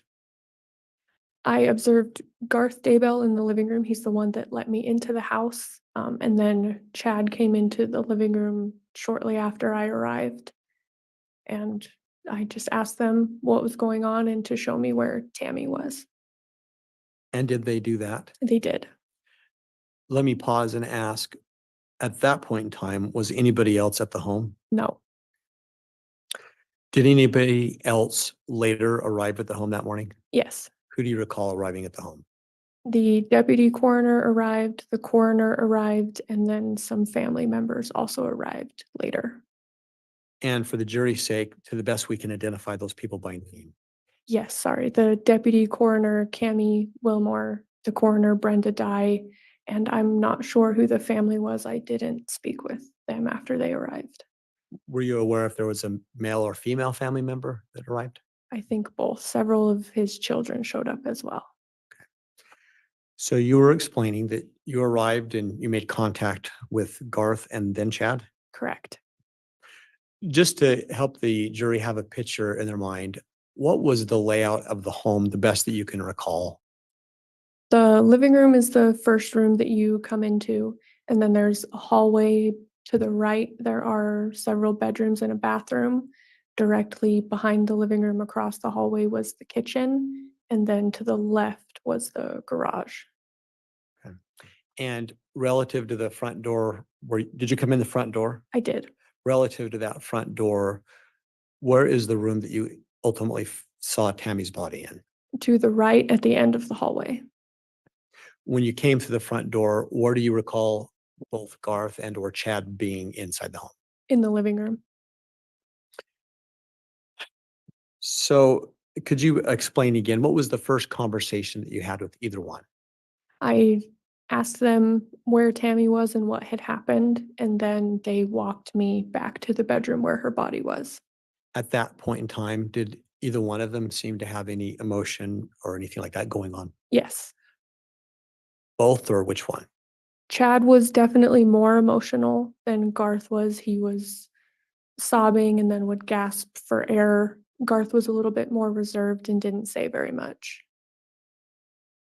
So when you got back to the room where Tammy was, what was the first thing that you observed? I observed Tammy's body on the bed, and her feet were hanging off the corner of the bed, and the mattress was pushed off the box spring just a little bit, and she was covered up with a blanket up to about her shoulders. In that moment, did you notice anything else about Tammy's body? Not from the doorway until I moved in closer to her. Before you moved in closer, did you engage in Chad in any conversation about what had gone on? Yes, during the walk back and while I first entered the bedroom, he was kind of explaining to me the course of events that had happened that morning. What do you recall him explaining to you at that time? He had told me that about midnight, Tammy had woken up with a coughing fit, and he said she had vomited on the bedroom floor and then had moved into the bathroom down the hallway and had continued vomiting. And he said he got up to help her clean up and then put her back to bed. And then they both went back to sleep. And then at approximately 5:40 a.m., he had felt the blankets shift off of him in bed and had woken up, and he said that he had thought Tammy had fallen off the bed. So he told her to get back on the bed, and then when she didn't answer him, he stood back up, turned the lights on, and found that she was unresponsive. Did he indicate at that point whether Tammy had fallen all the way off the bed or just partly? He did. He indicated that she had fallen partially off the bed because her feet were wrapped in the blanket and the sheets. And so her feet were still up on top of the mattress, but the side of her head was on the floor. What did Chad do or say next, if anything? He said after he had turned the lights on and found her, he checked her and then called to Garth for help to come help move her back onto the bed, which Garth came over and they both moved her body back up onto the bed. So when you first, let me withdraw that. This is being explained to you as you're walking into the room where Tammy's body is? That's correct. So when you first walk into that room, did what you saw with Tammy's body match the description of what Chad had just explained to you? Yes, it did. And what about the covers on the bed? The covers on the bed had been pulled back up, covering her arms to about her shoulders. When you arrived, or when you got into the room, can you describe for the jury what your observations were about the condition of Tammy's body at that point? I first checked her for a pulse, which she did not have. Her skin was colder than the room temperature. Her body was stiff. And I recognized that she did have some pink foam coming out of her mouth and down the side of her face, and she was deceased. And you personally had made the determination for yourself that she was deceased because of her pulse, or what was the big factor? Correct. It was a combination of her body being cold and the fact that she did not have a pulse. And at this point in time, when you're investigating an unattended death, do you gather more information from family? I do. Did you do that in this case? I did. What did you do next? I asked Chad about if she had any serious medical conditions or had been sick recently. He told me that she had been suffering from a pretty bad cold and that she didn't like to see the doctor very often, so that she hadn't been diagnosed with any serious medical conditions. He did tell me she had fallen in the driveway a few weeks prior that she had seen the doctor for, and she was going through menopause. He did say that she had suffered from low blood pressure and did have fainting spells once in a while as well.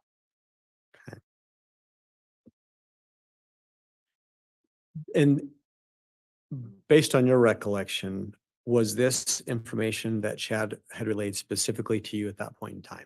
Yes, it was.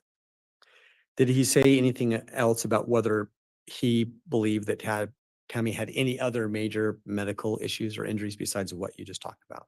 Not that he said to me. Did he mention anything to you about Tammy having shaking fits at that point in time? No. Did he say anything about Tammy's sleep pattern generally? No.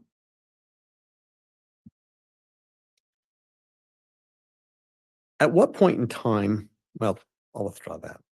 As law enforcement, is it your role to determine whether or not it would be appropriate to have an autopsy?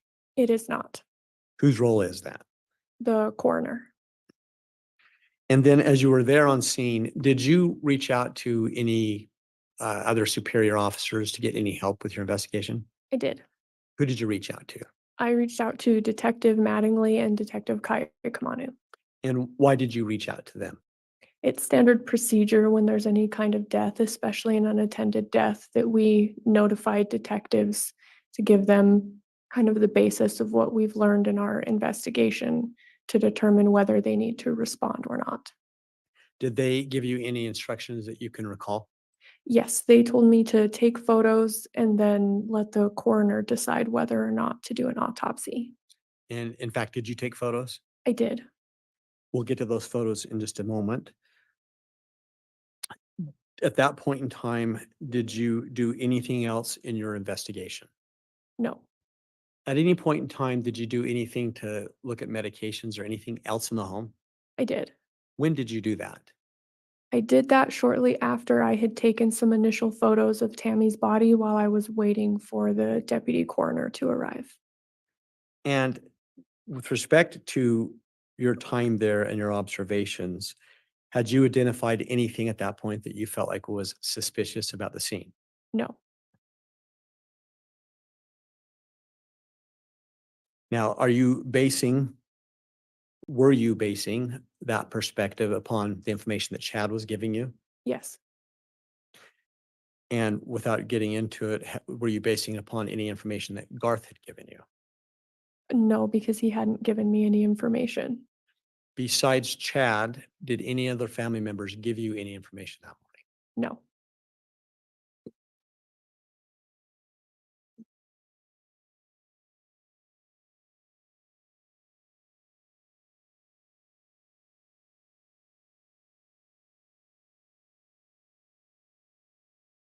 When you were talking to Chad that morning, was Garth within earshot of that conversation? Yes.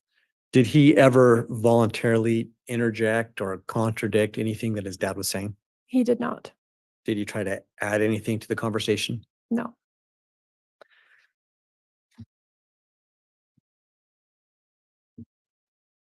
Your Honor, at this time, the state would like to offer up to the court and request admission of the state's proposed and marked exhibits 295A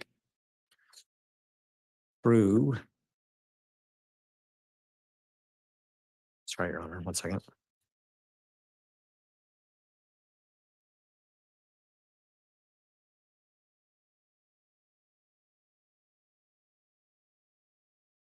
A through J. And I believe we have a stipulation that these will be admissible, Your Honor. Any concern with broadcasting these, Mr. Wixom? May we sidebar, Your Honor? Yes. Thank you.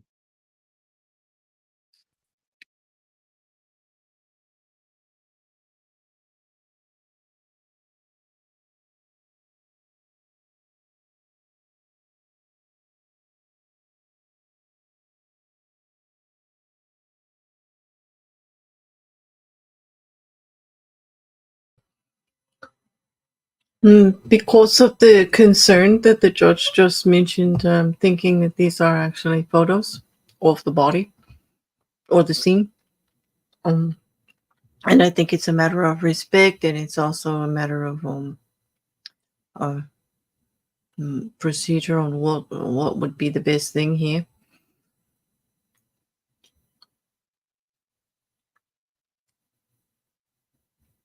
I did notice before that Chad had his arms crossed and was hugging himself quite tightly during Alyssa Greenhalgh's testimony. I think he realizes his own statements are being judged here and his own reactions and all. He may feel a little vulnerable with this testimony. Not necessarily meaning guilt, but vulnerability. It's like he was hugging himself, protecting himself.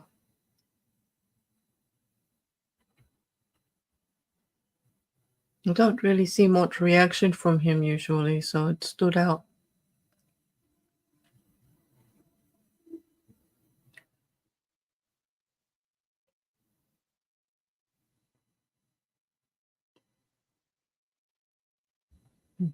I'm wondering what this evidence is going to be.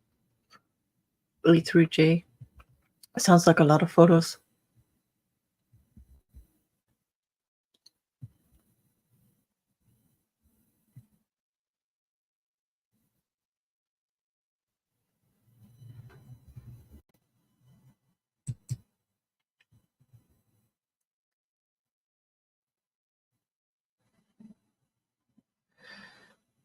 It's a very empty courtroom this afternoon. Does anyone notice it's like they didn't let anybody in on the other side? And there's very few people sitting in the galley. I don't know if the courtroom, if they did that on purpose or if that just people didn't want to attend.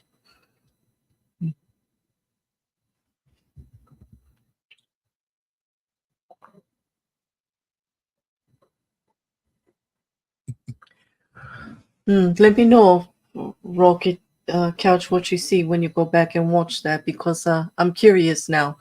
Because during this testimony, he's got a different body language. I wonder what the call was like when he heard her voice. I don't believe he had any real strong reaction, actually. Not that I noted.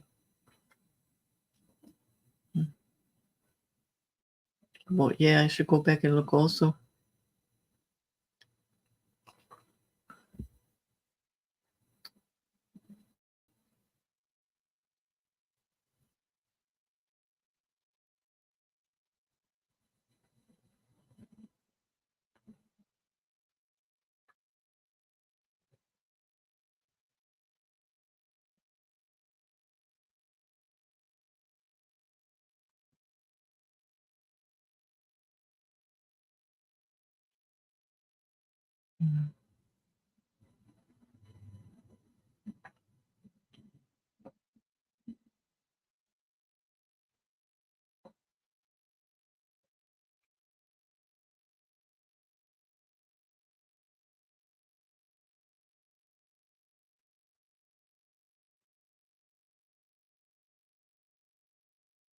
This is a long sidebar. A very long one.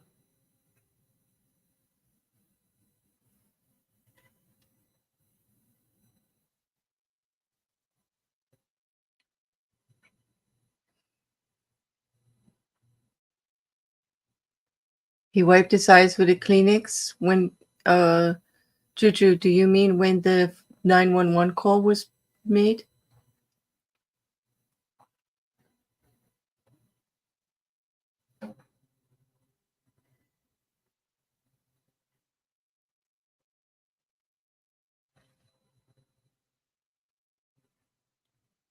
Hmm.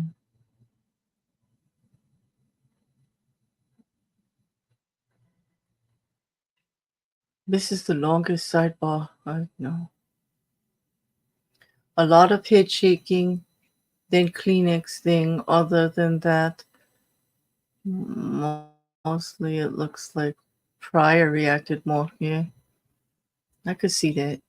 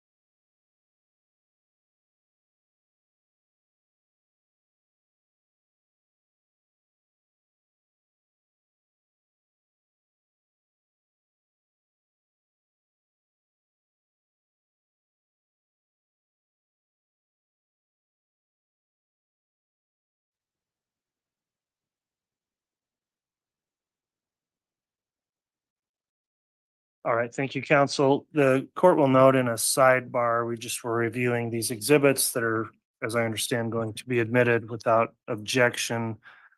Somewhat graphic in nature, the court's determined would be inappropriate to broadcast those publicly. However, of course, they will be published to the jurors and the parties.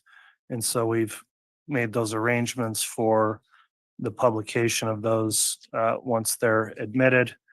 And Mr. Wixom, if you need to take a moment to get that set up, that's fine. And that's the purpose of the sidebar we just had. Thank you, Your Honor. If I could have just a moment, please.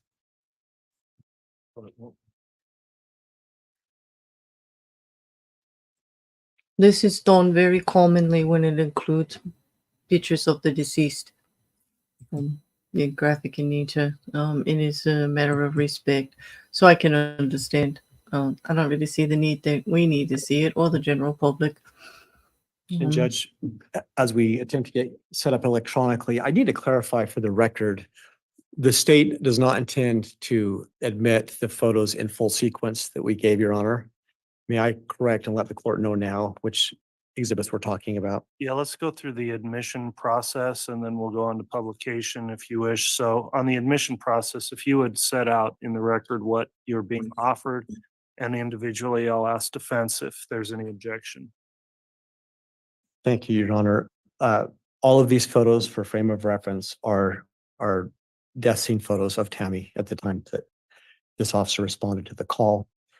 They're marked as states 295D, as in David, through 295L. Yes,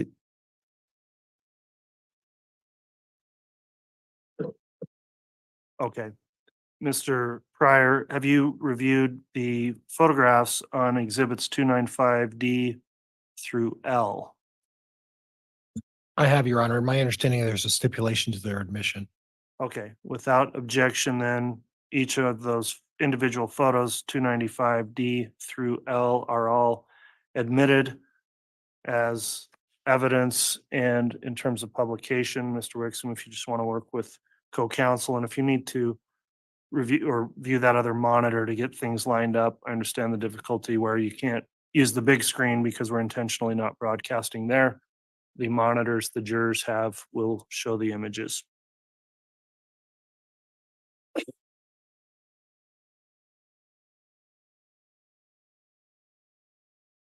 And Mr. Wixom, there's that light on the Elmo that I think helps with the shadow. If you could flip that light on.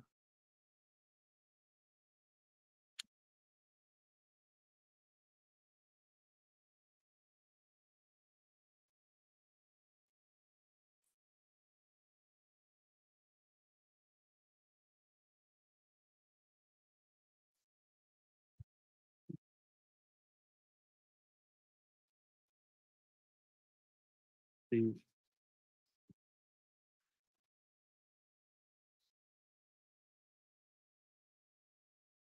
I believe I'm ready to proceed, Your Honor. Okay, go ahead. Thank you. And reference each one, of course, as it's published. Will do.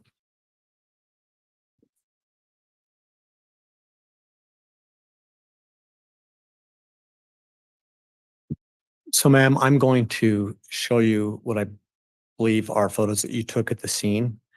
The first photo that I'm going to show you is a photo. It's 295D as in David.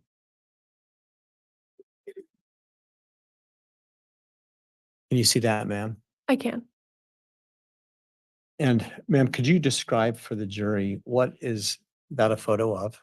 This is a photo of Tammy's body as she was lying on the bed when I arrived. As you look at that photo, can you recall what was it that you were trying to capture in that particular photo? The position she was lying on the bed, the positions of the blanket, as well as her face.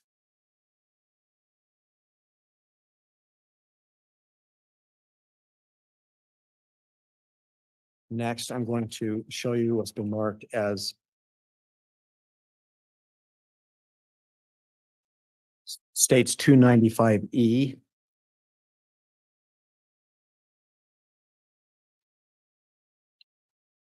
And ma'am, can you describe what you were trying to capture in that photo?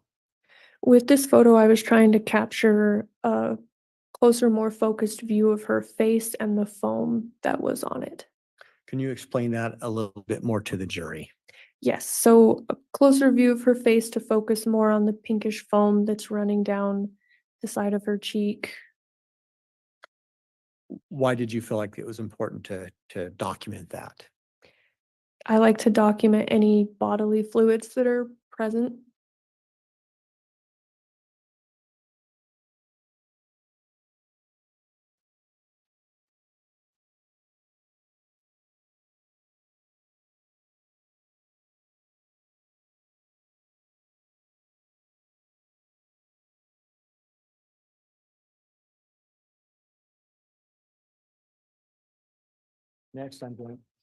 Next, I'm going to show you what's been marked as states 295 F as in Frank.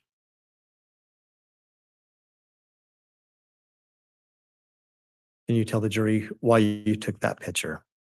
I took this photo to also show how her arms were lying when I arrived, uncovered by the blanket. Why was it important to document how her arms were lying?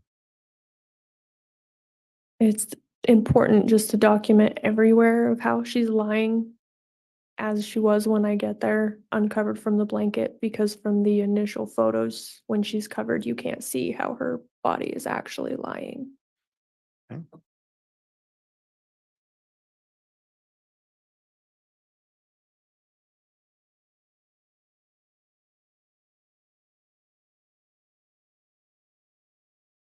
Next, I'm going to show you what's been marked as states 295G as in George.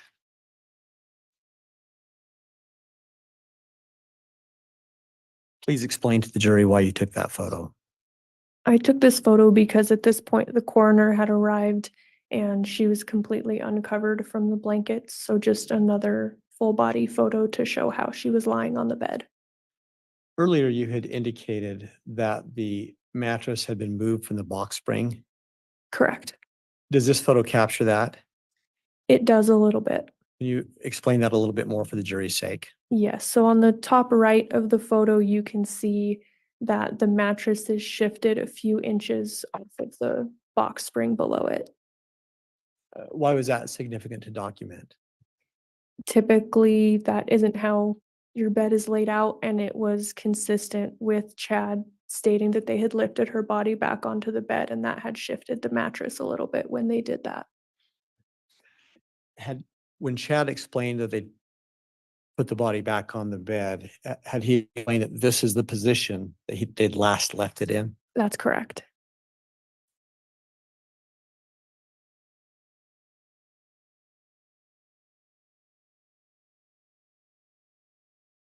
Next, I'm going to show you what's been marked as states Exhibit 295H.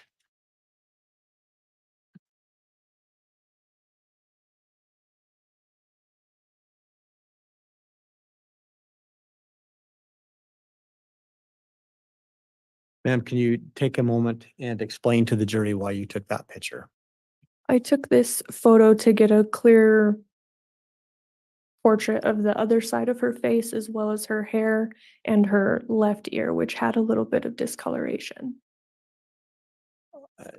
Does this document the discoloration in her left ear? Or her right ear, I'm sorry. So you're noting discoloration in the right ear? Yes, it's a little bit red. Can you just be a little bit more precise for the jury's sake where you see that discoloration? Yes, the top of her ear is a little bit more red than the bottom part of her ear, which is a little bit more pale. Was that anything that cued you into anything as part of your investigation? Not particularly, no.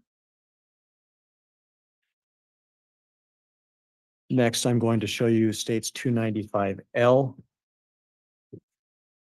Sorry. 295I.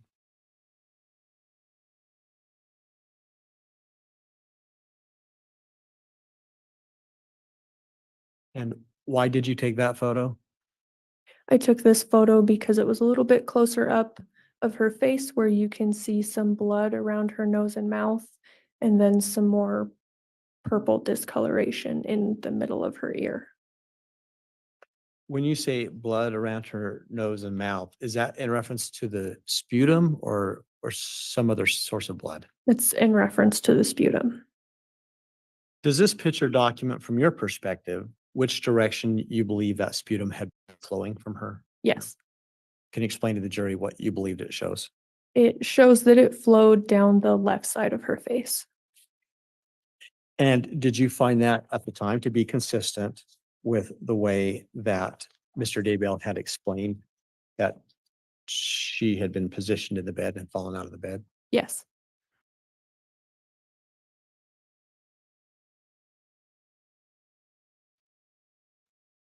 Next, I'm going to show you Exhibit 295J.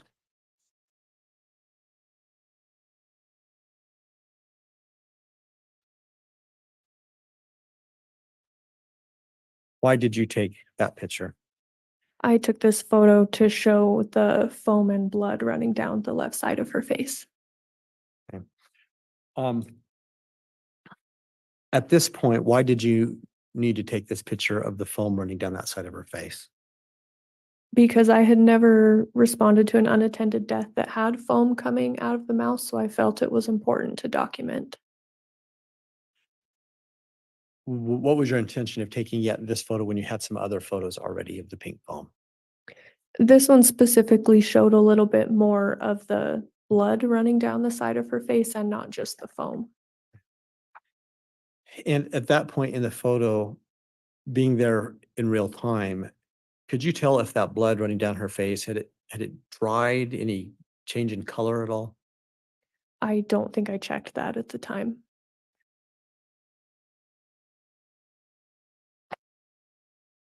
Next, I'm showing you 295K.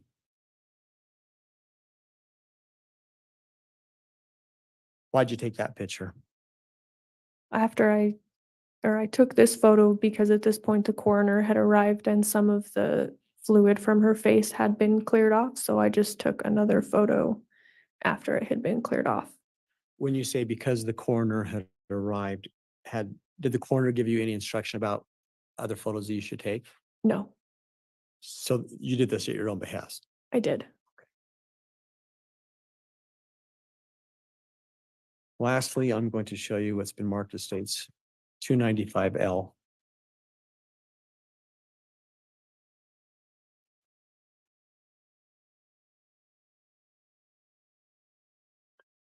Can you please explain to the jury, please, why you took this photo? I took this photo because at this point she had been moved to the mortuary and some time had passed. And so I took this photo to show some bruising and color changes that had happened on her skin. When you say bruising, can you identify in that photo where you believed the bruising had identified itself? Yes, on the top of her forehead showed a little bit more bruising, as did her mouth and her neck, chest area.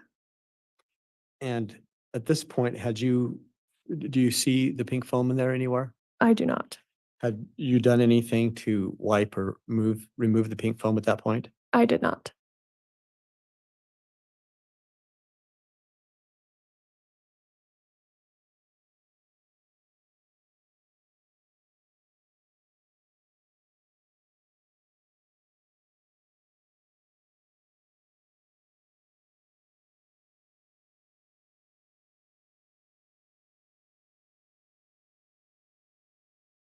Based on your observations, did you check Tammy's body to see if it was cold? I did. And the result? Her body was colder than the room temperature when I checked it. Did you notice whether or not she had rigor mortis set in? I did. Her body was stiff, which is consistent with that being set in from my experience. In addition to noticing the pink sputum and what you thought was bruising, did you notice anything else on her body at any point? I did. What'd you notice? After the coroner arrived and we had moved the blankets off her body, I did notice lividity on the back of her legs and on the lower back as well. Can you explain to the jury, in case they don't know, what does the word lividity mean? Lividity means when you pass, the blood in your body will pool to the lowest part and cause kind of reddish bruising, which is referred to as lividity. And once again, where did you identify that lividity? On the back of her thighs and on the back of the small of her back. From your perspective, what did that tell you? That told me from my experience that she would have been lying on her back for a significant amount of time after she died.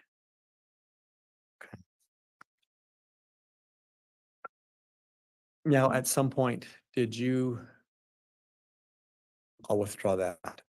At some point in the interaction, did you go and have a conversation with the deputy coroner and the coroner? I did. And what was discussed there? The cause of death was discussed, as well as whether an autopsy was to be performed, and as well as things that were said to the coroner. Okay. And again, your role as law enforcement, do you have any role in determining cause of death? No, I do not. And do you have any role, as you understood it, to determine whether an autopsy should be performed? No. Did you ever discuss the potential for an autopsy with Chad? No. Did you ever hear him discuss that with anybody on scene? No. Mr. Wixom, are you done publishing the photos? I am, I'm sorry. If you are, go ahead and we'll turn the lights back up. We'll keep the audience seated where they are for the remainder of the day.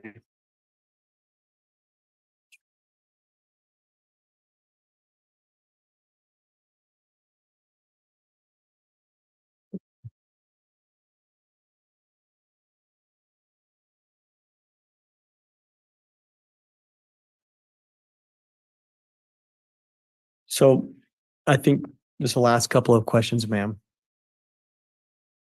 Did you eventually do any kind of medication check at that home? I did. Did you determine whether or not you believed Ms.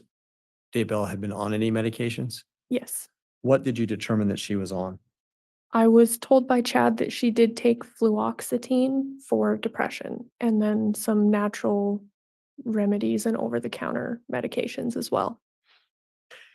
Was there any evidence, as far as you're concerned, that she could have been overdosed on something? No. And with respect to anything else about that investigation that caused you any concern about anything suspicious at that point in time? No, there was not. You know, that's all the questions I have at this time. All right.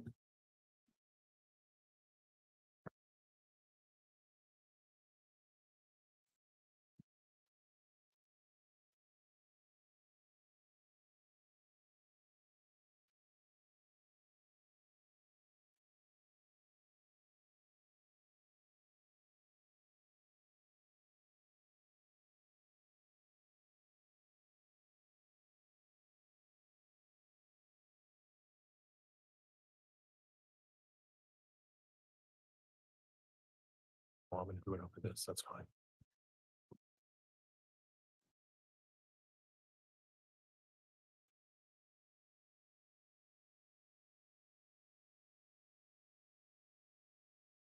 All right, cross-examination, Mr. Pryor. Thank you, Judge.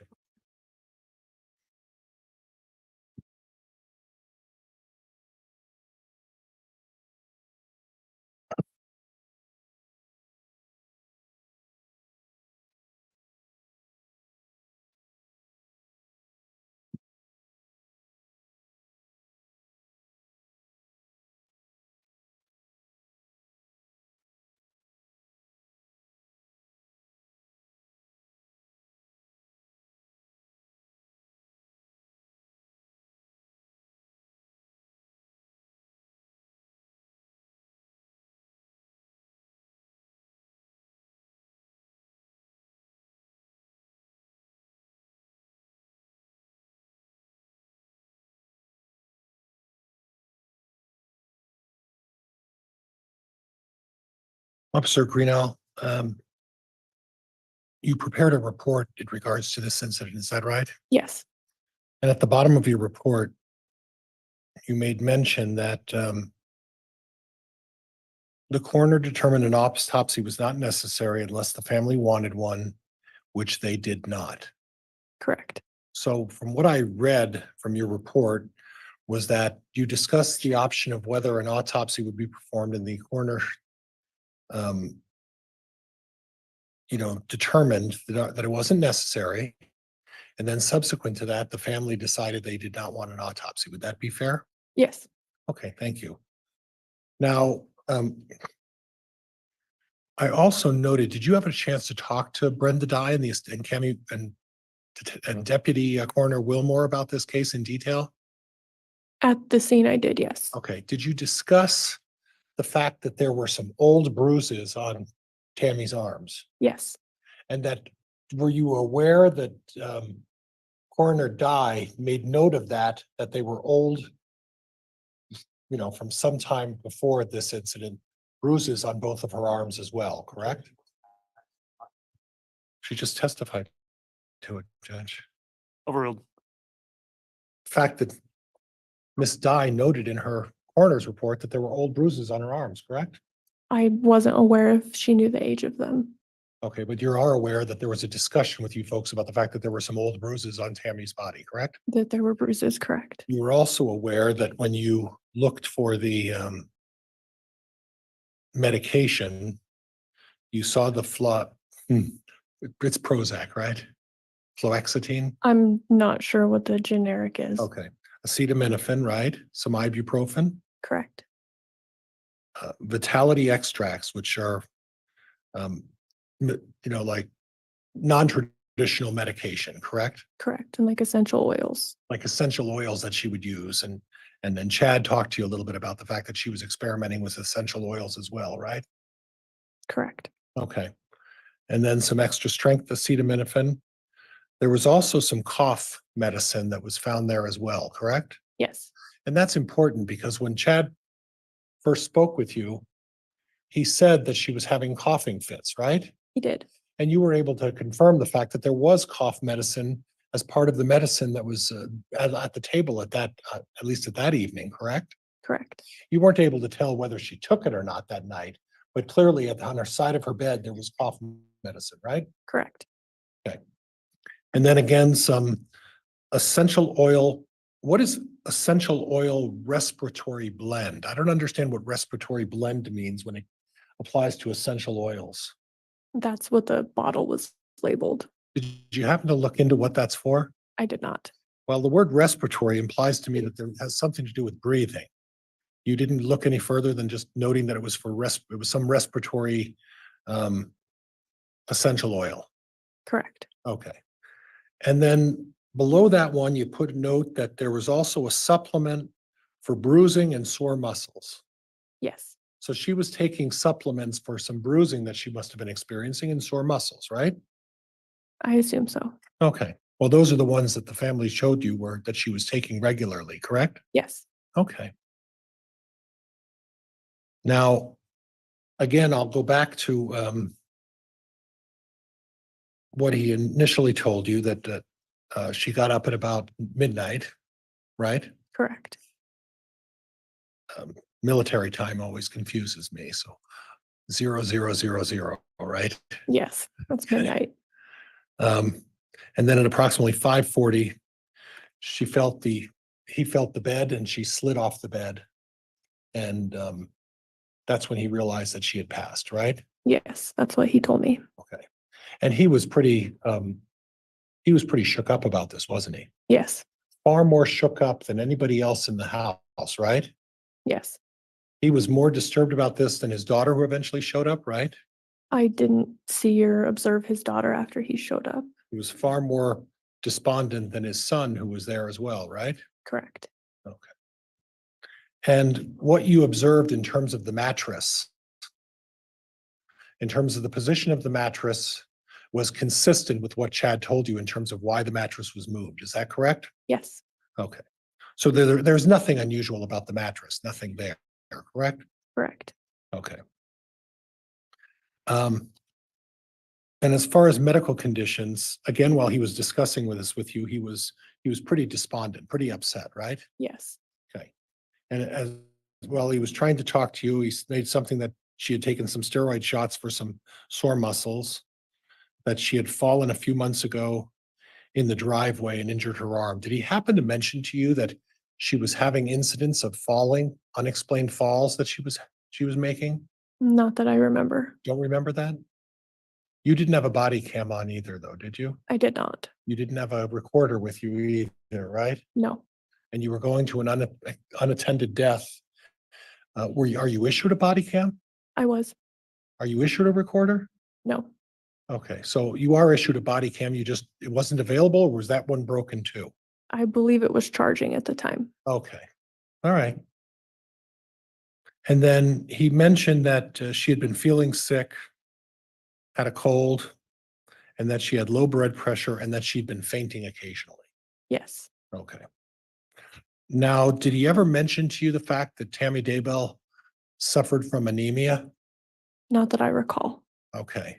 When you looked at the pink foaming, did you happen to do some research on what causes that pink foaming? I did not. Okay, so you're not aware of the medical condition someone would have that would cause their mouth to foam at the mouth, right? I'm not. Okay.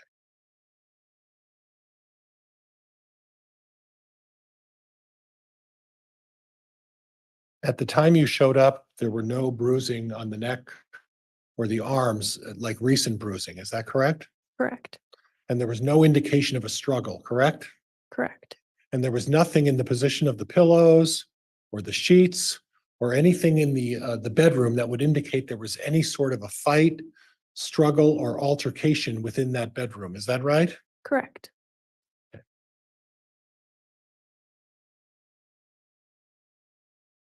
And then he also told you, Chad told you that through the coroner that Tammy had an occasion to have minor shaking fits, right? He did say that to the coroner, not to me though. With seizures, right? I'm not 100% certain what he said. And then were you there to talk to the daughter, Emma?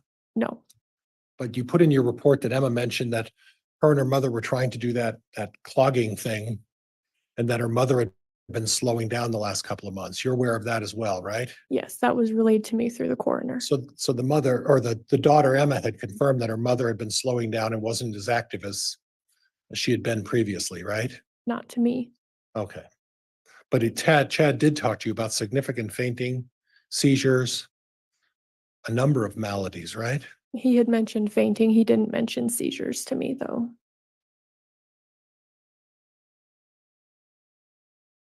Chad told the coroner that sometimes Tamara had minor shaking fits consistent with seizure activity. That was what the coroner. Oh, I'm sorry.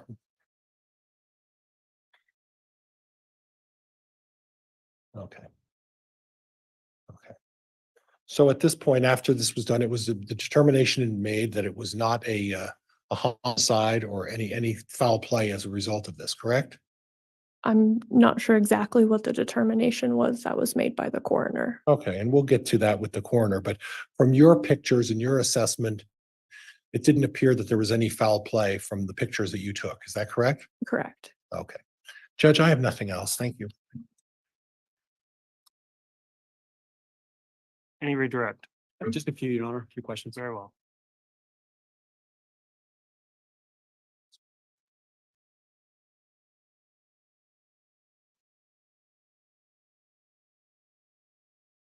Officer Greenhalgh, you were just asked some questions about a body cam. Correct. At that time at the Fremont County Sheriff's Office, was there any requirement that you have and use a body cam for any purpose? No. And you said yours was charging. Yes. Does that happen sometimes during your shift? Yes. You were asked some questions about, right question about by the time you showed up to the scene. Do you remember that reference from defense counsel? Yes. And you were asked questions about essential oils and some non-prescription items that were found. Yes. Now, did you have any information outside of what Chad had told you about whether it was Tammy who'd been using those things?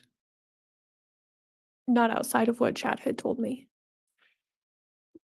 Did you have any information other than what Chad told you about how long those items had been in the home? No.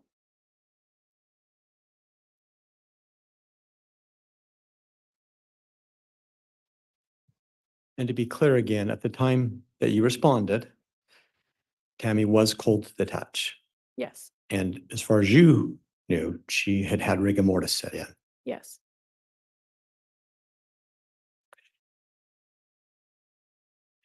You were just asked questions about having been told by Chad, the coroner having been told by Chad that Tammy had been having seizures. Remember that question? Yes, I do. But to be clear, that was never told to you directly. That's correct. So then is it accurate then that Chad told you some things and then told other things to the coroner? Yes. Your Honor, I don't have any further questions. All right, thank you. That will conclude then the testimony of this witness.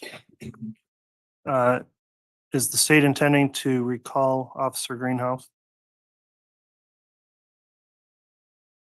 I'm sorry. Will the state be recalling the witness? No, all right, the defense. And Judge, I also subpoenaed Officer Greenhalgh to be there, but I'm going to excuse her from that subpoena. She won't need to show up, and I think we've covered everything that we need to cover at this point. All right, so that excuses you from any further subpoena. You're released from those. Thank you for appearing to testify. And you may step down from the witness stand. I don't believe there were any exhibits up there with her. Counsel for the state, do you want to get started on another witness? So sorry. We certainly have a witness available, but given the time, would the court have us go ahead and call that witness? Let me have a real quick sidebar to discuss whether that makes sense.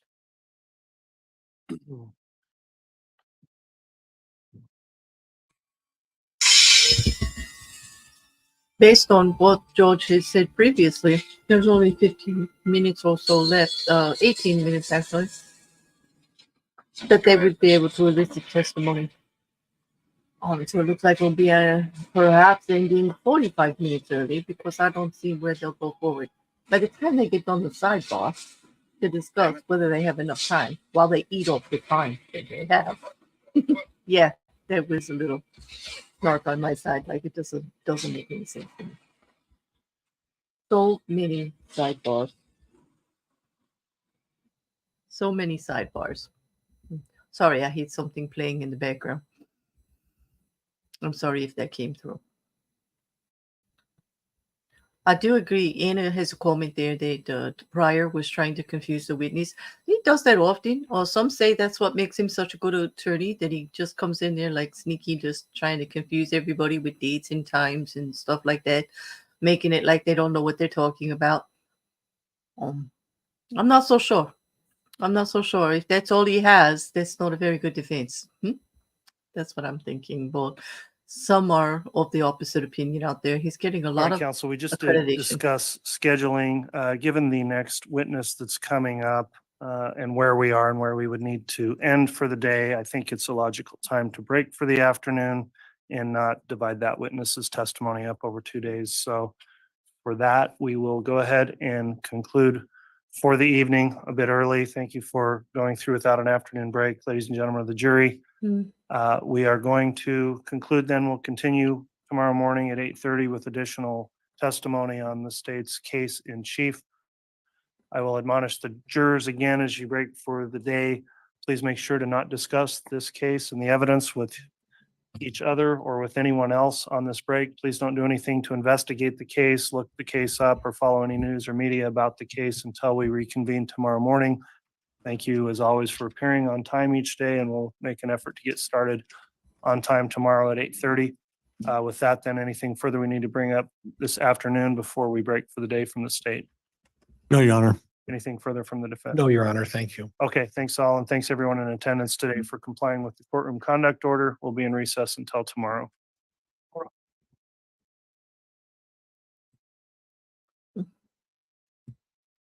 Yeah, there you have it. Court done for the day again until tomorrow. We will see everyone back here for Chad Daybell trial at 10:15 a.m. Eastern Standard. They start court at 8:30 in Idaho, 2 hours behind me. So that would be 10:30 Eastern Standard. But I'll be back tonight with a regular true crime and legal update, a new case, and an update on an existing case. 7 o'clock tonight. So I'll see you all then. I'm going to take a quick break, get everything in ready. Hope to see some of you there. Enjoy your evening. There was a lot today. I don't know. It wasn't as fast paced as yesterday, but I do believe that there was some groundwork. And I'd like to talk to you all tomorrow, more about like how you feel John Pryor's doing, because on the socials, he's getting a lot of accolades. Like he's making headway. And I would like I don't see a lot of it. But then again, I admit to being a little biased because he annoys me so much. But I'd like to hear what you guys think about it after today's testimony and yesterday's too. How you feel he's doing. And we could talk about that in the morning when we come on or during the break. But for now, I'm going to say goodnight. I have the whole thing time stamped there for you, Katie. So you can go back. You can go back and it'll all be there. It'll all be there. Okay, I'm going to end it then, guys, and I will talk to you all later on tonight if I see you at True Crime. Otherwise, I'll see you in the morning. Good night.